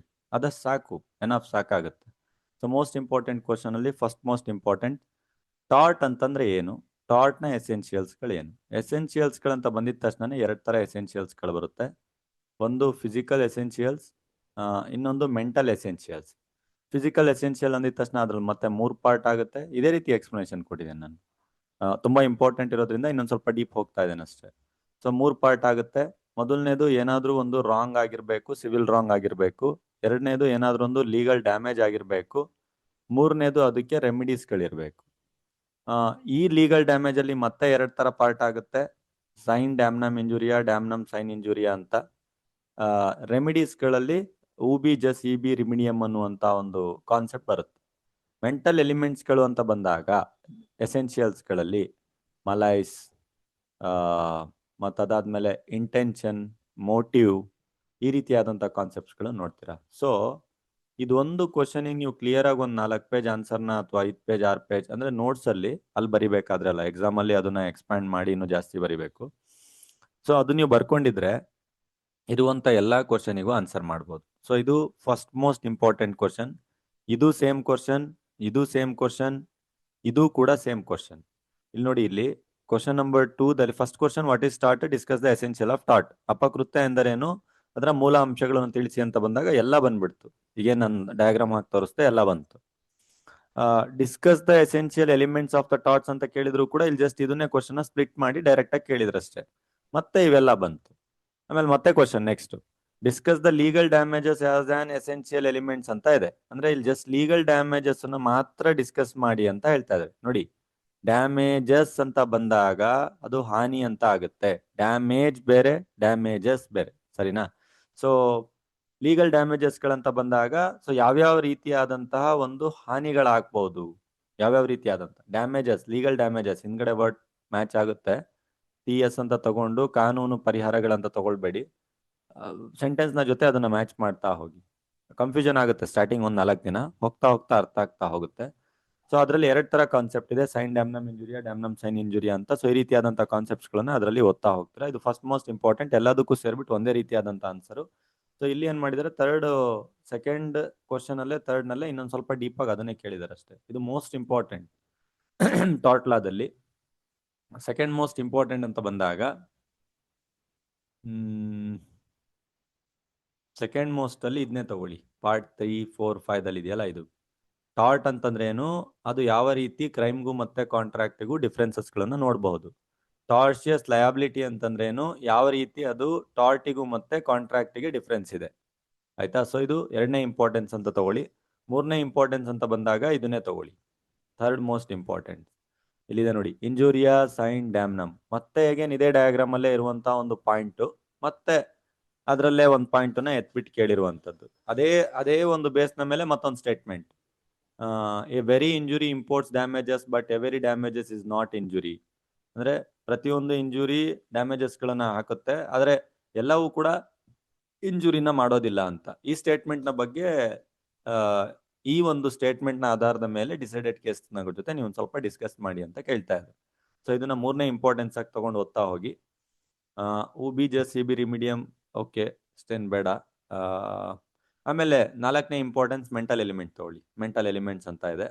ಸೊ ಮೋಟಿವ್, ಇಂಟೆನ್ಷನ್, ಮಲೈಸ್ ಅಂತ ಒಂದು ಬರುತ್ತೆ. ಸೊ ಇದನ್ನೆಲ್ಲ 4ನೇ ಇಂಪಾರ್ಟೆನ್ಸ್ ತಗೊಳ್ಳಿ. 5ನೇದಾಗಿ ಇದನ್ನ ಕನ್ಸಿಡರ್ ಮಾಡಿ, ಊಬಿ ಜಸ್ ಸಿಬಿ ರಿಮಿಡಿಯಂ. ಆಕ್ಚುಲ್ ಆಗಿ ಇದು ಕೂಡ ಇಲ್ಲೇ ಬರುತ್ತೆ, ಇಲ್ಲೇ ಹೇಳಿದೆ ನಾನು. ಸೊ ಅದೇ ಒಂದೇ ಒಂದು ಡಯಾಗ್ರಾಮ್ ಅಲ್ಲಿ ಇಡೀ ಯೂನಿಟ್ ನಿಂತಿದೆ ಅಂತೇಳಿ ಒಂದು ಡಯಾಗ್ರಾಮ್ ಹಾಕ್ಬಿಟ್ಟು ನಾನು ಒಂದು ವಿಡಿಯೋದಲ್ಲಿ ಹೇಳಿದೀನಿ. ಐ ಥಿಂಕ್ ಅದು ಪಾರ್ಟ್ 6 ಅನ್ಸುತ್ತೆ, ಪಾರ್ಟ್ 6 ಆರ್ 7 ಇರಬೇಕು. ಅದೊಂದು ಪಾರ್ಟ್ ನ ನೋಡಿ ಅಷ್ಟೇ, ಮತ್ತೆ ಅದ್ರ ಹಿಂದೆ ಮುಂದೆ ಎಲ್ಲ ಎಕ್ಸ್ಪ್ಲೇನ್ ಮಾಡುವಂತ. ಯೂನಿಟ್ 1 ನ ಇಂಪಾರ್ಟೆನ್ಸ್ ಅಂತ ಬಂದಾಗ ಕ್ವಶನ್ ನಂಬರ್ 2 ನ ಫಸ್ಟ್ ಇಂಪಾರ್ಟೆನ್ಸ್ ಅಲ್ಲಿ ತಗೊಳ್ಳಿ, ಸೆಕೆಂಡ್ ಇಂಪಾರ್ಟೆನ್ಸ್ ಅಲ್ಲಿ ಡಿಫರೆನ್ಸ್, ಥರ್ಡ್ ಇಂಪಾರ್ಟೆನ್ಸ್ ಅಲ್ಲಿ ಇಂಜುರಿಯಾಸ್ ಅಂಡ್ ಡ್ಯಾಮ್ನಮ್, ಅದಕ್ಕೊಂದು ಸೇಮ್ ಸ್ಟೇಟ್ಮೆಂಟ್ ಸೇಮ್ ಆನ್ಸರ್.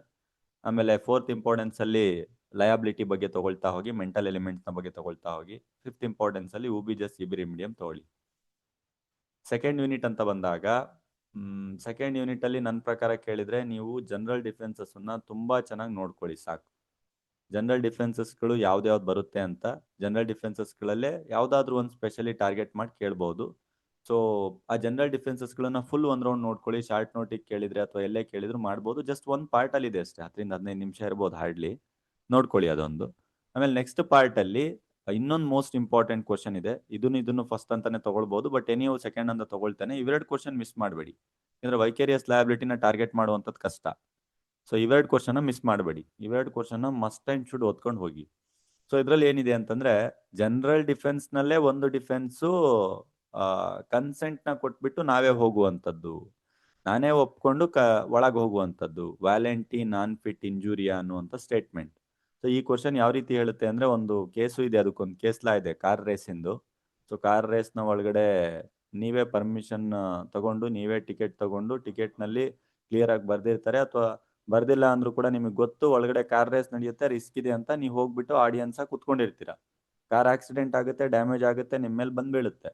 ನೀವು ಆ ಕಾರ್ ಓನರ್ ಯಾರು ಇದ್ರಿರ್ತಾನಲ್ವಾ, ಕಾರ್ ಸ್ಟೇಡಿಯಂ ಓನರ್ ಮೇಲೆ ಕೇಸ್ ಹಾಕ್ತೀರಾ, ನನ್ನ ಸಮಸ್ಯೆ ಆಯ್ತು ಕಾಂಪನ್ಸೇಷನ್ ಕೊಡು ಅಂತ ಸಂದರ್ಭದಲ್ಲಿ ಕಾರ್ ಓನರ್ ಹೇಳ್ತೀವಿ, ಕಾರ್ ಸ್ಟೇಡಿಯಂ ಓನರ್ ಹೇಳ್ತಾನೆ, ಇಲ್ಲ ಟಿಕೆಟ್ ಕೊಡ್ಬೇಕಾದ್ರೆ ನೀವೇ ತಗೊಂಡಿ ಟಿಕೆಟ್, ನೀವೇ ಹೂ ಅಂತ ಹೇಳಿದ್ದು, ಹೂ ಅಂತ ಹೇಳಿ ನೀವೇ ಒಳಗ್ ಬಂದಿದ್ದು. ಸೊ ಇಲ್ಲಿ ಒಂದು ಡಾಕ್ಟ್ರೈನ್ ಎಕ್ಸಿಕ್ಯೂಟ್ ಆಗುತ್ತೆ, ಅದು ವಾಲೆಂಟಿ ನಾನ್ ಫಿಟ್ ಇಂಜುರಿಯಾ. ಯಾವುದು ನೀವೇ ವಾಲೆಂಟ್ರಿಯಾಗಿ ಬರ್ತಾ ಇದ್ದೀರಾ ಅದು ಹಾನಿಗೆ ಒಳಗಾಗೋದಿಲ್ಲ, ನೀವು ಕನ್ಸೆಂಟ್ ಕೊಟ್ಟಿದ್ದೀರಾ, ನಿಮ್ಮ ಕನ್ಸೆಂಟ್ ಪ್ರಕಾರ ಬಂದಿದ್ದೀರಾ ಅನ್ನುವಂತ ಒಂದು ವಿಷಯ. ಕ್ವಶನ್ ನಂಬರ್ 2, ಸಮ್ಮತಿ ಇದ್ದು ನೀವು ಒಳಗಡೆ ಬಂದಿದ್ದೀರಾ, ಸಮ್ಮತಿ ನೀವು ಕೊಟ್ಟು ಒಳಗಡೆ ಬಂದಿರೋದಕ್ಕೆ ಪ್ರತಿರಕ್ಷಣೆ ತೆಗೆದುಕೊಳ್ಳಕ್ ಬರೋದಿಲ್ಲ ಅಂತ ಒಂದು ವಿಷಯನ ಮಾತಾಡ್ಕೊಂಡು ಅಲ್ಲಿ ಎಕ್ಸ್ಪ್ಲನೇಷನ್ ಕೊಟ್ಟಿದ್ದಾರೆ. ಇದು ಮೋಸ್ಟ್ ಇಂಪಾರ್ಟೆಂಟ್ ಎರಡು. ನೀವು ಇವೆರಡು ಏನಾದ್ರು ಕಲ್ತ್ರೆ ಈ ಮೂರನೇ ಕ್ವಶನ್ ಏನಿದೆಯಲ್ಲ, ಆಕ್ಚುಯಲ್ ಆಗಿ ಒಂದನೇ ಕ್ವಶನ್ ನ ಯಾವ್ದೋ ಒಂದು ಸಬ್ ಪಾರ್ಟ್ ಇದು.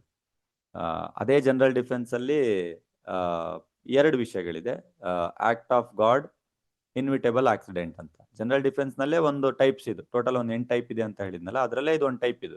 ಸೊ ಅದನ್ನ ಮತ್ತೆ ಕ್ವಶನ್ ಆಗಿ ರೈಸ್ ಮಾಡಿರೋದು ಅಷ್ಟೇ. ಸೊ ಅದು ನೆಕ್ಸ್ಟ್ ಬಂದ್ಬಿಟ್ಟು ಇದೇ ಜನರಲ್ ಡಿಫೆನ್ಸ್ ಅಲ್ಲಿ ಕ್ವಶನ್ ನಂಬರ್ 1 ಕಲ್ತಿದ್ರಿ ಅಂದ್ರೆ ಕ್ವಶನ್ ನಂಬರ್ 4ಗೂ ಆನ್ಸರ್ ಇದೆ. ಸ್ಟ್ಯಾಟ್ಯೂಟರಿ ಅಥಾರಿಟಿ ಅಂತ ಇದೆ. ಸ್ಟ್ಯಾಟ್ಯೂಟರಿ ಅಥಾರಿಟಿ ಅಂತಂದ್ರೆ ಯಾರು ಶಾಸನೀಯವಾಗಿ ಅಧಿಕಾರನ ಹೊಂದಿರ್ತಾರೆ ಅಂತ. ಯಾರು ಅಧಿಕಾರ ಹೊಂದಿರ್ತಾರೆ? ಪೊಲೀಸ್ ಅವರಾಗಿರ್ಬೋದು. ಪೊಲೀಸ್ ಅವರು ನಿಮ್ನ ಅರೆಸ್ಟ್ ಮಾಡ್ಲಿಕ್ಕೆ ಅಧಿಕಾರನ ಹೊಂದಿದ್ದಾರೆ, ನೀವೇನಾದ್ರೂ ತಪ್ಪು ಮಾಡಿದ್ರೆ ಅವ್ರು ಅದನ್ನ ಸರಿಪಡಿಸೋದಕ್ಕೋಸ್ಕರ ಅರೆಸ್ಟ್ ಮಾಡ್ತಾ ಇರ್ತಾರೆ. ಹಾಗಂತೇಳಿ ನೀವು ಅವ್ರ ಮೇಲೆ ಡಿಫೆನ್ಸ್ ನ ತಗೊಳಕ್ ಬರುತ್ತಾ?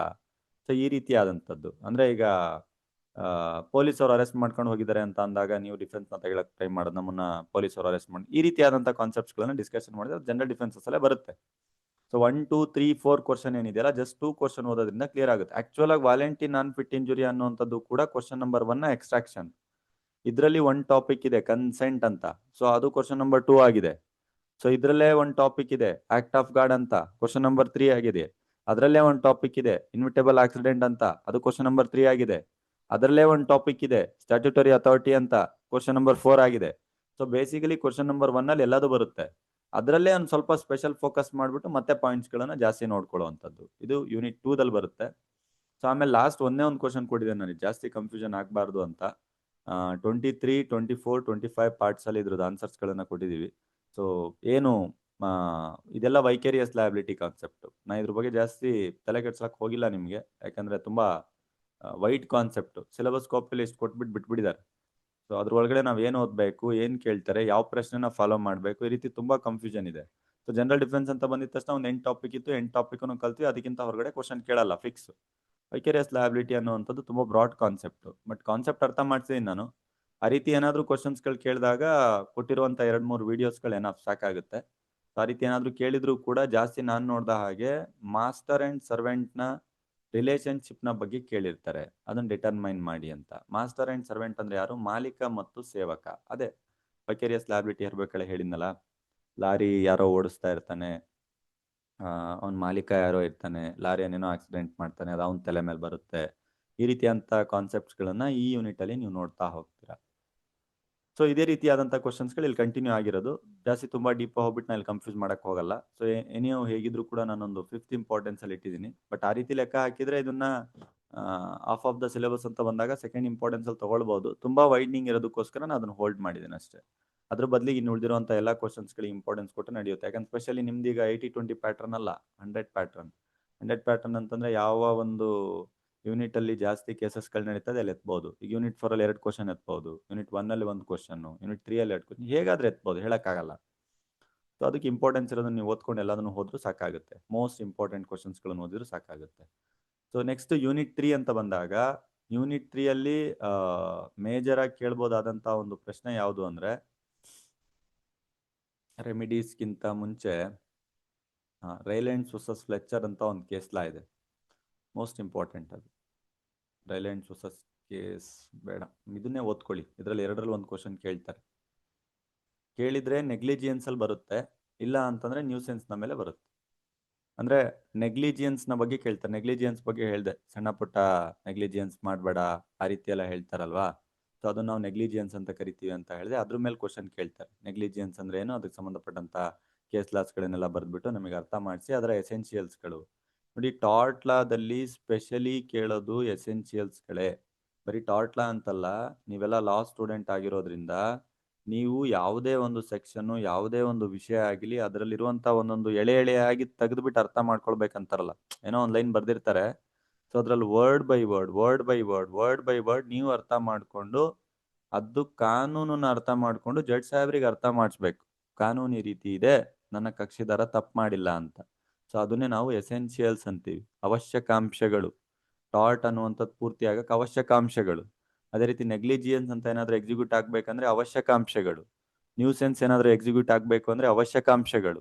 ಸೊ ಅದು ನಾವು ಎಸೆನ್ಷಿಯಲ್ಸ್ ಅಂತೀವಿ. ಎಸೆನ್ಷಿಯಲ್ಸ್ ಮೀನ್ಸ್ ಅದ್ರ ಒಳಗಡೆ ಇರುವಂಥ ಒಂದೊಂದೊಂದು ವರ್ಡ್ ನಮಗೆ ಅರ್ಥ ಮಾಡಿಸಿ ಅಂತ ಸ್ಪ್ಲಿಟ್ ಮಾಡಿ. ಸೊ ಅದು ಕೇಳಿದ್ರೆ ನೆಗ್ಲಿಜಿಯನ್ಸ್ ಅಲ್ಲಿ ಕೇಳ್ಬೋದು, ಇಲ್ಲ ನ್ಯೂಸೆನ್ಸ್ ಅಲ್ಲಿ ಕೇಳ್ಬೋದು.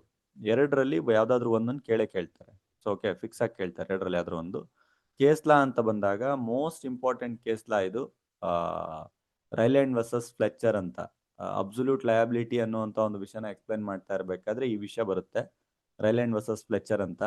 ಲಾಂಗ್ ಆನ್ಸರ್ಗೋ ಶಾರ್ಟ್ ಆನ್ಸರ್ಗೋ ಕೇಳುವಂಥ ಸಾಧ್ಯತೆಗಳಿರುತ್ತೆ. 3rd ಮೋಸ್ಟ್ ಇಂಪಾರ್ಟೆಂಟ್ ಅಲ್ಲೇ ಓದ್ಕೊಳ್ಳಿ ಇದನ್ನ. ಯೂನಿಟ್ ಅಲ್ಲಿ ಎಲ್ಲದೂ ಕೂಡ ಇಂಪಾರ್ಟೆಂಟ್ ಇದೆ. ಯೂನಿಟ್ 3, ಯೂನಿಟ್ 4 ಅಲ್ಲಿ ಎಲ್ಲದೂ ಇಂಪಾರ್ಟೆಂಟ್ ಇದೆ. ಆ ರೀತಿ ಇದೆ ಕಾನ್ಸೆಪ್ಟ್. 100 ಮಾರ್ಕ್ಸ್ ಆಗಿರೋದ್ರೆ ಎಲ್ಲಿಂದನಾದ್ರೂ 1-2 ಕ್ವಶನ್ ಎಕ್ಸ್ಟ್ರಾ ಎತ್ಬೋದು, ಟಾರ್ಗೆಟ್ ಮಾಡ್ಲಿಕ್ಕೆ ಆಗಲ್ಲ.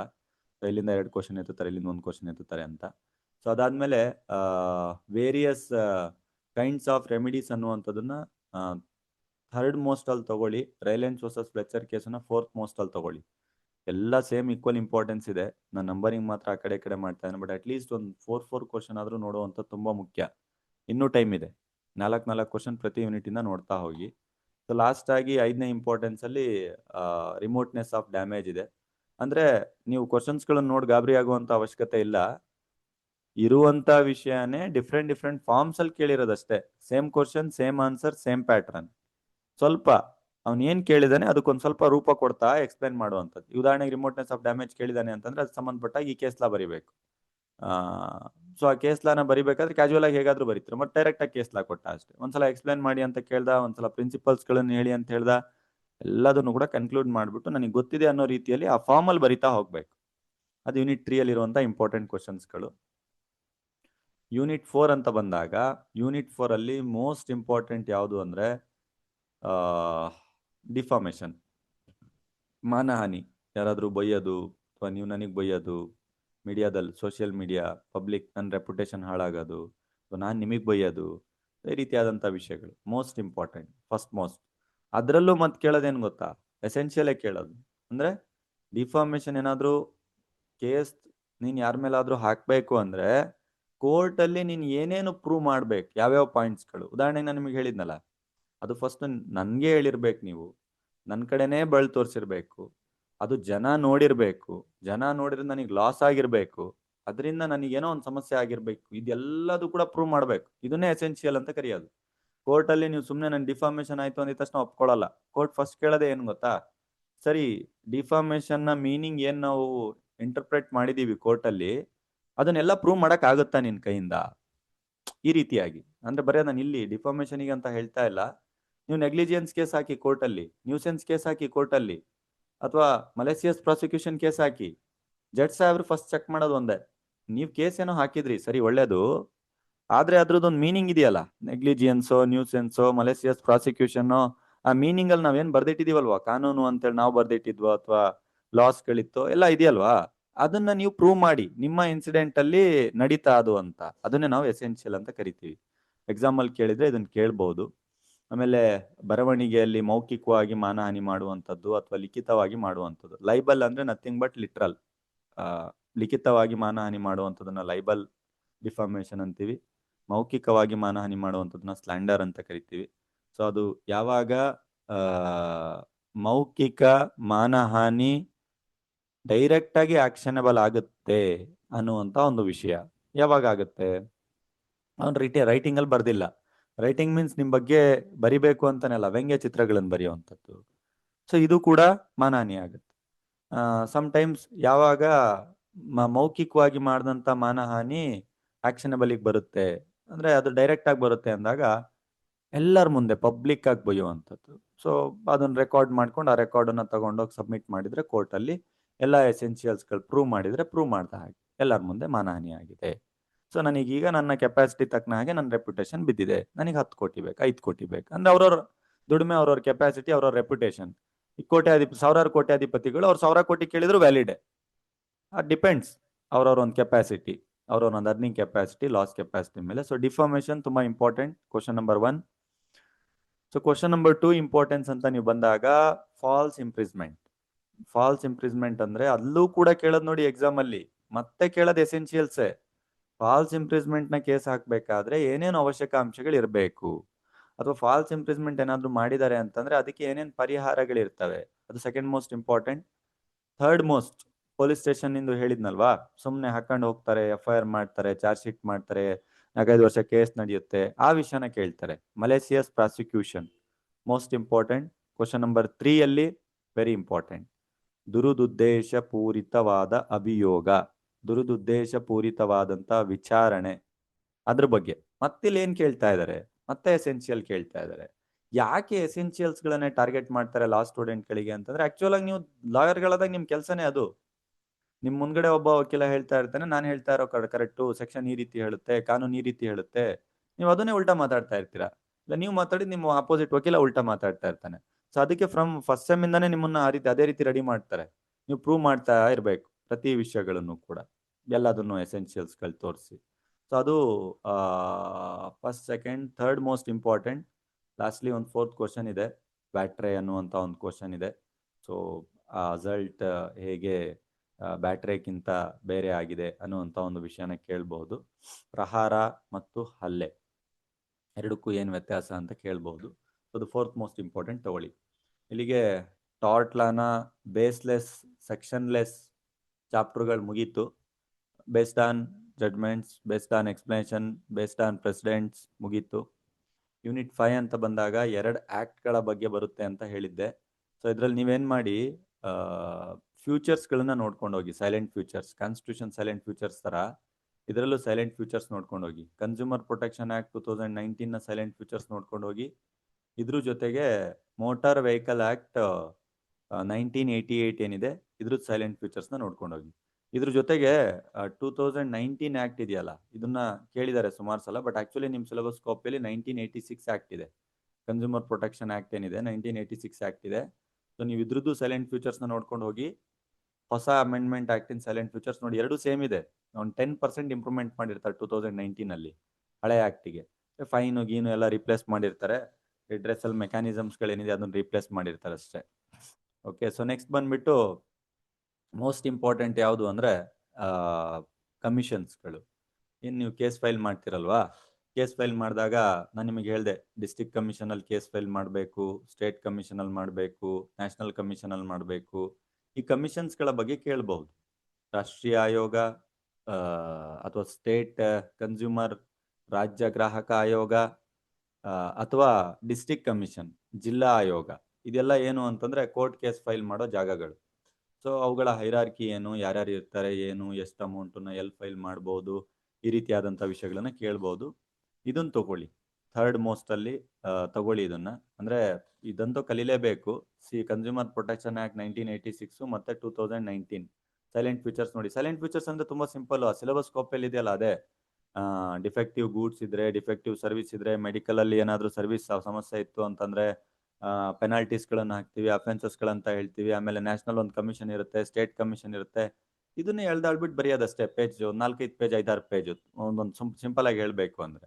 ಈಗ ಅದೇ silent features of motor vehicle act ಅಂದ್ರೆ ಇನ್ಸೂರೆನ್ಸಸ್ಗಳು ಮಾಡಿಸ್ಬೇಕು, ಥರ್ಡ್ ಪಾರ್ಟಿ ಇನ್ಸೂರೆನ್ಸ್ ಮಾಡಿಸ್ಬೇಕು, ಆಮೇಲೆ ಅಫೆನ್ಸಸ್ ಗಳನ್ನ ಇಟ್ಟಿದ್ದಾರೆ, ಪೆನಾಲ್ಟೀಸ್ ಗಳನ್ನ ಇಟ್ಟಿದ್ದಾರೆ, ರೂಲ್ಸ್ ರೆಗ್ಯುಲೇಷನ್ ಫಾಲೋ ಮಾಡಬೇಕು, ಟ್ರಾನ್ಸ್ಪೋರ್ಟ್ ಸಿಸ್ಟಮ್ ನ ಟೈಟನ್ ಮಾಡೋದಕ್ಕೋಸ್ಕರ ಮಾಡಿದ್ದಾರೆ. ಇದೇ ಸೈಲೆಂಟ್ ಫೀಚರ್ಸ್ಗಳು. ಅದನ್ನ ನೋಡ್ಕೊಂಡು ಆಮೇಲೆ ಕನ್ಸ್ಯೂಮರ್ ಪ್ರೊಟೆಕ್ಷನ್ ಆಕ್ಟ್ ಏನಿದೆ ಅದ್ರ ಪ್ರಕಾರ ಇರುವಂತ ರಿಡ್ರೆಸಲ್ ಮೆಕ್ಯಾನಿಸಮ್ಸ್ಗಳೇನಿದೆ ಅದನ್ನ ನೋಡ್ತಾ ಹೋಗಿ. ಸೊ ನೆಕ್ಸ್ಟ್ ಬಂದ್ಬಿಟ್ಟು ಫೋರ್ತ್, ಡಿಫೆಕ್ಟಿವ್ ಗೂಡ್ಸ್ ಮತ್ತೆ deficiency in service. Generally short ನೋಟಿಗೆ ಕೇಳಿರುವಂತ ಸಾಧ್ಯತೆಗಳು ಜಾಸ್ತಿ ನಾನು ನೋಡ್ದ ಹಾಗೆ. ಫೋರ್ತ್ ಮೋಸ್ಟ್ ಇಂಪಾರ್ಟೆಂಟ್ ಇದ್ರಲ್ಲಿ ನೋಡಿ.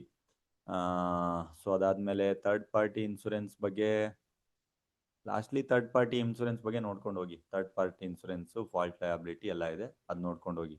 ನನಗನ್ಸಿದ ಮಟ್ಟಿಗೆ ನೀವೆಲ್ಲ ಥರ್ಡ್ ಯೂನಿಟ್ ಬರೋ ತನಕನೇ ಸಾಕಾಗಿರ್ತೀರಾ. ಬಟ್ ಪ್ರಯತ್ನ ಪಡಿ, ಯಾರ್ಯಾರು ಆಲ್ರೆಡಿ ಓದಿದ್ದೀರಾ ಅವ್ರಿಗೆ ಹೇಳ್ತಾ ಇರುವಂಥ ವಿಷಯಗಳನ್ನೇ ಓದ್ಲಿಕ್ಕೆ ಟ್ರೈ ಮಾಡಿ. ನಾನು ಮತ್ತೊಂದ್ಸಲ ಸ್ಕ್ರಾಲ್ ಡೌನ್ ಮಾಡ್ತೇನೆ ಯಾವ್ದ್ಯಾವ್ದು ಓದಬೇಕು ಅಂತ. ಸೊ ಅಡ್ವಾನ್ಸ್ ಆಗಿ ಇದೆಲ್ಲ ನಿಮ್ಮ ಸೀನಿಯರ್ಸ್ಗಳಿಗೆ ನಾವು ಎಕ್ಸಾಮ್ ಹಿಂದಿನ ದಿನ ಹೇಳ್ತಾ ಇದ್ದೆ ನಾನು ಯಾವಾಗಲೂ ಕೂಡ. ಯಾಕಂದ್ರೆ ನನ್ನ ಎಥಿಕ್ಸ್ ಇತ್ತು, ಸ್ಟಾರ್ಟಿಂಗ್ ಎಲ್ಲ ಇಂಪಾರ್ಟೆಂಟ್ ಕ್ವಶನ್ಸ್ಗಳು ಹೇಳ್ಬಿಟ್ರೆ ಅದ್ರ ಮೇಲೆ ಫೋಕಸ್ ಮಾಡ್ತಾರೆ, ಜಾಸ್ತಿ ನಾಲೆಜ್ ಬರಲ್ಲ, ಸರಿಯಾಗಿ ತಿಳ್ಕೊಳ್ಳಲ್ಲ, ವಿಷಯಗಳನ್ನ ಎಲ್ಲದೂ ತಿಳ್ಕೊಳ್ಳಲ್ಲ ಅಂತ ನಂದು ಅದೇ ಪ್ರೊಫೆಸರ್ ಎಥಿಕ್ಸ್ ಇತ್ತು. ಬಟ್ ಆದ್ರೆ ತುಂಬಾ ಹೆದರಿದ್ದೀರಾ ಫಸ್ಟ್ ಸೆಮ್ನವರು, ಹೇಗಿರುತ್ತೋ ಏನೋ ಅಂತ. ಅದಕ್ಕೋಸ್ಕರ ನಾನು ಅಡ್ವಾನ್ಸ್ ಆಗಿ 15 ಡೇಸ್ ಹೇಳಲೇಬೇಕಾಯ್ತು ಕ್ವಶನ್ಸ್ಗಳದೆಲ್ಲ. ಆಕ್ಚುಲಿ ನಾನು 2 ಡೇಸ್ ಬ್ಯಾಕ್ ಹೇಳ್ತಾ ಇದ್ದಿದ್ದು ಕ್ವಶನ್ಸ್ಗಳನ್ನ, 2-3 ಡೇಸ್ ಬ್ಯಾಕು. ಬಟ್ ನಿಮಗೆ ಒಂದು ಎಕ್ಸಾಮ್ ಬರ್ದ್ಮೇಲೆ ಗೊತ್ತಾಗುತ್ತೆ ನಾವು ಹೇಳ್ತಾ ಇರುವಂಥ ಕ್ವಶನ್ಸ್ಗಳು ಹೇಗೆ ಮ್ಯಾಚ್ ಆಗುತ್ತೆ ಅಂತ. ಕಾನ್ಸ್ಟಿಟ್ಯೂಷನ್ ಎಲ್ಲ ಮುಗಿಸ್ಕೊಂಡು ಬಂದೆ ನೀವೆಲ್ಲರೂ ಫೋನ್ ಮಾಡ್ತೀರಾ. ಸೊ ಆ ರೀತಿಯಾದಂಥ ಕ್ವಶನ್ಸ್ಗಳು ಹೇಳ್ತಾ ಇರುವಂಥದ್ದು ಇಂಪಾರ್ಟೆಂಟು. ನೀವು ಯೂನಿಟ್ 1 ಕ್ವಶನ್ಸ್ ಇಂಪಾರ್ಟೆಂಟ್ ಓದ್ಕೊಳ್ಳಿ. ಯೂನಿಟ್ 2ನ ಸ್ಟಾಲ್ ಡೌನ್ ಮಾಡ್ತಾ ಇದ್ದಾನೆ. ಇದರಲ್ಲಿ 1, 2, 3 ಏನು ರ್ಯಾಂಕಿಂಗ್ ಕೊಟ್ಟಿದ್ದೀನಿ ಅದ್ರ ಪ್ರಕಾರ ಓದ್ಕೊಳ್ಳಿ. Unit 3, unit 4, unit 5. Anyhow paid ಸ್ಟೂಡೆಂಟ್ಸ್ಗಳಿಗೆ ಎಕ್ಸಾಮ್ ಟೈಮಲ್ಲೂ ನಾನು ಮತ್ತೆ ನೋಡ್ಕೊಳ್ತೀನಿ ಅಂತಂದ್ರೂ ಕೂಡ ಕಂಪ್ಲೀಟಾಗಿ ರೆಕಾರ್ಡೆಡ್ ಸಿಗುತ್ತೆ, ಸಮಸ್ಯೆ ಇಲ್ಲ. ಮತ್ತು ನೀವ್ಯಾರು ಬೇಜಾರಾಗ್ಬಿಡಿ, ಇಲ್ಲಿವರೆಗೂ ಯೂಟ್ಯೂಬಲ್ಲಿ ಬಿಡ್ತಾ ಇದ್ದೀವಿ ಅಂತ. ಯೂಟ್ಯೂಬಲ್ಲಿ ಜಸ್ಟ್ ಅದನ್ನ ಮಾರ್ಕೆಟಿಂಗ್ಗೋಸ್ಕರ ಬಿಡ್ತಾ ಇರೋದಷ್ಟೇ. ನಿಮ್ಮ ಜರ್ನಿ ಇನ್ನೂ ಕೂಡ ಸುಮಾರಿದೆ ಎಕ್ಸಾಮ್ ಮುಗಿಯೋ ತನಕನೂ ಕೂಡ. ಎಲ್ಲ ಪೇಯ್ಡ್ ವರ್ಷನಲ್ಲಿ ಪೇಯ್ಡ್ ಕ್ಲಾಸಸ್ಗಳಲ್ಲಿ ಅಪ್ಲೋಡ್ ಆಗುತ್ತಷ್ಟೇ, ಬಟ್ ನಿಮ್ಗೆ ಅವೈಲೇಬಿಲಿಟಿ ಇರುತ್ತೆ. ಓಕೆ, ಸೊ ನಾನು ಮತ್ತೆ ಈಗ ಡೌಟ್ ಸೆಷನ್ನ ಹಾಸ್ಟ್ ಮಾಡ್ತಾನೆ. ನನಗೊಂದು 5 to 10 minutes ಬ್ರೇಕ್ ಬೇಕಾಗುತ್ತೆ. 2 hours ಕಂಟಿನ್ಯೂಸ್ ಆಗಿ ಸ್ವಲ್ಪ ಕಾಂಪ್ಲಿಕೇಟೆಡ್ ಸಬ್ಜೆಕ್ಟ್ ಅಂತ ನಾನು ಮಾತಾಡಿದ್ದೇನೆ. ನಾನು ಎಕ್ಸಾಕ್ಟ್ 10 o'clock ಬರ್ತೇನೆ. ಓಕೆ, 10 o'clock ನಾವು ಮತ್ತೆ ಸಿಗೋಣ. ಸೊ ಯಾರ್ಯಾರು ಇನ್ನೂ ಜಾಯ್ನ್ ಆಗಿಲ್ಲ, ಜಾಯ್ನ್ ಆಗ್ಬೇಕಂತ ಇದ್ರಿ, ಸೊ ಅವರೆಲ್ಲ ಕಾಲ್ ಮಾಡ್ಕೊಳ್ಳಿ, ಈಗಲೇ ಕಾಲ್ ಮಾಡ್ಕೊಳ್ಳಿ. ಇನ್ನೇನು ಈಗ ಆನ್ಲೈನ್ ಕ್ಲಾಸ್ ಮುಗ್ದ್ರವೆಲ್ಲ ರೆಕಾರ್ಡೆಡ್ ಕ್ಲಾಸಸ್ ಕೂಡ ಪ್ರೊವೈಡ್ ಮಾಡ್ತೀವಿ. ಸೊ ಆಮೇಲೆ ಎರಡನೇ ವಿಷಯ, ನಮ್ಮದು ಆ್ಯಪಿಂದ ಏನಿದೆಯಲ್ವಾ, ಮೈಗ್ರೇಷನ್ ನಡೀತಾ ಇದೆ. ಟೆಕ್ನಿಕಲ್ ಎರರ್ಸ್ ಇದೆ ಅಂತ ನನಗೆ ಗೊತ್ತಿದೆ. ಓಕೆ, ಆ ಟೆಕ್ನಿಕಲ್ ಎರರ್ಸ್ಗಳನ್ನ ಸಾಲ್ವ್ ಮಾಡ್ತಾ ಇದ್ದಾರೆ. ಸೊ ನಮ್ಮ ಹತ್ರ ಸುಮಾರು ಆಪ್ಷನ್ಸ್ಗಳಿದೆ. Plan A, plan B, plan C, plan D, plan E ಅಂತ 5 ಪ್ಲಾನ್ಗಳು ಇಟ್ಟಿದ್ದೀವಿ. ನೀವೆಲ್ಲ ಎರರ್ಸ್ಗಳು ನೋಡ್ತಾ ಇರುವಂಥದ್ದು ಪ್ಲಾನ್ ಎದಲ್ಲಿ. ಇನ್ನು ಪ್ಲಾನ್ ಬಿ, ಸಿ, ಡಿ ಇದೆ. ಇಫ್ ಇನ್ ಕೇಸ್ ಸಮಸ್ಯೆ ಆದಾಗ ಪ್ಲಾನ್ ಬಿ, ಸಿ, ಡಿ ನ ಲಾಂಚ್ ಮಾಡ್ತಾರೆ. ಓಕೆ, ಸೊ ಅದನ್ನ ಮೈಗ್ರೇಷನ್ ಮಾಡ್ತಾ ಇರೋದ್ರಿಂದ ಎರರ್ಸ್ಗಳು ಬರ್ತಾ ಇದೆ. 24 hour ಫ್ರೀಸಿಂಗ್ ಟೈಮ್ ಕೊಟ್ಟಿದ್ದಾರೆ. ಅದರಲ್ಲೂ ಕೂಡ ಕೆಲವರಿಗೆ ಬರ್ತಾ ಇದೆ, ಕೆಲವರಿಗೆ ಬರ್ತಾ ಇಲ್ಲ. ಓಕೆ, ಮೈಗ್ರೇಷನ್ ಇದೆ, ಸರ್ವರ್ ಮೈಗ್ರೇಷನ್ ಇದೆ. ಸೊ ಯಾರೇ ಟೆಕ್ನಿಕಲಿ ಗೊತ್ತಿರುತ್ತೆ ಅವ್ರಿಗೆ ಗೊತ್ತಾಗುತ್ತೆ ಸರ್ವರ್ ಮೈಗ್ರೇಷನ್ ಅಂತಂದ್ರೆ. ಎನಿಯು ಅದ್ರ ಮೇಲೆ ಏನಾದರೂ ಡೌಟ್ಸ್ಗಳಿದ್ದಲ್ಲಿ ಅದನ್ನ ಕಾಂಪ್ಲಿಕೇಶನ್ ಮಾಡ್ಕೊಳ್ಬೇಡಿ. ಸೊ ಅದನ್ನ ಸರಿಪಡಿಸೋಣ. ಬಾಕಿ ಏನಾದರೂ ಲೀಗಲ್ ಡೌಟ್ಸು ಮತ್ತೆ ಈ ಸಬ್ಜೆಕ್ಟ್ನ ವಿಷಯದ ಆಧಾರದ ಮೇಲೆ ಏನಾದರೂ ಡೌಟ್ಸ್ಗಳಿದ್ದಲ್ಲಿ ದಯವಿಟ್ಟು ಕೇಳಿ. ನಾನು ಎಕ್ಸಾಕ್ಟ್ 10 o'clock ಬರ್ತೇನೆ. 9:48 ಆಗಿದೆ, 12 minutes ವೆಯ್ಟ್ ಮಾಡಿ. ಸೊ ಯಾರಿಗಾದ್ರೂ ಕೆಲ್ಸಗಳಿದ್ದಲ್ಲಿ ದಯವಿಟ್ಟು ಕೆಲಸ ಮಾಡ್ಕೊಳ್ಳಿ. ಡೌಟ್ಸ್ಗಳು ಕೇಳಬೇಕು ಅನ್ನುವಂಥವ್ರು ಎಕ್ಸಾಕ್ಟ್ 10 o'clock ನನಗೆ ಡೌಟ್ಸ್ಗಳನ್ನು ಕೇಳಿ, ನೋ ಇಶ್ಯೂಸ್. ಓಕೆ, ಇದಿಷ್ಟು ಹೇಳುವಂಥ ವಿಷಯ. 10 o'clock ಮತ್ತೆ ಸಿಗೋಣ ಡೌಟ್ ಸೆಷನ್ ಜೊತೆ. ಓಕೆ, ನಾನು ಎಕ್ಸಾಕ್ಟ್ ಆಗಿ 9:59 ಅನ್ಲಾಕ್ ಮಾಡ್ತೇನೆ ಅನ್ಮ್ಯೂಟ್ ಬಟನ್ನ. ಡೌಟ್ಸ್ ಇದ್ದರೆ ವೆಯ್ಟ್ ಮಾಡಿ, ಡೌಟ್ಸ್ಗಳನ್ನು ಕೇಳಿ, ಕ್ಲಾರಿಫಿಕೇಶನ್ ತಗೊಳ್ಳಿ. ಓಕೆ, ಥ್ಯಾಂಕ್ ಯು ಎಲ್ರಿಗೂ, ಥ್ಯಾಂಕ್ ಯು ನಿಮ್ಮ ಪೇಷನ್ಸಿಗೆ. ಸೊ ಈ ದಿನ ನೀವೆಲ್ಲ ಇಟ್ಟಿದ್ದಂಥ ಪೇಷನ್ಸಿಗೆ ಅಡ್ವಾನ್ಸ್ ಥ್ಯಾಂಕ್ ಯು ಎಲ್ರಿಗೂ ಕೂಡ. ಸೊ ಆ್ಯಪ್ ಎರರ್ ಇದ್ದಾಗಲೂ ಕೂಡ ನೀವು ಇಟ್ಟಂಥ ಪೇಷನ್ಸಿಗೆ ಎಲ್ರಿಗೆ advance thank you very much. 10 o'clock ಸಿಗೋಣ ಮತ್ತೆ. ಇವಾಗಲೇ ಮೀಟಿಂಗ್ ಕಟ್ ಮಾಡಲ್ಲ, 10 o'clock ಸಿಗೋಣ. Thank you.